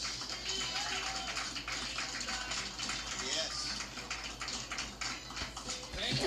So I'm in the 11th province. Okay. You know, from America.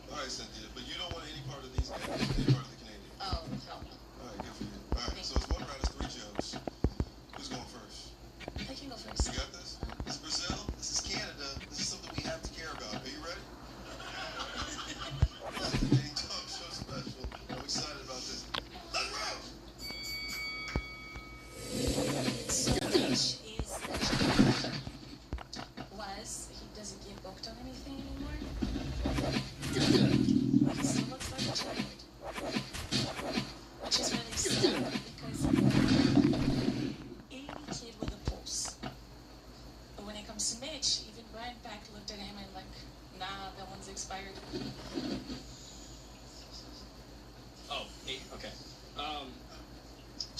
Cynthia's had so much work done. She makes Barbie look natural. Like, I'm not saying she's fake, but if you put her by a fireplace, she'll start melting. All right. Cynthia's got more plastic in her than Lisa. All right, that one killed in my car. That's fair, me too.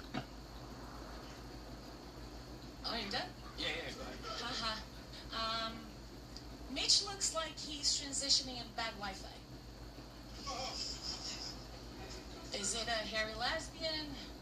Is it a choir boy? Nobody knows. But it's great for me, because I'm from Brazil. And in Brazil, we don't have a word for gender-neutral people. Because in Portuguese, everything has a gender. Even a form is a he. So there's no real confusion. I just point to Mitch. Oh, me again. Okay.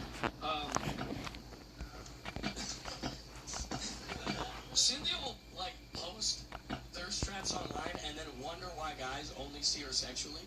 It's like, you can't... That's like working at McDonald's and being shocked when people order fries. All right? Where's that posting these pictures? Later, bitch. Oh, that was really funny. I left on the inside. I'm so sorry. So, Mitch, I mean, bitch, the M is silent. Yeah. Well, no, it's not, but... I wish more things were silent about him. Guys, he said he kissed Sabrina Carpenter. And not only that he was her first crush. That's the joke. Oh. For that to be true, she would have to be blind, deaf, and dead. Oh, Canada, bless your heart. That's not Sabrina, that's Helen Keller. Cynthia recently went on Kill Tony, and she always brags about her Kill Tony performance like it changed comedy. It did. Made all the comedians want to kill themselves. And, dude, I'm serious. Cynthia bombed so hard, Israel started taking notes. That was good.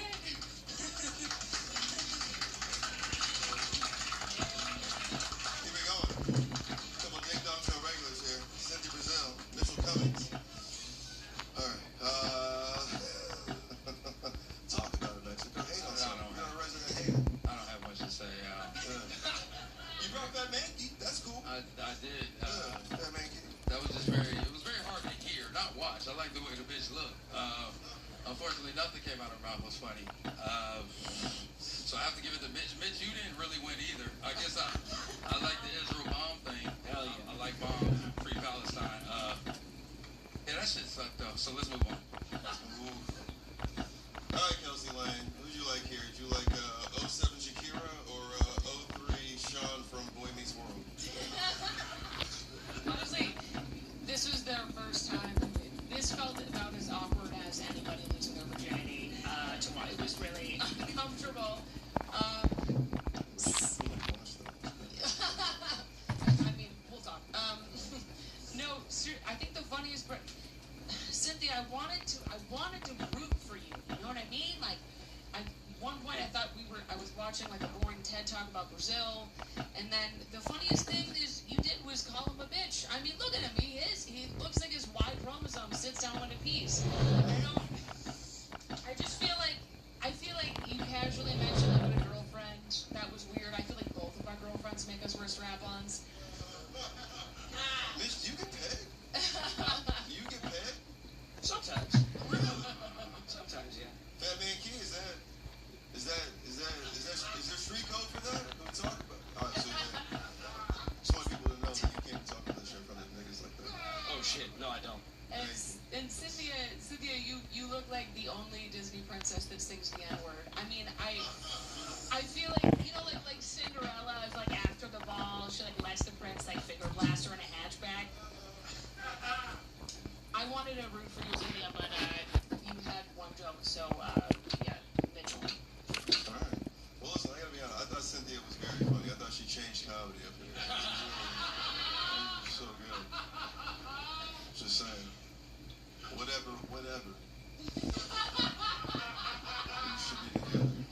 Alright, Omid, you're our longest tenured battler up here. Tell me about what you saw up here. Hey, I mean, it felt longer than it was.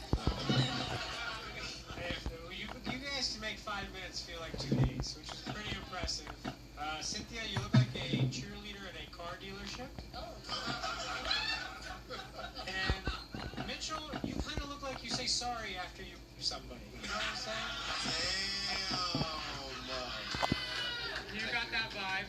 Sorry, yeah. Sorry. I'm so sorry. I didn't mean to. I'm so sorry. It's just you're so pretty. I just heard something fucking super weird, like a And there's nothing funny about. Just so you know. That's true. like a weird metal grind. It wasn't my door. I have cameras up. In a way, you guys kind of us. People are okay. Because I felt terrible after that was over. People like respect the living fuck out of me. No one will ever come to that door. Somebody comes to that door, I get to kill them, and it'll be all on camera. But Yeah. Great job, guys. I mean, you fucking. I just fucking heard something weird.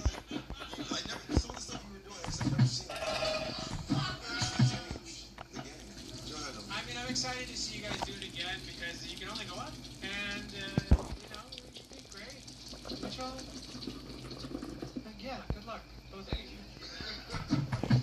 This is Fan Man Key's first time also. You guys first time, it's his first time. Yeah. I got some notes here if y'all was ready. So I judge people out their shoes first. When I look out their shoes. Her shoes look like cake. Like if you cut the motherfucker, this is like it wasn't to a piece of cake. And you in the house during slavery. Like you never stepped outside. They brought you everything to you personally. So that was funny to me. Because it was funny as hell. Your jokes had aggressiveness into it. I never would have thought like your chest don't scream 2 push-ups to me. So when you got aggressive to her, I was like, oh yeah, he's gonna do it. But it's almost like you won though. Hey, for sure. I don't think it's ever been said before by any African American. You look like you was in the house doing slavery. I mean, just the phonetics of all that is crazy. We don't have to get into any of that. Anyway, who you like, man? Justin Bieber or BB Rexa? Oh man, couple things. First off, I saw that ass and then I heard Brazil, and then I looked up and I was like, oh, colonized Brazil. That's what's up. His name Mitchell coming. I said, yeah, he be coming all right. Okay, I thought that was funny to me. All right. She did say something about him looking right, exactly. She said something about him looking trans, and he do kind of look like a T-boy. He do got that vibe, and it's funny because I also looked at his shoes and like, this is him stepping out. That's crazy. This is him stepping out. That's him fucking showing us, yeah, this is who you are. Yeah. He also reminds me of Mild Cheddar. I wrote that down. Mild cheddar. No, short cheddar. Mild cheddar. Like his chest goes in. You know what I mean? It's gonna stay. That's crazy. Like New Orleans. This does like Toy Story the musical. All I know, he's been working on that beard for a long time. And so for that, I'm gonna give it to you. The guy will be coming, man. You're right. They do have like a dramatization of a date vibe to them, right? Yeah. Like you've seen him on like he doesn't really do it. He just acts like it. Like he only gets cast as a rapist kind of a thing, right? Doesn't Mitchell kind of look like he said goodbye to his hamster before he came here tonight? Wow. There was a citizen's report about a lost guinea pig. Did you find your guinea pig? I did, yeah. That's my boy. Definitely looks like a Targaryen with the midget dude. Midget show? House of Dragon? Oh, yes. Game of Thrones? Game of Thrones. The Targaryen princess, queen lady, and the midget. That's right. You are a queen. You see that? Everybody thinks you're a queen. Stop gassing off, twin. He's doing too much. It's like the Game of Thrones pornos, Game of Thongs. I want to see without the varsity jacket, and then I'll let. Oh, she's too horny. All right. Audience, this is on you. This is the ding dong battle. Who do we like here? Do we like Cynthia and Brazil? She got like nobody was going to clap for her. I never vote. That's my first vote in history. Or Mitchell Cummings. This hurts my heart, but guys, make a loud for Mitchell Cohen. Hug each other, you two. Oh man, Mitchell wins, but you won in our hearts, Cynthia. Thank you so much. Thank you. You won everybody's dicks.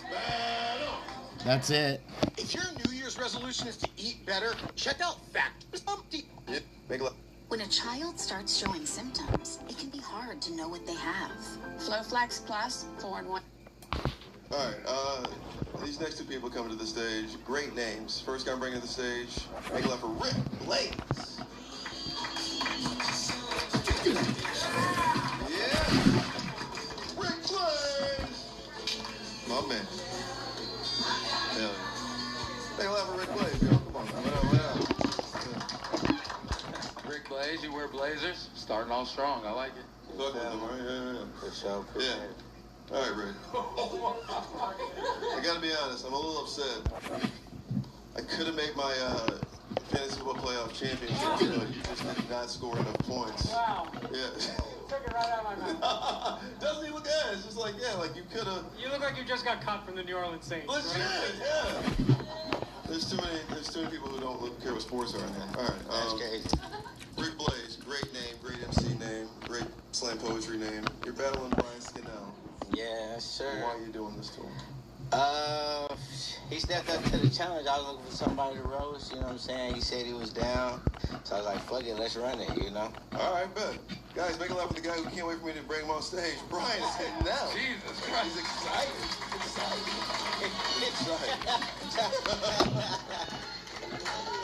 Brian's like, I gotta get home to watch Just a Wonderful Life. We gotta hurry up and do this. It's free tonight. All right, Brian. Meet Rick. You guys know each other? Yeah. We do. Really? Yep. Yeah. All right, how do you guys know each other? I mean, yeah, we cool, you know. I was talking to him, Rick. I got you, for sure. He's a little slow. Yeah, you're right. A lot of concussions. He plays football. Okay. But how do you guys know each other? Like, why are you guys friends? Why are you doing this to him, Brian? Met each other at a mic. Oh, Rick, what the fuck is going on right now? I keep talking to him and you keep answering for him. Is this your girl? Is this prison right now? It's all good. No, it's all, where you from? Me? Yeah. I'm from College Station. All right, you guys make it. Oh, you live? You know Fat Man? You from what? You say College Station. Nigga, that's not College Park. Not Atlanta, brother. What the fuck is wrong with you? Just because he looks like a transsexual woman doesn't mean he's from Atlanta. Nigga said College Station. Don't you know him, Key? That's crazy. College Park, nigga. Right. College Park. Sorry. God damn it. There's like 8 of those, all right? Shit. There's one in New Orleans, there's one in Maryland, there's one in Atlanta. Shut the fuck up. I could have got any of them wrong. There's not one in Dallas, so you're right. My bad. Shit. Now, Brian, where are you from? From San Diego. See? I could have said that too. You from Atlanta? Just because they both look like a transition from women to men don't mean that they from Atlanta. I wrote that as my note that they both look like they're transitioning. Oh, you're right. And look at the game, the height. Come on now. Sorry. That's true, actually. All right. But you from Atlanta? That don't mean I'm gay. Everybody go to Atlanta to be gay. They ain't from Atlanta to be gay. You don't know one gay man who talk like me.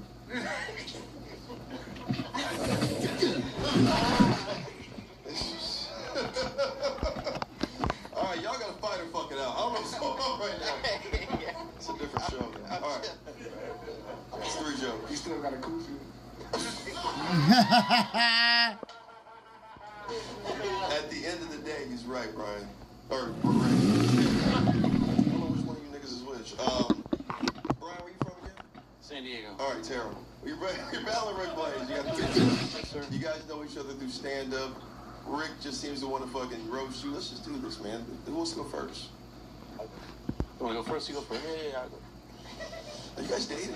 There's some weird shit. This is still like tension up here. What's like? You asked me what to go first. I was like, fuck it. That's crazy. Now you can call us part. Hey, yo. Y'all did that shit last week. Y'all did that shit last week, too. I ain't gonna lie. The same nigga did the same joke last week. You got a fetish. I might. Sure. Can't believe I can't see. Oh. All right. No. Hey, let's clarify. Not me. I I haven't been up here in like a month or something. I don't know who the hell they talking about. It needs more shit. They don't even have a roadmap. There's no roadmap. There's no roadmap. They got nothing. It's all good. We all been watching that Diddy dog. I got it. You come here look like a little Rod and shit. It's all good. We're gonna be okay. Brian said he's gonna go first. Tony rocking the building tonight. You look just like him too, motherfucker. First of all, yes. I've said this on podcast. It's what Russell Simmons said. He's like, you look like a yeah, exactly. We got this. All right, we're fine. Let's just do this thing. All right. We got 3 jokes. This is Brian. Sir, this is Rick. Because there are tired dogs in your area, there are drivers in your area. Shut the fuck up. Without hidden fees. Switch to a TurboTax expert. 2 fucking commercials in less than 30 seconds, or less than 5 or 10 seconds. Alright, look guys, my first roast. This is less Got than I 30 was a little seconds. nervous, It right? doesn't make any sense. Trying to find my phone, I'm like, where the fuck is it? What if I, forget my jokes? Luckily, I found it. Right here, right? I found it in between Rick's teeth. Smile real quick.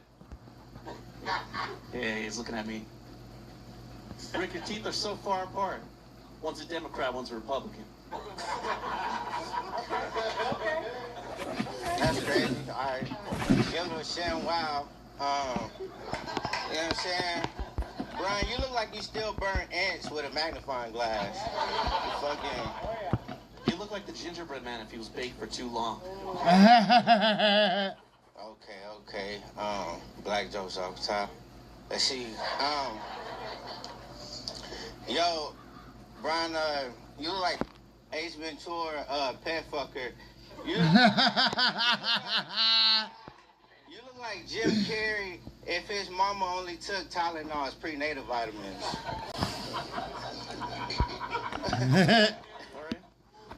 You know, I don't know if you guys know this, but Rick used to be a rapper. Yeah? He used to go by Pretty Boy Rick. Oh yeah, I'm not making this up. You can't make it up. Pretty Boy Rick and Ricky B. Those are the gayest names that I've ever heard. Those names are so gay, you make Ricky Martin sound straight. And that guy loves it up the ass. Oh my God. You know, if it was up to me, I would have been a little more creative with those giant fucking ears. Oh no. Let's give it up for Ricky Mouse. Mickey Mouse. Okay. See. Yeah, like, goddamn. This nigga wrote a whole short story about me. Y'all can pick it up after the roast. Goddamn, yo, that's funny as fuck. Brian, you bird-faced ass nigga, you look like...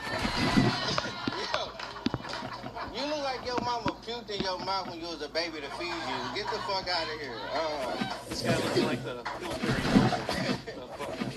That's three jokes, but yeah, man, it's alright, yeah. Oh, that wasn't a joke for me. That was just yeah, that wasn't a joke for me. But guys, I'll be honest. A buddy of mine, I love him.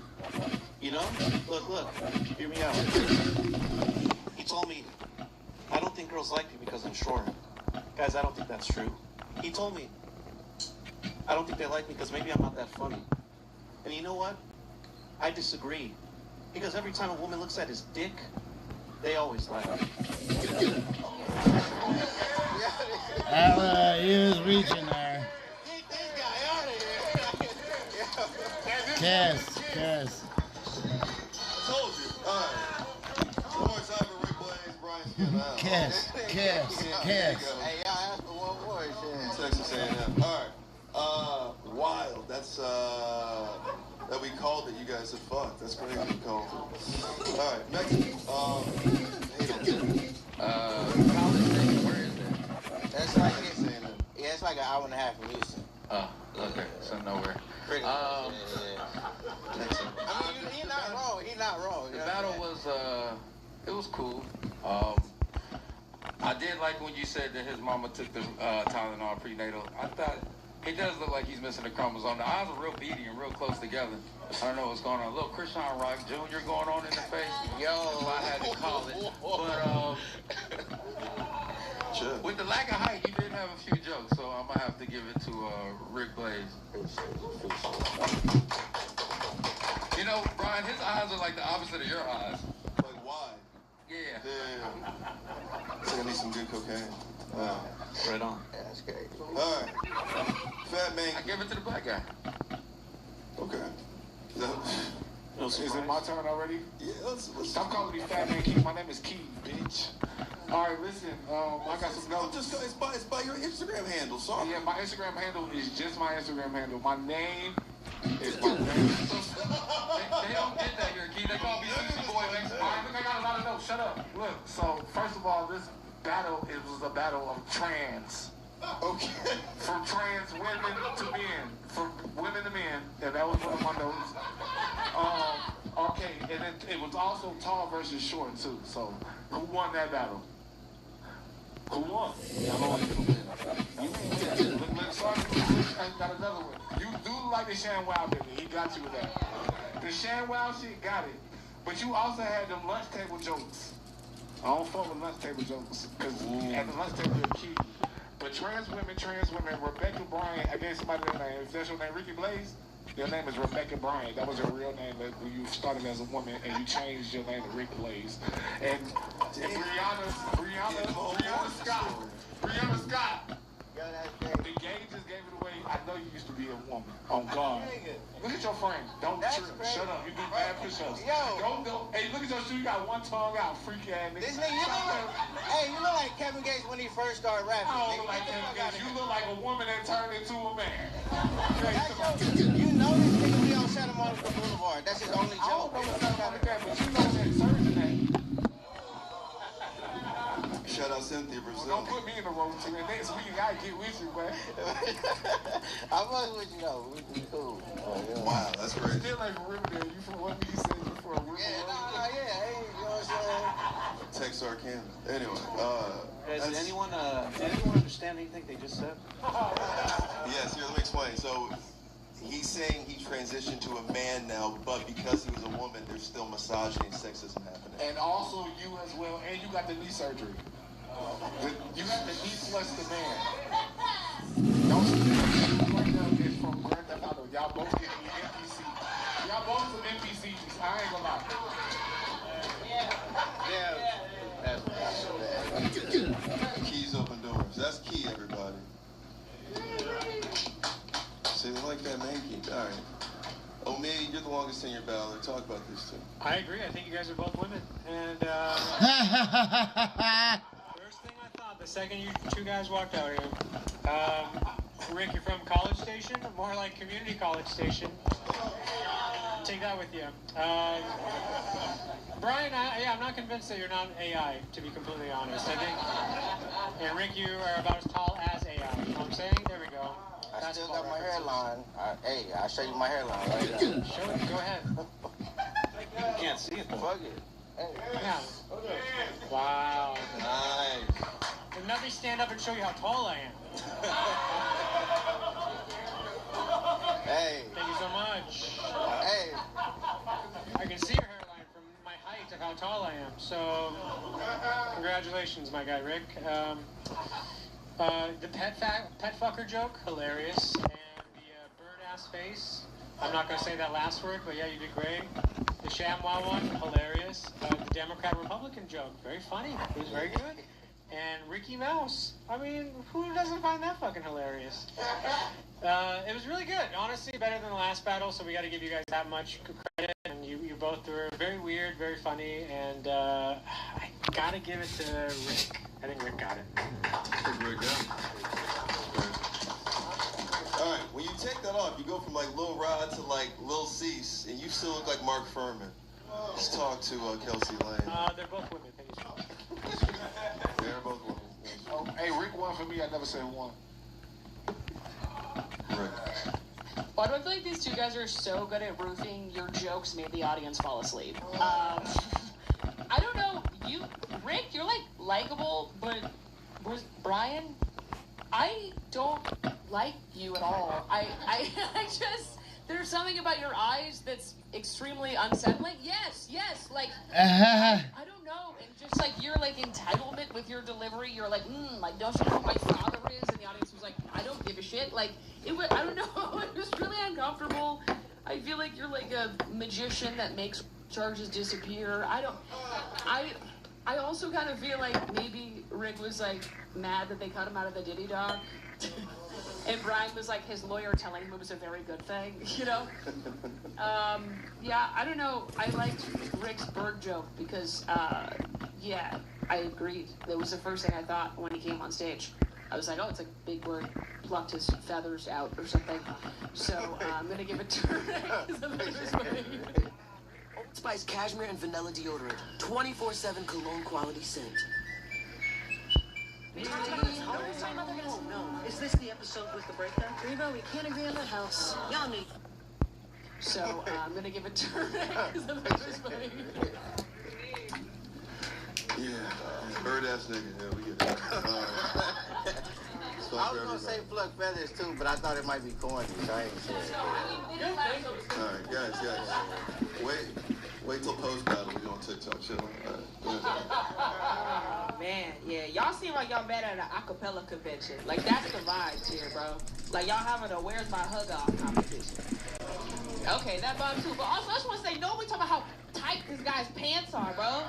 Them shits, bro. We can see everything in your pockets but your dick. That's crazy. Everything but the dick. You was right about the tongue out on the shoes. That real shoe. Dude, y'all look like y'all about to go do Wicked and drag after this, bro. Wow. They do look like that. They look like they transition and still gonna go back to do women shit. Yeah, what the fuck? They about to go do an amazing number to 4 good. Like, they do some man shit. They like, nah, we about to turn to a man to go be a gay man. You piggybacking. That's cool. Yeah, oh, man. Y'all look like studs. Go ahead, No, Daddy. they do. You know, there is a lot of lesbian energy. Hey. What's up? What you gonna do? I'm saying at least I still get pussy. It's a stud. I don't know about that. All studs get pussy, duh. That's how they get his pussy. You don't want no dick, stud. It just seemed like he eating too soft. You know what I mean? He got a strap on and a dick. Yeah. Yeah, he just got real, like, y'all, I don't know, bro. This is a weird, you got real turtle energy. Like, real, yes. Turtle, like, tortoise, real Franklin and the bunny. Remember Franklin, the cartoon turtle? That's that energy over You here. seen Filbert from Rocko's Modern Life? No, but that's what's up. Yes. Yeah, bro, this is, I mean, I'm gonna give it to Rick because he did have some really funny pops. And, bro, you do got them eyes, real uncanny valley. You keep looking at me. Keep looking at me. Don't, big nibbler energy. Like, you just nibble, bro. Like, he eats pussy too soft and then he nibbles too hard. Like, that's the energy that I'm getting from them. Y'all, none of y'all eat pussy. Cool. All right, Not a pussy eating crowd. Yeah, Not a pussy. nah. Big dick sucking crowd. Big dick sucking crowd. They like that gay Crowd sucks dick. They don't need pussy. Yeah. Except for that guy right there. I know he does. Look at that. That's Andy Warhol. You better stop talking to him like that. He's back. This nigga come to every roast battle. I know they call you Andy. Yeah. But, for sure. Yeah, I'm gonna give it. Andy from Toy Story and Andy Warhol.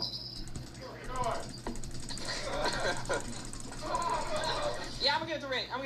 Hell yeah. All right. Audience, what we've learned this battle is if you're gonna wear those kind of jeans, you gotta show dick.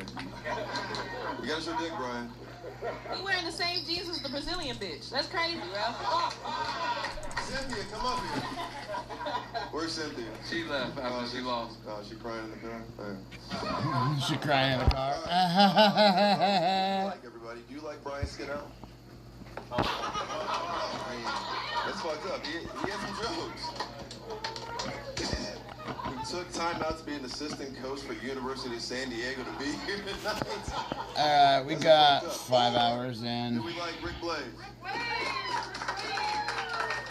By that smattering of applause, folks, make it loud. Rick Blaze! I'm bored. I needed to go shopping earlier, but... There we go. All right. You still look like the Sharon Wild nigga. You guys can go use the men's bathroom now. You're allowed to do that. Only in this state, though. All right, one more time for Rick Blaze and Brian Skinnell. They used to be women. Now they're men. I do love the roast. This is the only place in West Hollywood you can be transphobic and homophobic. But you guys, yeah, they hate it, but they love racism. It's almost like America. All right, let's get to this next joke. Hey, Craig in the building. Make sure you get that nigga a mic next time. Who, Big Craig? Craig's just hanging out. What up, Craig? Hop over if you want to jump in there. Yeah, all right. This next battle between a Mexican and a black person, and Los Angeles battle is old as time.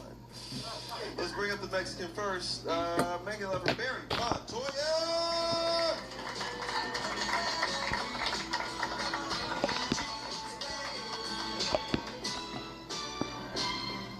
Barry, welcome back. What's good? How you feeling? Pretty damn good, dude. Are you, what are you, like 26 now? Yes, sir. You selling drugs to college kids? All day. I sold drugs to Brian over there, dude. That's my boy, man. Yeah, he used to be a woman. All right. I sold him estrogen, dude. That's. Oh, Barry, we know you had extra. All right.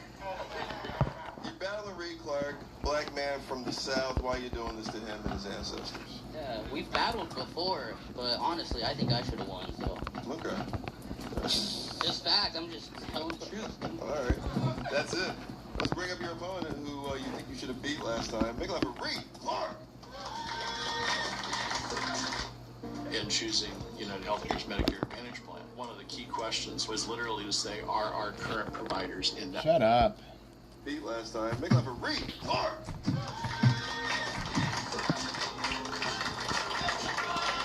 Yes. Yes.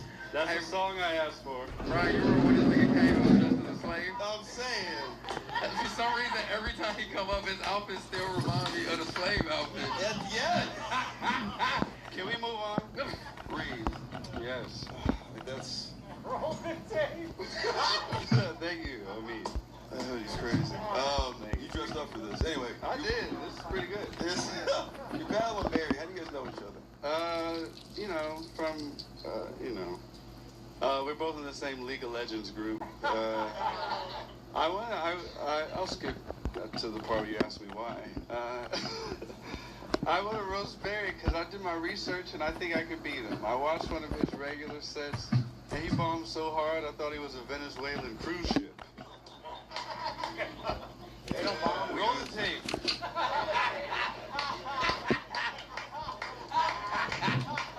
That joke sank harder than a slave ship, dude. I know. Okay.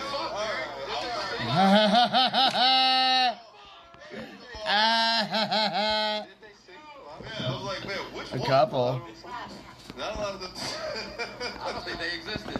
Yeah. Oh, that's another story. Yeah, there's a lot of slave ships. All right.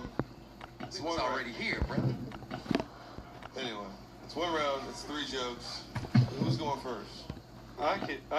You understand? Sure. You beat him last time. I guess. Okay, this is Reed. This is Barry. This is part 2. Let's roll. All right, guys. We got to make this quick. Barry's got to get back to figuring out how he's going to come out to his parents. Barry, you look like the groundskeeper from Hogwarts. I'm a twink, Harry. All right. Act out so Thank you, fatherless Gambino. You look like Lauryn Hill after a sex change, so. Oh, shit. Lost one. It's about his penis. Yeah, he lost it. This is great because I've roasted all sorts of people here, but never a lesbian bowling ball. You look like a dust bunny at Andy Dick's house. That's so funny to me also. Gary's a really devout Catholic. He's got a Mother Mary on his butt plug. Okay. Alright. Thank you, Gay Cole. Yeah. No, I'll make this quick because Reed has to get back to selling incense in front of a 7-Eleven, so. The good one, Dora the Explorer of his sexuality. You're welcome, the pilot Charlie Kirk talked about.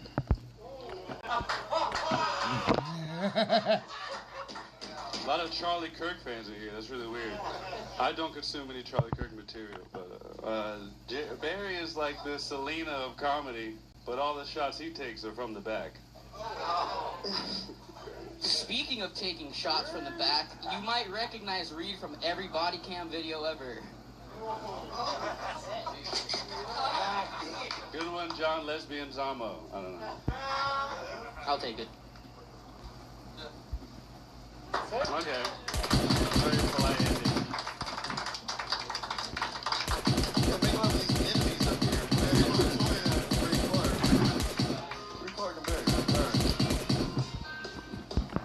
Alright, what happened, fellas? I thought you said you should have beat the shit out of him. You had how much? What was the last time you guys battled? And you waited. Alright, so what the fuck, Barry? You say you should beat this guy. Say something to him right now. It's going underneath your rock. What? I don't know, like a better joke. I don't like. I mean, roast this guy off top right now. You look like. You are. He is nothing. All right, Barry. Hater, hate on these people. Wait, do you think Barry lost? Okay, good. I was just making. Okay, I can agree with that. In that case, he has on slave shoes. He has on a quilt my grandmother made. Your shoes look like the shoes you need when you do escape slavery, so you can blend in. Now, these are my escaping shoes. Hey, your shoes have real tree camo on them. For real though. You try to lay down in that? You try to lay down in the fucking fucking leaves? We see you, Mexico. I think it was Those the tree frog ones? What the fuck are these? Tree frog. The Babylon Doc Martens. They just came out. Oh, these are the friends and family too. You can't get these. They not here, but relax. The nigga asked what they was. What you talking shit? Well, we gonna go back to the quilt you got on. The slave him no quilt you got on. No, I'm just joking. I think Barry, he barely won, but I think he did edge this one out. East LA versus West LA. We're gonna have to give it to the East today. I used to struggle with dandruff, but now I use Head & Shoulders every wash.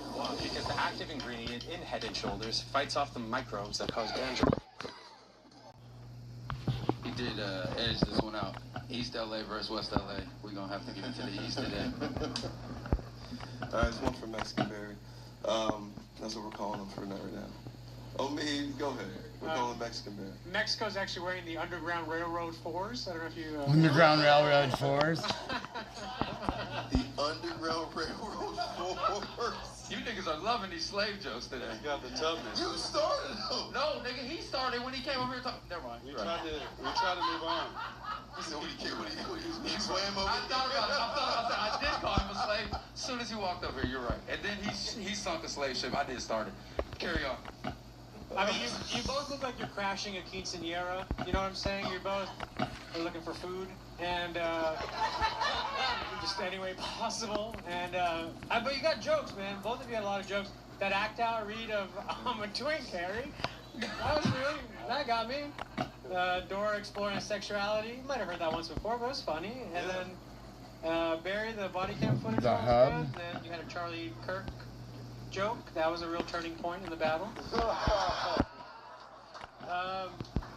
It was good, man. I've already done it all. You guys were funny. It was definitely like an indica versus sativa battle. You both very different energies, and I gotta give it to you. I like your style, man. I gotta give it to you. I don't know, the pilot that Charlie Kirk was talking about is pretty funny. Hilarious. Yeah, Batman King. I got notes. All right, so Barry Montoya won. Hey, Barry Montoya. All right. First of all, we're going to start about y'all shoes again. Charlie, we ain't going to talk about you. You got the standard shoes, like, I'm going to do anything, rape, kill, steal, anything. Don't wear those shoes again. You, brother, with the afro. Alright, I'm gonna mute this so it doesn't, Stop leaning your feet. yeah, And those are not can't your stand shoe this size. thing, so You wear like a hopefully 9 this and those are doesn't like come an through, 11. but I'm gonna mute my mic.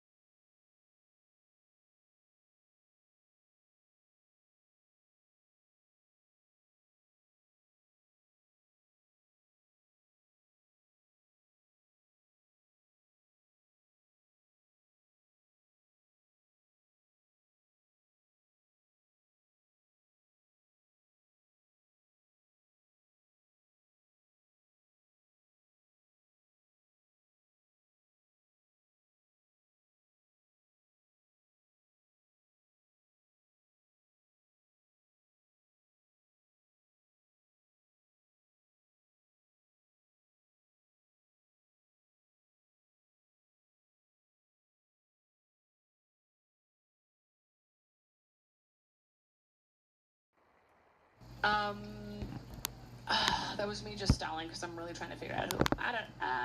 I'll give it to Barry. Okay. Forgot. All right, Maddie Mays. Yeah. Which suitor are you into? Just do look at my DMs. Yeah, y'all both look musty, man. That's I will say though, Reed, your personality is really shining through because we have battled before, but I like seeing your personality tonight. You know what I'm saying? Like you really like shining. Like you're really funny off the cuff. But y'all both look like two different types of the first human. Y'all also kind of look like if a raccoon and a possum became people for the night. You know? Like, yes, they do. We're real people. Yes. Like, you know, but I am Groot. let me tell you something. It is 12:20. It's 20 minutes past bedtime. So let's wrap this up. You do got black Air Force on. I was really excited when I saw those. But I feel like your confidence wasn't there as much. But Reed kind of came out here with a little more swag to him. And which is saying a lot because he got two different types of stripes, which is crazy, bro. He said this is him dressing up. He put a collared shirt under a drug rug, bro. That's crazy. Yeah, but I don't know. I just feel like Reed had a little more swag. Like he just had a little more of that energy. You're funny, Bear, but I don't know. Reed, he kept doing that callback. What was the shit you was saying earlier? You call back to Roll the clip. I actually, I roasted Maddie and I did lose, but I have a hard time, you guys can see, with pretty light-skinned bitches. It's difficult. All right. He's still not fucking. Anyways, that was crazy, bro. Listen, I'm not gonna. I almost pulled up the old jokes I had, but I'm not going there. I think you won this one tonight, Reed, and I'm gonna give you that. At least you won tonight, and I love that for you. So hell yeah. Craig, what do you think? You've been roasting a long time. Oh man, this looks like a drug deal at Woodstock. Like he's selling acid in the bathroom. I think I'm gonna go with Reed, man. I think it's the style, like a Motown Old Navy commercial. Like the Jackson 5 manager. But I like them both, though. I thought you were dope, man. So what do you think? But I'm gonna go with Reed. Great job. So you are like very much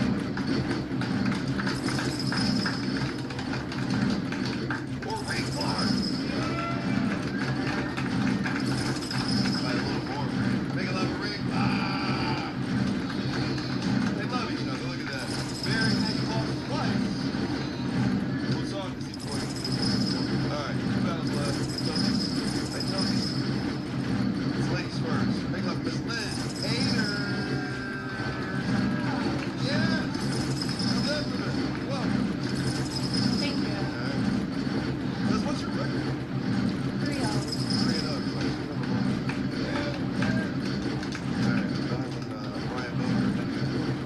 Alright, We're friends. We do comedy. We hang. We're cool. okay. Anything else?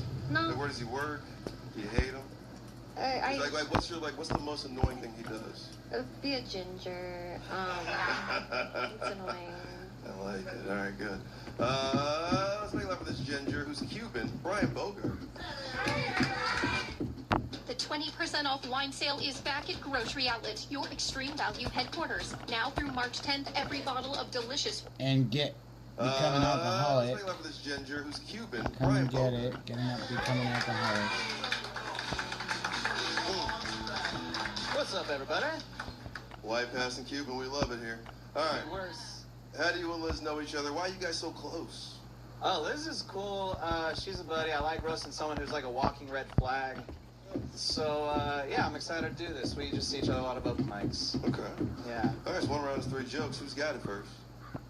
I'll go first. All right, it's weird. All right, Liz and Brian, let's roll.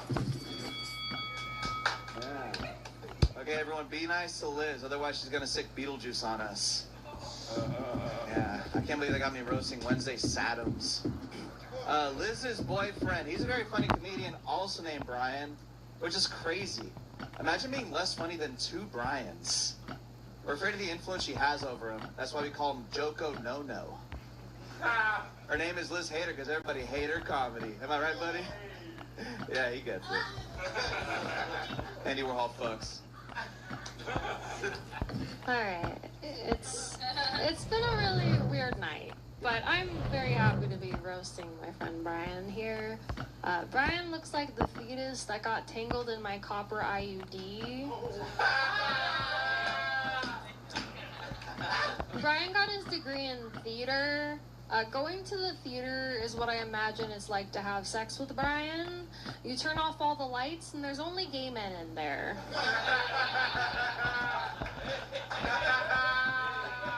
Good one, Gen Z Daria. You look like you roll your eyes when you come. Speaking of which, Liz is from Las Vegas, which tracks, because anytime you don't wrap it up with her, you're taking a gamble. Put a quarter inside her, though. She'll let you play the slut machine. You guys want to play? Everyone hates me. It just needs to be talked about. Now we can get over it. Go ahead, Liz. Brian looks like he got kicked off the swim team because he wouldn't participate in the game. Brian's girlfriend is Vietnamese. He's one of those. He calls himself Agent Orange because he loves dropping a load on her jungle pussy. Thanks for saying I have yellow fever. I think there's a fever for whatever that is. It is an honor to roast J.K. Rowling's worst nightmare, trans Harry Potter. Liz actually used to work for a weapons manufacturer, but she quit to focus on comedy. Now she just makes more bombs for less money. Even if she doesn't do well tonight, at least she kills in Gaza. I'm not saying she's a bad engineer, but as soon as she quit, Boeing planes just stopped crashing. Yeah, I suck. Thank you, everybody. I'm a piece of... Go ahead, Liz. Wrap it up. Bring it home. Knock me out. It's okay. I'm having just as much fun as you are. You like this. Go ahead, Liz. I'll go fuck myself. Go ahead, Liz. I love you. Fun fact about Brian, he once was a stripper at a gay club in Kentucky. No one believes that. He's not a... Okay. Liz only knows that because she was one of the gay men there. I'm completely disassociated, so... I love you, Liz. We're friends.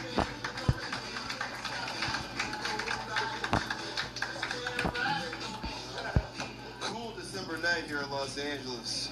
Hot on the inside. Lukewarm battles all night.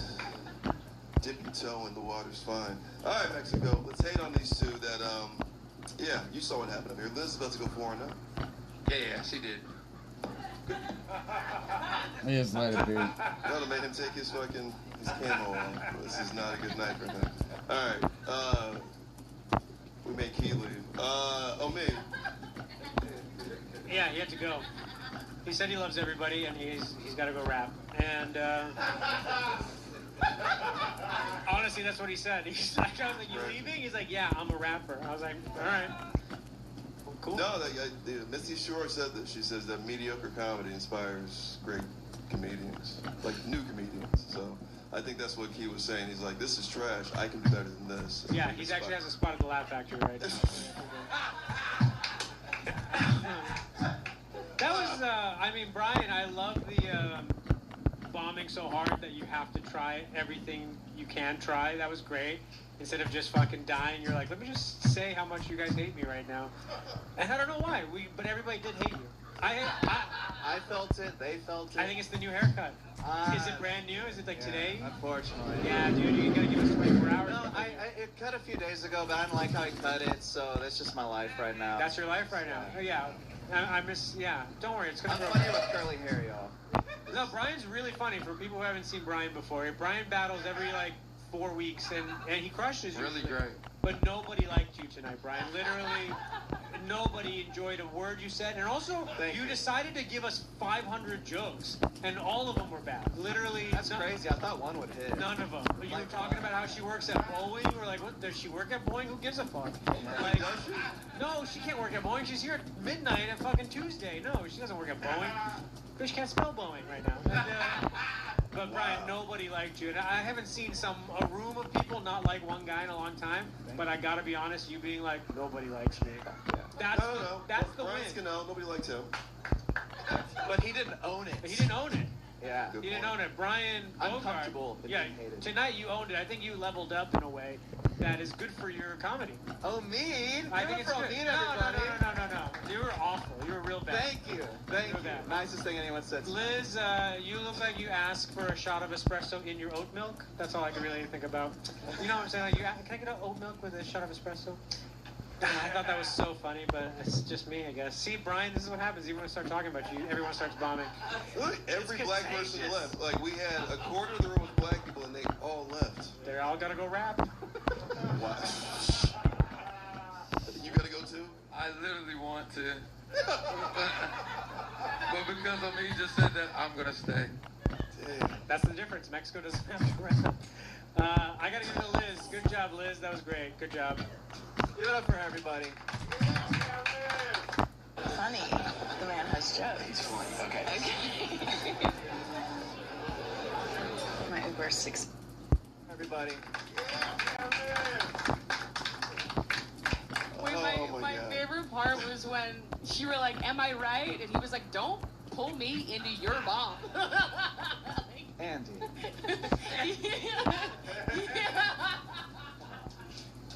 You've seen it before, Andy. Yeah, they I did like that you owned it. That's all I have now. I give it to Liz. They were very well crafted jokes, and she's a killer. So She's so good. She's so good. One. I didn't have a chance. All right, let's talk to Maddie Mays, who's dressed like she's about to fucking drop dime on Diddy in the dock. Yeah. Yeah, bro. He kept saying that she wasn't funny and that she would bomb, and then he kept bombing. So that was really funny to me. Yeah, bro. I feel like he's bad because they got the same bangs, but his hairline a little further up. You know what I mean? That was funny to me. Yeah, I also wrote he seems way too excited to be in her student short film. Cool. All right, that bomb too. Yeah, bro. I mean, I've never seen you battle before, but I assume you came out here with a lot of confidence. You got one hand in the pocket. You know what I mean? It means nothing. Yeah, I know. But it's, you know, I think like yeah, she just I don't know. You can't. She's so good. Okay, get off her dick. All right. Alright, so we're done. I don't think I really want to do any more on here. We're going to pop off here. I might do a little quick speed run for my Life After account. I'm not going to play any Sonic tonight. I'll do a little Life After. I have to finish my mashed potatoes, so I just don't want it to be too fucking loud. And we're going to just switch and go to the other game, which will be all good right now. So I'll quit this one. And I need to switch the sharpness. 36%. Damn it. I didn't fucking touch that.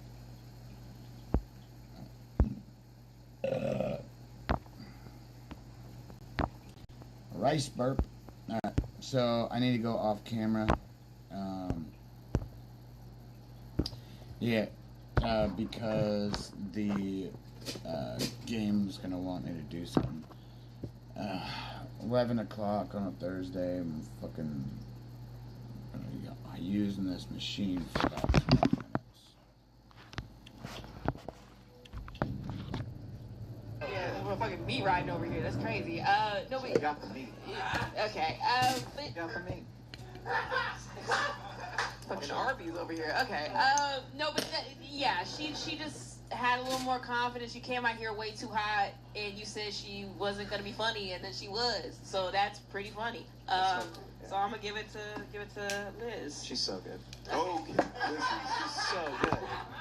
she's wild. She's like an all-white version of Save the Last Dance.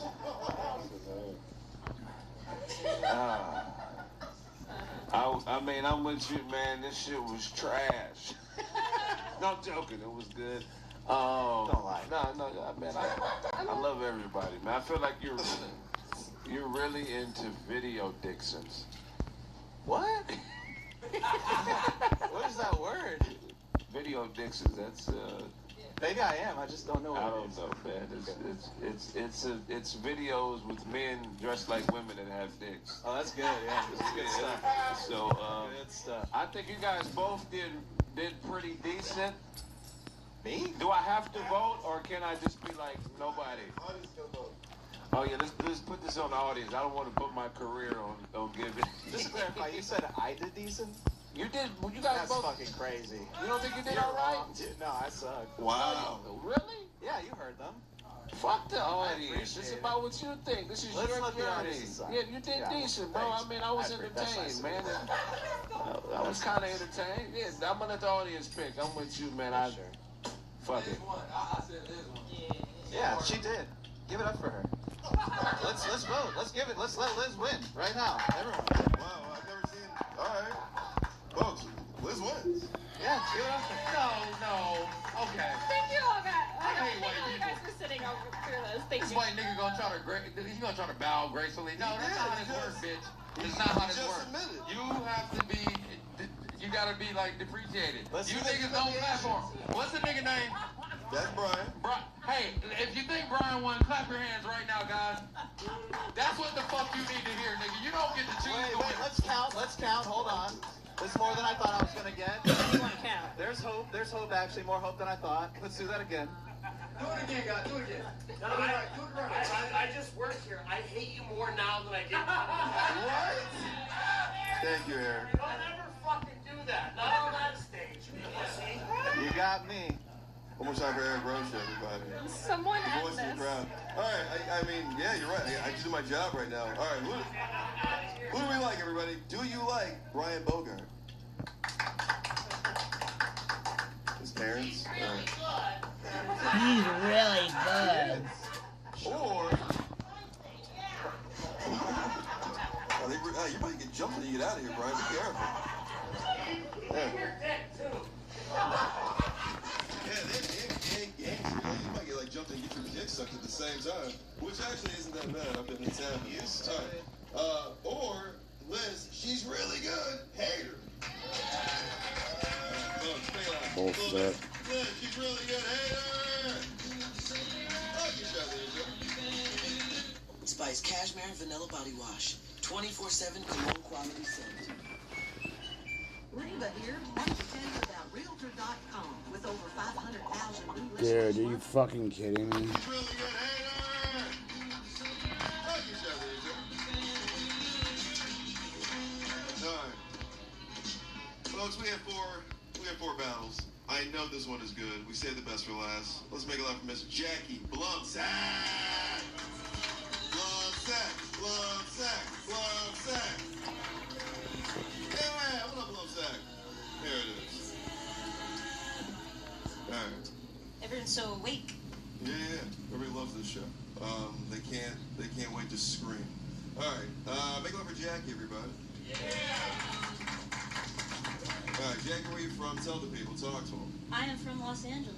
What part? Venice Beach. Venice Beach. You're homeless? Not yet. Almost. All right, so. If I'm going to continue being a comedian. That was a joke. Let's get started. Everyone's really hyped up. We had it, and then you can fucking... Anyway, yeah, it's fine. You're battling Jonathan Hollis. How do you know this guy? From the green room. It's it. All right, this guy's from Atlanta. Make it loud. Jonathan Hollis. The #1 undercard in the world. Jonathan Hollis. What's good? Yes, he does sound like that, ladies. Oh, yeah. All right. Kelsey? Maddie, does that do anything? Let's go. Don't do this to me, Brian. Nah, You're setting me up. Yeah. For success. All right. How do you know Jackie Blumsack? I know she's really nice, and she's a comedian present. Okay. All right, Jack. You can't look at Jackie in the face, or she's got Medusa face. All right. We want to go home and smoke weed. That's what's going on here. Oh, you guys are dating? No, separately. Who's going first? Ladies first. All right, this is Jackie. This is Jonathan. Last battle of the night. Let's make it so fucking loud we break this bitch.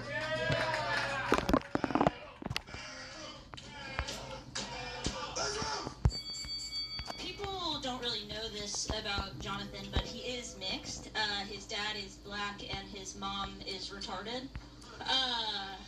Jonathan looks like he's about to challenge me to a game of slide, but he is both down low and too slow.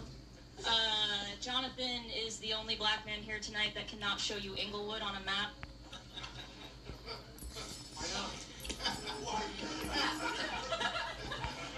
Where's the map from? Chicago or California? Because I'm dyslexic. Jackie had told me she has a hiking addiction, an addiction caused by having no personality. Jackie has diabetes and works in sales, so the only thing she's closed is an artery. Is that a ring joke? Despite what Brian tells you, Jonathan's voice actually got like that by swallowing cum 100 times in a row. It's a bad joke. Jonathan told me that he just went to Disneyland for the first time, and surprisingly, he really liked it. And that didn't surprise me at all, based on his entire personality, voice, and face. Jonathan, you look like you eat Yu-Gi-Oh cards. If Jonathan was a Transformer, he'd turn into a 2003 Nissan Altima.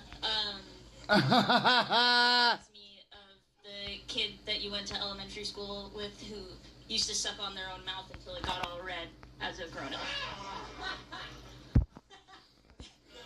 First of all, I transform into a Chrysler 300. Get it right, okay? Alright, I'll make this quick. I know you have to get back to writing a letter to an inmate.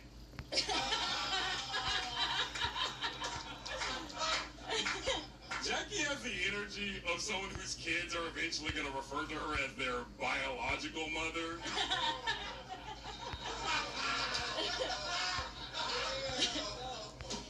Jonathan has the type of autism where he can't modulate the volume of his voice, but it works out for him because you know what they say about a bad joke, it's better if you scream it loudly.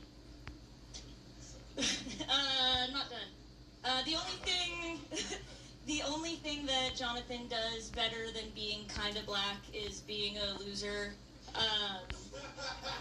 Jonathan is good at basketball, but better at tennis. Jonathan is a good friend of mine, and a great comic, and if you want to see more of him, just Google Trevor Noah stillborn twin. Oh, fuck. Jackie Blumsack is the Jackie Robinson of jacking off ugly dudes. Jackie has a BA in English, which is why she's a PA in entertainment. Alright, just forget that one happened.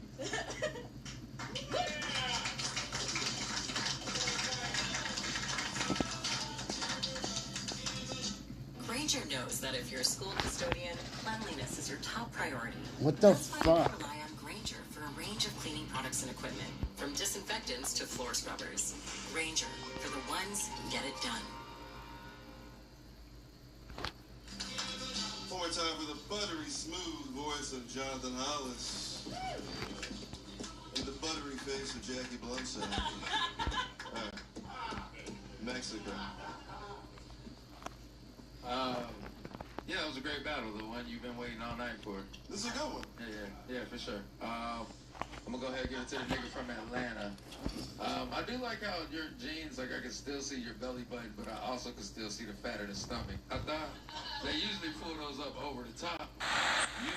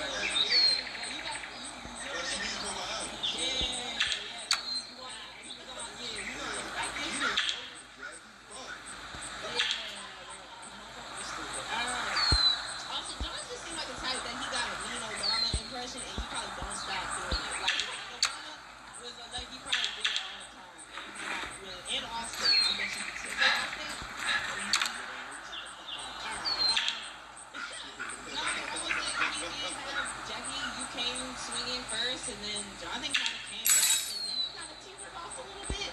I think if we just talk about like the loudness of the room, I think at one point the room kind of sided a little more to Jonathan. So I think kind of different. But you did have a lot of really funny things. So like, no one I get it. Oh, I got the silver horn.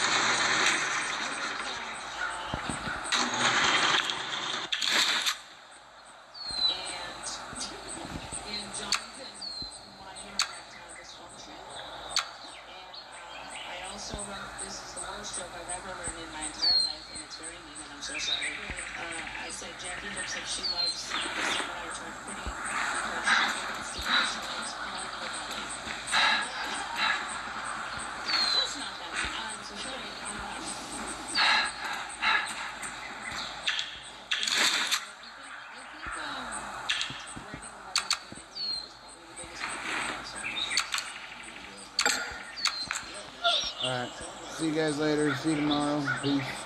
Thanks for watching. Give me a like, subscribe, give me a bunch of money.